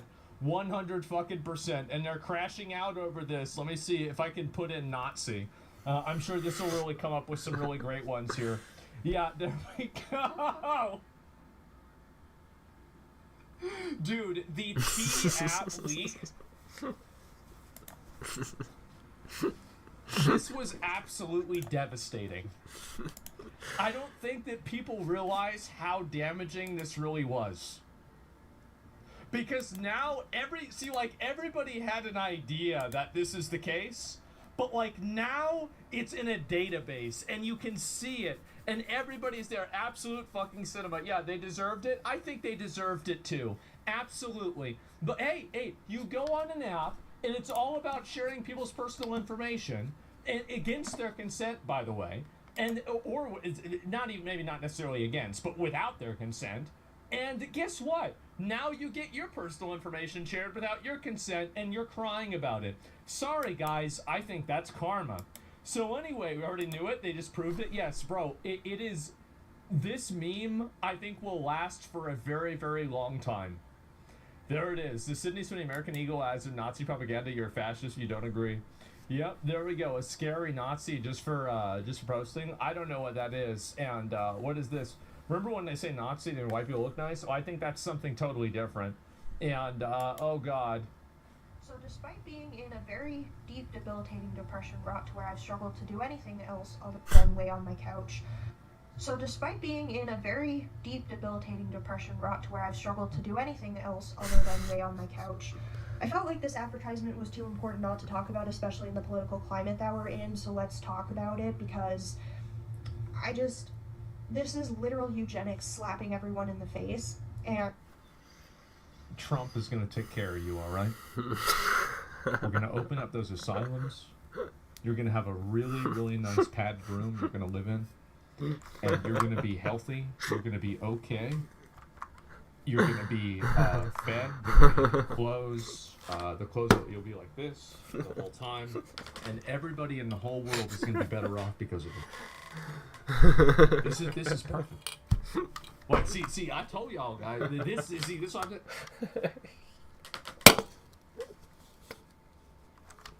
We got to.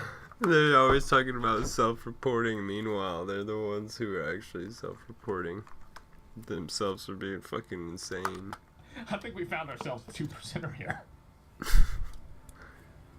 And the reason why I say this so bluntly is because the only people that I've seen actually call this eugenics and say what needs to be said about this advertisement are disabled people and women of color, the two demographics of people who are literally the most impacted by eugenics. Because any other video that I've seen... You don't even fucking know what eugenics is, dude. Implication. I love the implication of that. Oh my god. What do you mean by that? What?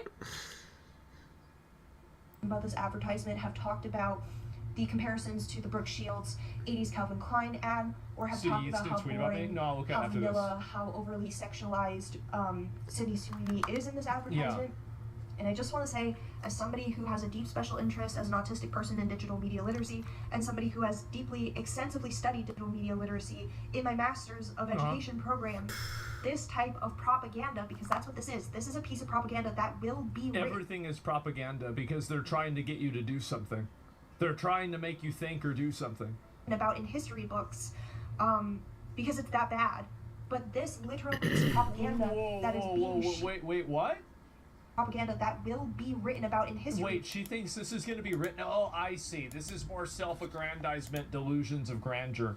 So this is what a lot of people like this do, is that they have this idea that they're on the right side of history, and this inflated sense of self-worth and self-value, because she's talking about, like, the fact that she got some degree or something like that.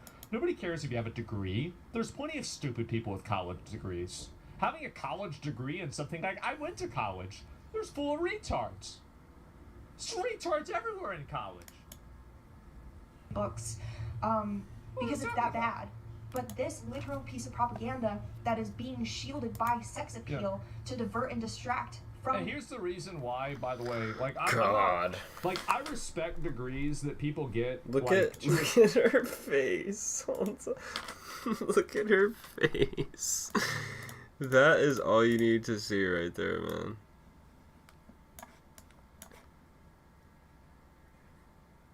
I'm gonna go ahead and pass on whatever it is you're saying, just based on that right there. Degree, ironically, right? Well, like, especially whenever you get out of STEM, you have to understand that these education systems benefit when people graduate. They want you to graduate. They don't necessarily care whether you have, like, a certain level of awareness or anything like that at all. They want you to graduate, and they want to be able to keep processing you through classes so they can make more money. The message to cushion the blow of the message, that is deliberately by design. Because this message of, you know, her saying that everything that she has is attributed to her genes. She's not talking about her blue genes. She's talking about her GENES. And then saying that hers are blue. She's not talking about her blue genes. She's talking about her blue eyes. And then saying her eyes are up here. Why would she say that? Like, it's not a coincidence that this message is being delivered by a blonde-haired, blue-eyed white woman. I've had enough. Let's go to the next one. I've had enough. Yeah, this is just crazy. I'm so lost. Yeah, exactly, right? The irony. Yeah, and also, by the way, look at her. Yeah, she's a blonde-haired, blue-eyed woman, too. It's so ridiculous. Yeah, she didn't write the F's in the chat, dude. The ad. Well, yeah, I guess... Friendly fire. We lost one of our own, man. Not. But anyway, it's from a crazy person. Yes, some, like, oh yeah, let's all sit down and listen to the opinions of a person who is rocking back and forth like they need a fucking straitjacket. This is a 2%er, boys. we've got ourselves a 2%er running wild in the world right now. So yeah.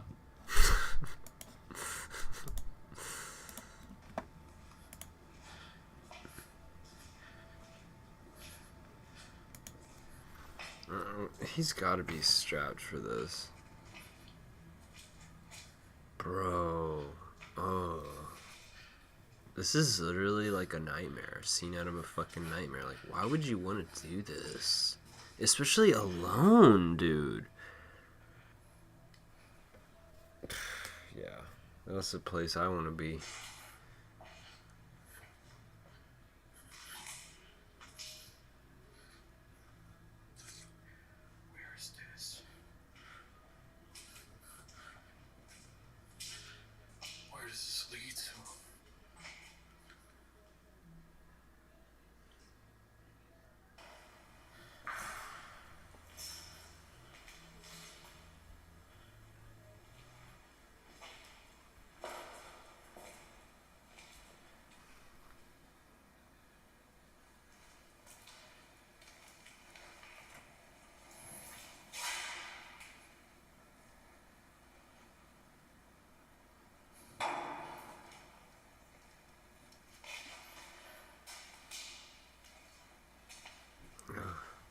God, dude.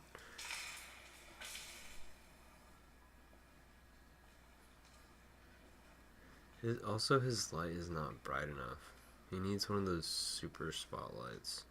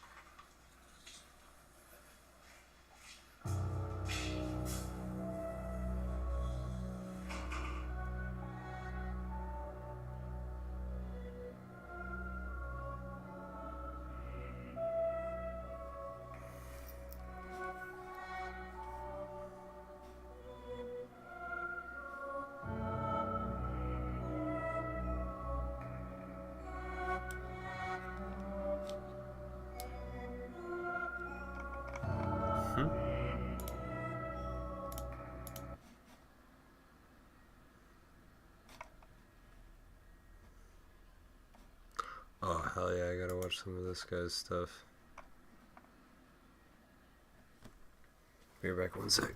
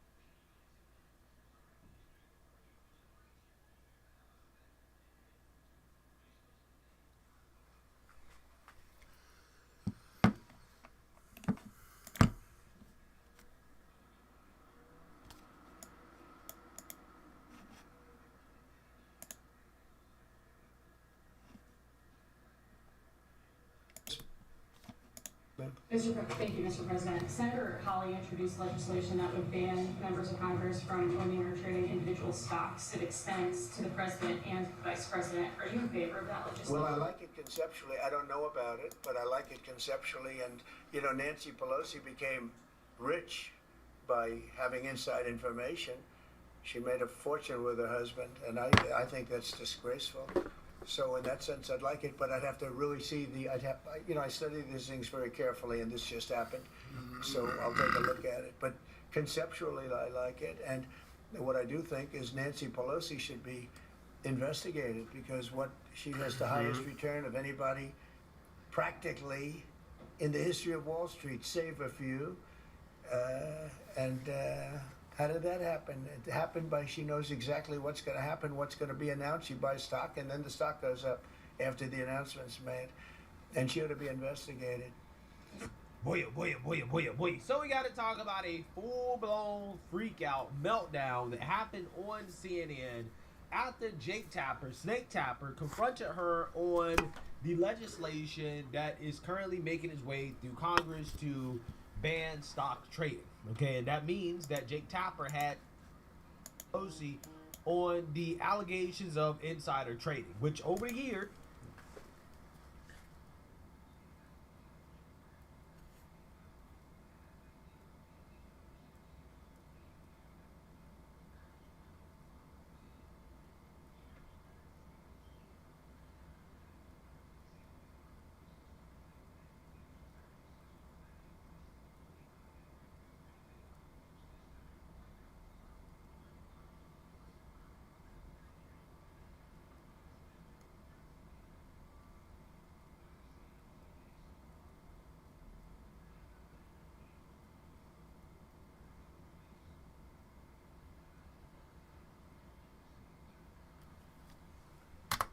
okay, if you guys recall correctly, Nancy Pelosi has not handled these questions well about the alleged insider trading that she's done throughout her career in Congress. Take a look. A senator, and I give you IPO shares in stock, and over the course of one day, that stock nets you $100,000.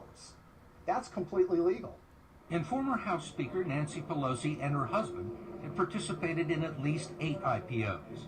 One of those came in 2008 from Visa, just as a troublesome piece of legislation that would have hurt credit card companies began making its way through the House. Undisturbed by a potential conflict of interest, the Pelosi's purchased 5,000 shares of Visa at the initial price of $44. 2 days later, it was trading at $64. The credit card legislation never made it to the floor of the House. Congresswoman Pelosi also declined our request for an interview, but agreed to call on us if we attended a news conference. Madam Leader, I wanted to ask you why you and your husband, back in March of 2008, accepted and participated in a very large IPO deal from Visa. At a time there was major legislation affecting the credit card companies making its way through the House. And did you consider that to be a conflict of interest? I don't know what your point is of your question. Is there some point that you want to make with that? Well, I guess what I'm asking is, do you think it's all right for a speaker to accept a very preferential and favorable stock deal? Well, we did. And you participated in the IPO. Well, I have many and at the time you were investments, Speaker of the House. You don't think it was a conflict of interest, or had the appearance of a conflict of interest? It only has the appearance if you decide that you're going to have elaborate on a false premise. But it's not true, and that's that. I don't understand what part's not true. Yeah, so it should be no surprise that when Jake Tapper brought up this topic, that Nancy Pelosi didn't handle it too well. Take a look. This afternoon, President Trump mentioned you, and he made an allegation about your investments. I want to roll that clip and then give you a chance to respond. Yeah.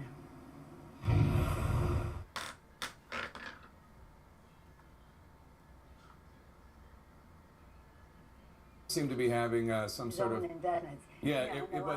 but let me just read what he said. I'm sorry that we had some sort of technical issue. Nancy Pelosi became rich. Why do you have to read that? We're here to talk about the 60th anniversary of Medicaid. That's what I agreed to come to talk about. Yeah, but I wanted what that means in the election. I wanted to give you a chance just to respond. He accused you of insider trading. What's your response to that?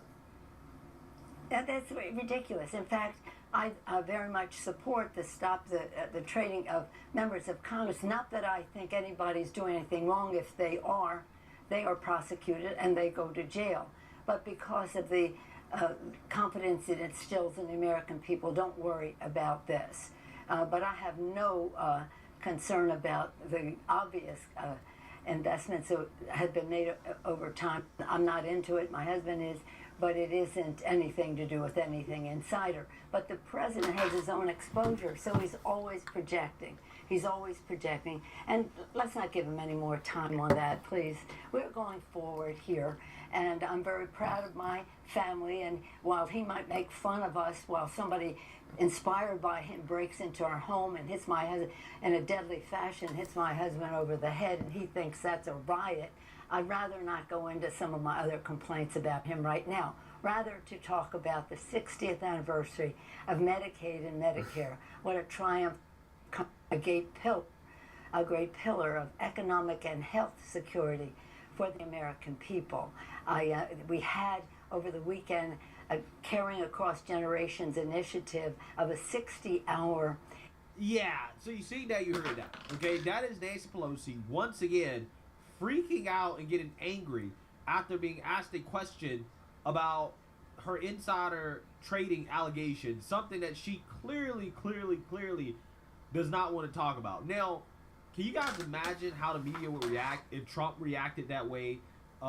Let's say, for example, when it comes to Epstein, right? In which, I mean, we have seen the media react the way that they're reacting right now when President Trump doesn't want to talk about Epstein. Do you think that the media is going to spend the next 24 hours talking about Nancy Pelosi avoiding answering questions about insider trading, right? Do you think that the media is going to say, you know, this freak out from Nancy Pelosi is kind of weird. Maybe she has something to hide, right? Maybe she has something that she doesn't want to talk about. Like, for example, the fact that the Pelosi, since 2014, have yielded upwards of 700% returns. I mean, Pelosi is a better fund manager than the best hedge fund managers in the world.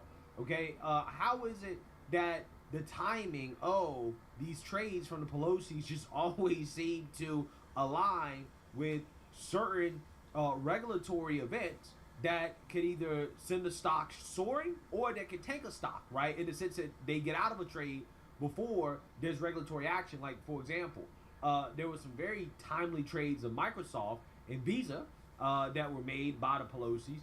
And before the DOJ filed antitrust charges against Visa, Paul Pelosi sold the stock, right? They also sold the stock of Microsoft ahead of the FTC probe, right? So when there are good things that happen for these stocks that Nancy Pelosi and her husband are buying, you see them buying them before the good things happen, right? But before bad things happen, they're selling them. And I'm just saying, a lot of people have questions in regards to how is it that the Pelosi's are the best fund managers in the world. And that is how I would have presented the question to Nancy Pelosi. Jake Tapper, let's be honest, he was soft as hell. And that's the crazy part about mainstream liberal media. If Nancy Pelosi was a Republican and a Republican decided to freak out like that, do you think that Jake Tapper would have just laid down and allowed the Republican to run over him, right? No, they would have stood their ground and said, no, I want to talk about this. I want to answer questions about it because, look, you have made some very strange trades, right? Some very timely trades, okay? You are generating astronomical returns. And the American people deserve to know whether or not you're making trades based off insider knowledge. Are you using your position of power in order to enrich yourself? The American people deserve to know. That's how they would have handled that had a Republican freaked out the way that Nancy Pelosi freaked out. But because it's Nancy Pelosi, Snake Tapper allowed himself to be run over, right? Just allow her to filibuster with some nonsense. It's hilarious. Nancy Pelosi comes into these interviews with the expectation that the mainstream liberal, they're not going to ask her one hard question. And if they do ask her a hard question, she goes off on them, right? Again, almost as if there's supposed to be a wink and a nod, right? Backdoor handshake agreement. Don't ask me tough questions. If you ask me tough questions, there's going to be a problem, right? I'm going to limit your access. I'm not going to let you interview me, right? And there are going to be severe consequences if you confront me with real questions. If you don't let me come on your network and to shit on Trump the whole time, right? If you don't let me do that, then there's a problem. That's clearly what Nancy Pelosi outlined to Jake Tapper, right? She put Jake Tapper in his place. And he capitulated. It would actually be funnier if it wasn't for the fact that the corruption is so in your face, right? So with that being said, Nancy did mention briefly that she supported the legislation from Josh Hawley, and that is what is leading to some issues between the White House, Republicans, and Josh Hawley, and Democrats.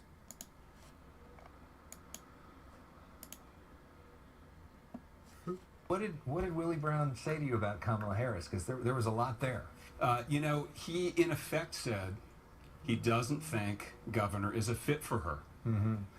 He talked about her strengths in the legal world, but not as an executive, which to me was pretty stunning because this is a guy who knows her very well. He's a legend in Democratic politics, right? He's been a mentor to Kamala, and he actually cares about the future of California authentically. And he, in effect, said she should try something different. And he also said to you that he told her that when Joe Biden offered her the vice presidency, that she should turn it down and try to be the attorney general instead. He did. What he told me is that when she was one of the final five and Biden was reviewing the final candidates, he recommended to her when she asked him for his advice that he suggest that Biden nominate her as the attorney general. And it goes back to this theme of he believes that Kamala is better in the legal world, not as an executive. And that's so important right now in terms of what California needs, which he and I talked about further in the episode. And several days later. News. And that breaking news coming from former Vice President Kamala Harris, as she has just announced that she will not be running for California governor, opening up the race for many eyeing the position, especially in the Democratic Party. In a statement today, Harris said, quote, "In recent months, I have given serious thought to asking the people of California for the privilege to serve as their governor. I love this state, its people, and it's my promise. It is my home. But after deep reflection, I've decided that I will not run for governor in this election," end of quote. Thanks for joining us at noon. I'm Lisa Gonzalez. This announcement comes after much anticipation for her decision to run for governor of California following current Governor Gavin Newsom's departure in 2026. The decision leaving many wondering who will be a lead candidate in next year's election. We have KCRA3 Capitol correspondent Ashley Zavala joining us. This is huge news, especially for the Democratic Party and people who were kind of waiting to fundraise and really get their campaign going. This essentially breaks a dam that was holding up this race, especially when it comes to fundraising, because of Harris's name recognition, because of her place in the Democratic Party, her fundraising ability. This governor's race was essentially stalled for Democrats at this point as she made this decision. This is... Okay, I can't do it. No more. No, no, no. No. No.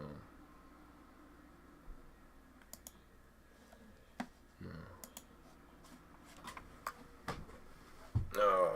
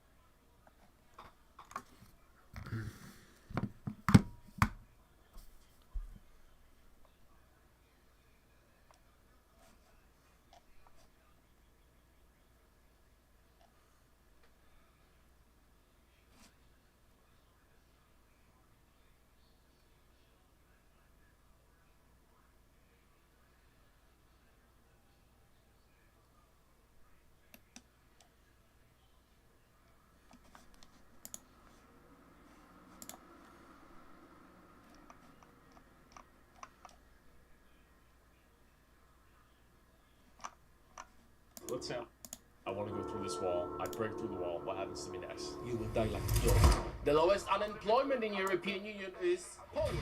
The highest GDP after COVID, Poland. One of the lowest debts, Poland. This is Dominik, a member of European Parliament from Poland, the country that just approved a new measure to shoot and kill anyone that tries to illegally enter their border. Unfortunately, one of our soldiers was killed with a spear. Because they behave like animals, unfortunately. They don't behave like civilized people. We are the ones with this border. So we are protecting the whole Europe. But Poland's strict border control and refusal to take in refugees from non-neighboring countries like Syria and Afghanistan has caused the EU to propose a €22,000 fine for each person Poland refuses to take in, and guys like Dominik to be labeled Islamophobic and fascist. And Jean-Claude Juncker, the Commission President, says that you're racist. You sound proud of the fact that you haven't taken any refugees. Of course, because this is what our people are expecting from our government. That's number one. This is why Poland is so safe. I don't care. I care about my family and about my country. When I see the wall, I do understand that this is for my future children. Does Poland's strict border policy work? Is Poland significantly safer than the rest of Europe because of it? And do the people of Poland want open borders? Poland are racist. We are proud of it. And I don't really want any immigrants in my country, you know? Thank you, man. Before meeting with Dominik, I headed to the capital of Poland, Warsaw, to see what the locals thought of Poland's border and their border patrol now being able to kill migrants illegally trying to enter their country. At university, what are a lot of the students' thoughts on, shooting down illegal immigrants who come through the border? I've never heard about it. Okay. Yeah, okay.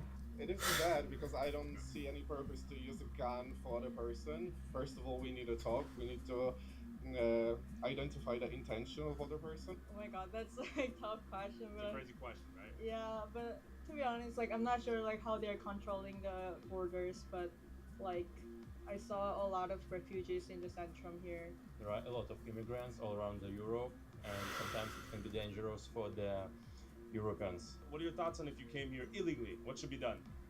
Oh, I guess I should go to prison. Do you feel safe here in Poland as a woman?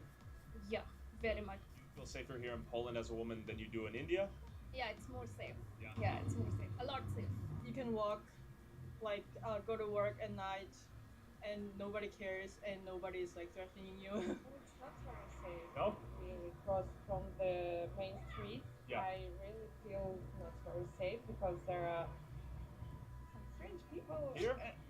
Yes. Yeah, like men in general. Some sick people. Okay. They frighten me. Who should the border keep out? Who should it let in Poland? Nice people, kind, and we have good heart. Okay. Do you think having a more strict stance on the border keeps Poland safer, or?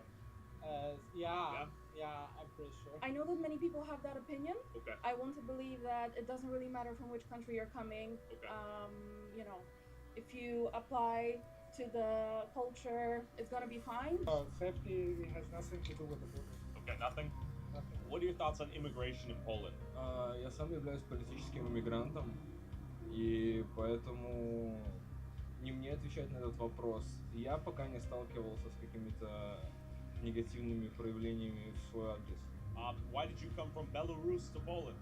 Я политический активист, и обратной дороги в Беларусь мне на данный момент нет. How was your experience going through the Belarusian-Polish border? У меня чуть другой маршрут, я прилетел из Грузии, я жил в Тбилиси некоторое время, поэтому в моем случае без экстрима обошлось. Ну, я считаю, что здесь жить небезопасно. И заниматься бизнесом тоже очень хорошо. What are your thoughts Safer than the U.S., I'll tell you that. on their stance on illegal immigration and the idea that they'll kill you if you try to illegally enter through the border? Но я считаю, по международному праву все... Oh man, I would love to meet some of these people. Be so nice. I really do want to go to Europe someday and just walk around and backpack. Страны защищают свою территорию, но это на законодательном уровне. Никто из хозяев, но если есть граница существует, должны соблюдаться законные вот эти данные. Поэтому, если ты нелегально пересечаешь, ты территориальную целостность защищаешь. Считаю, что государство вправе применять оружие для защиты своей территории. Если ты бежишь от войны, пожалуйста, регистрируйся, получай документы, работай. Мне кажется, страна очень комфортная для жизни и государство относится ко всем беженцам. убежала от войны, и тем не менее за 2 года мы тоже здесь и открыли бизнес, и работаем, и платим налоги. What are your thoughts on the border here in Poland as someone from Ukraine? Fine. It's really fine. Yeah, it's no problem with. Was it easy to get here from Ukraine? Yeah, really easy. A few hours. You fled for political asylum, or you work here? Why did you come? Yeah. Okay. I believe like in most Poland, especially like the eastern part in Warsaw, we like fully open for everybody who wants to come here in every purpose. A lot of people lost their houses, lost the safety in their life. Yeah. So I do not see any problem with that. In my opinion, I don't have any problem with that. Even so. illegally. You know what? In my opinion, it's just like hard to be illegally at this moment because you have to cross the border. I think this is not like the main spectrum of a problem. Most of them want to be here legally because they want to have work. So if they come to Poland, but they are from a country that's not a neighboring country to Poland, should they be allowed to come in here and be a refugee? Yes, sure, because we've been in this situation in Poland. We have a travel history, so we need a help for our neighbor. What are your thoughts on illegal immigration? I think the crime rate is going much higher so far. So what about like Syrian refugees, like Afghanistan refugees, Eritrea? Are they close enough to be considered neighbors, or should they go to the neighboring country? They're not like, of course, geographically they're not our neighbors, but if they looking for a safe place, they want to be here legally, they want to have a work, they want to build a new life, I don't see a problem with that. Have you heard about the Belarusian-Polish hybrid war, they call it? Yeah. What are your thoughts on that?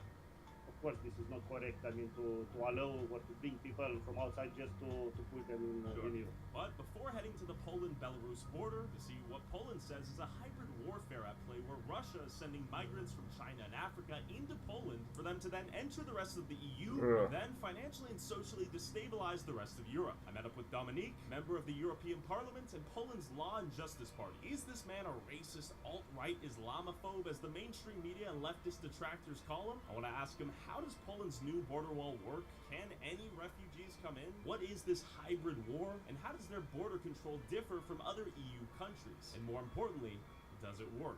I'm very happy that we are on the street, not in the studio. You can see and everyone can see the difference. It's beautiful. Would this look different in Paris, London, anywhere in Germany? What are your thoughts? I think the easiest way to answer it is Eurostat is the most important when it comes to data. Safest country in Europe, Poland. The lowest unemployment, Poland. The less crimes, Poland. So if you ask me about any data, we are leaders.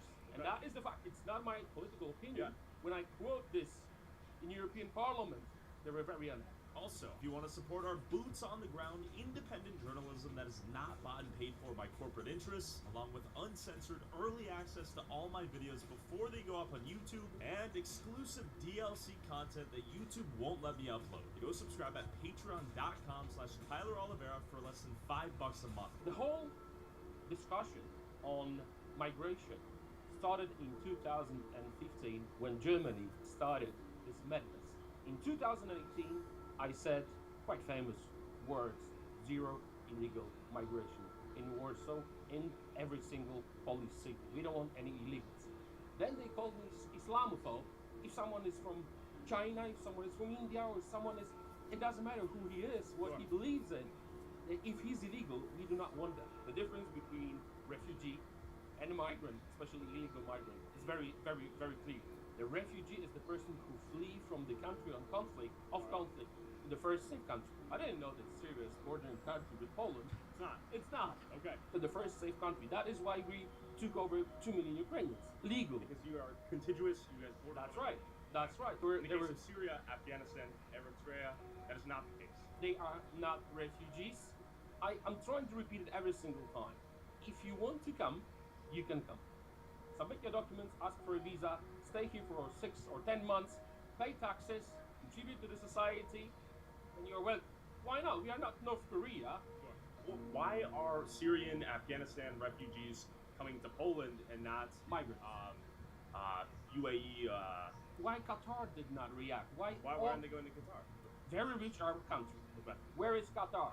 I'm trying to ask this question for years now, and I cannot find any answers because we've been told that this is a global problem, so there is a need for a global solidarity. there is no global solidarity. Sure. Like Qatar is the great example. Our soldier was killed with a spear by the illegal. Terrible.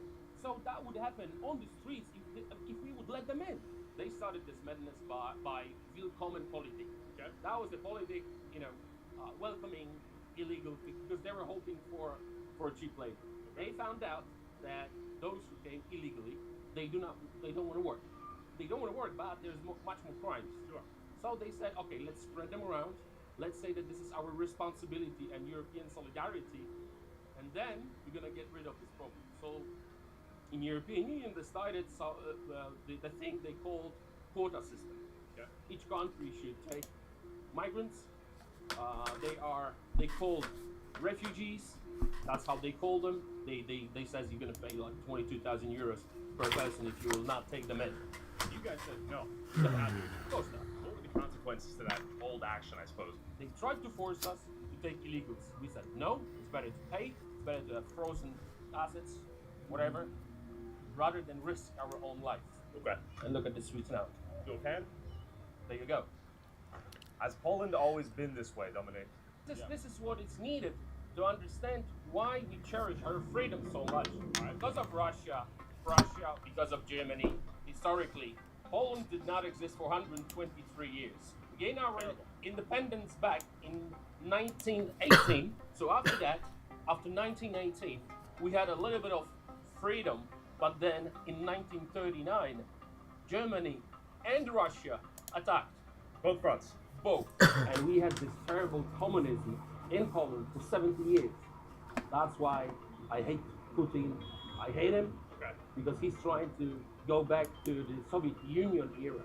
The way he behaved, the way Russia behaved is unpredictable. 123 years. What did you say? Finally, we have an MP with a great English. There we go. When did this hybrid war begin? Is this an act of Russia trying to antagonize? Of course, it's because when you go through the papers, you see that the guys who came to Belarus are with the Russian visas. Okay. So we know that by the fact, it's not an opinion. I see. So the whole process of traveling is organized by Russia, and because of the green border with Belarus, they are able to come to Belarus and attack our border. So it's organized by Russia, of course, and they want to destabilize Poland and other countries because the whole thing is not only about Poland, Hungary, Italy, and others. In this part of Europe, we know that Russia is responsible. And when you push back against the Muslim refugees, illegal immigrants, whoever they were, why did they call you an Islamophobe? What happened there? First of all, it's not true. Okay. One of my closest friends, is from Syria. Okay. He came here legally. He started his company. Yeah. He paid taxes. He's been here for many years, and we are very close friends. And he's from Syria, and he says, never ever let them come in. Oh, of course, they call us they call us Islamophobes. It's not true. They try to tell us that the doctors will come, engineers will come, that our society.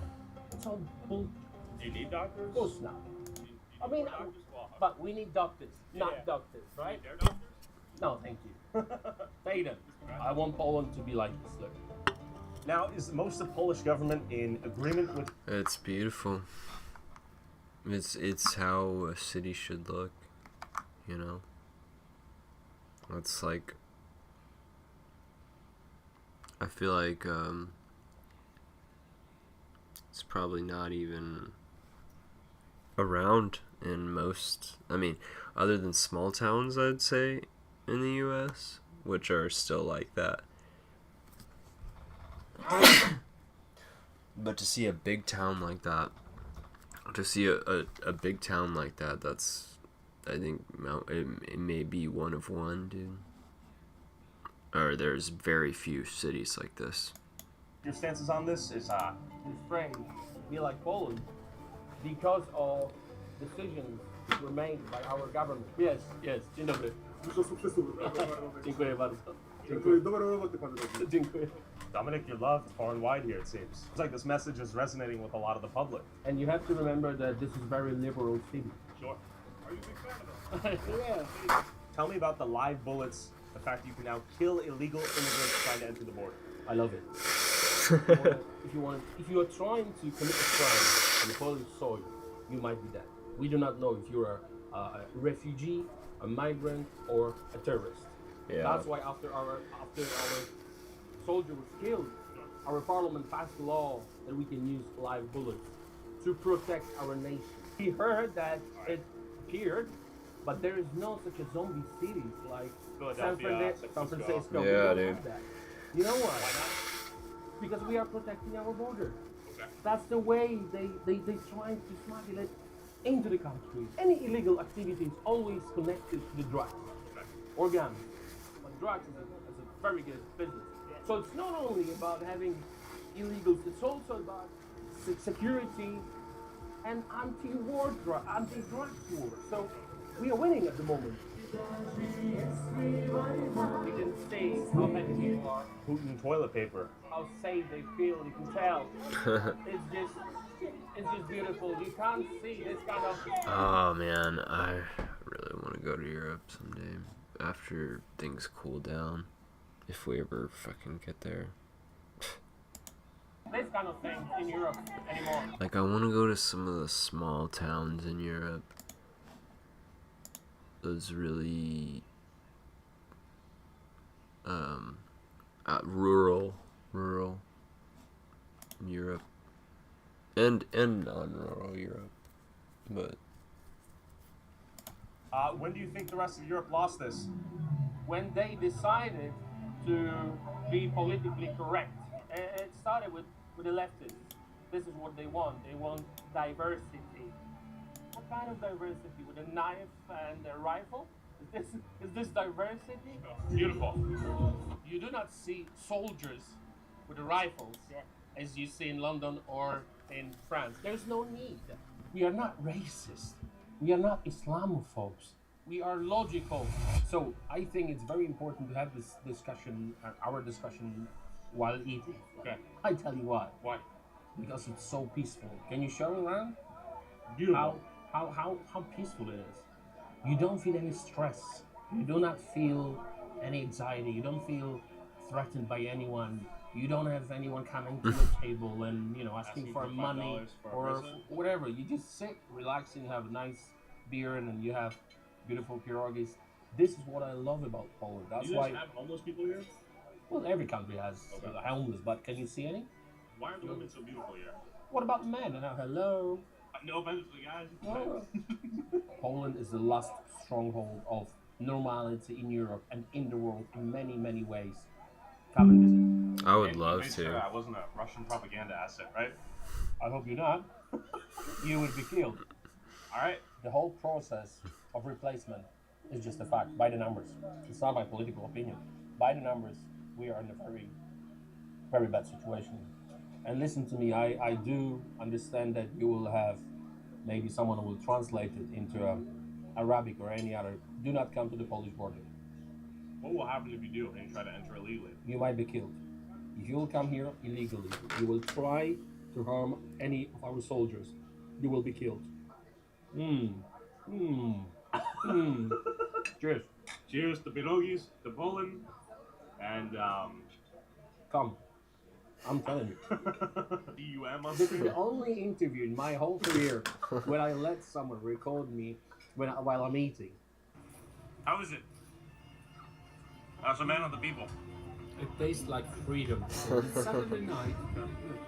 Look.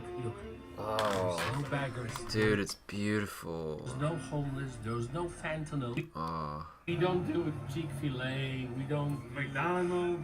No, we don't. Burger King. No, we don't. KFC.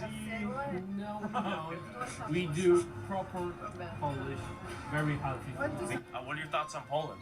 We arrived yesterday, so Where are you from? Rome, Italy. Yeah. Do you feel safe here as a woman? Yes. Yeah. Do you feel safe in Rome as a woman? Or Italy, sorry? No, not at all. Why?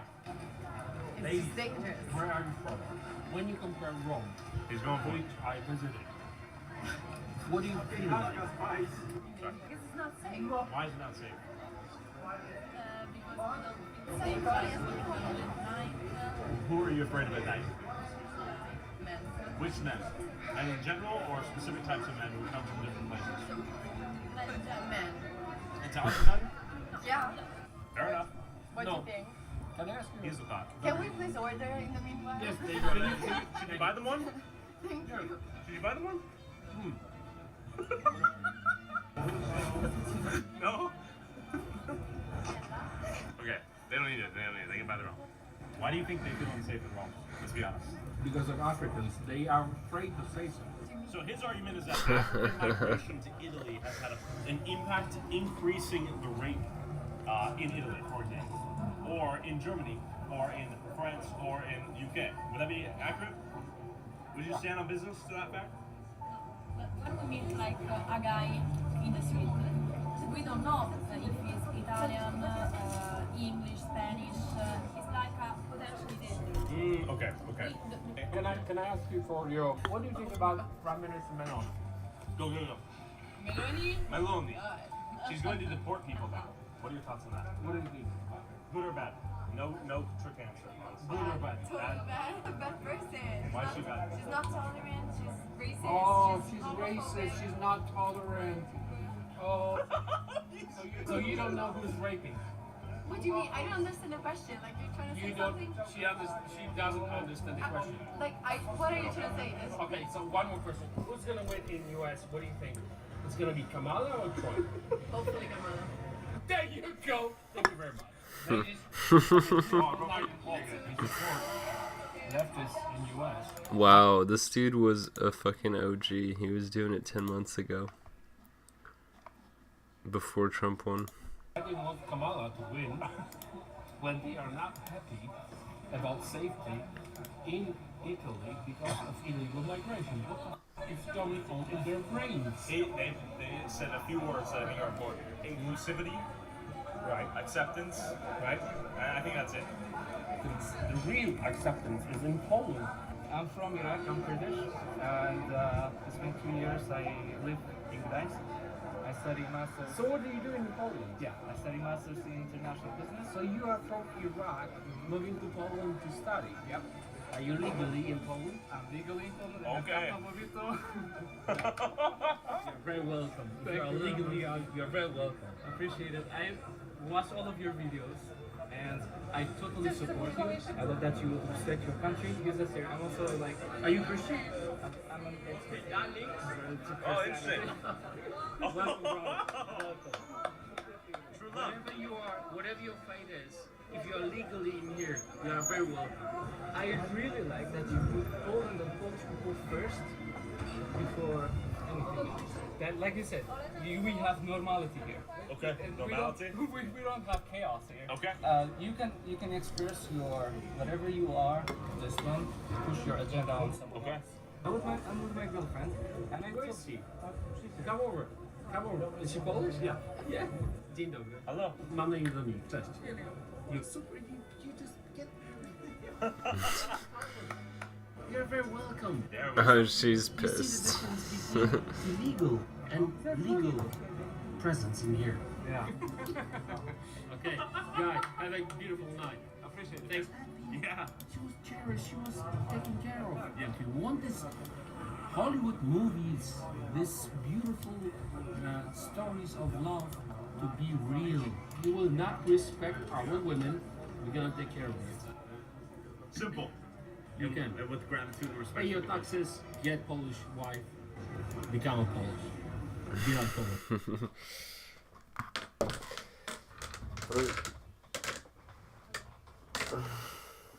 Okay.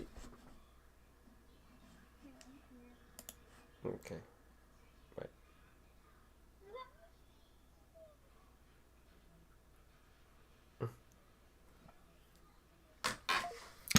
Alright, y'all. I'll be back tomorrow.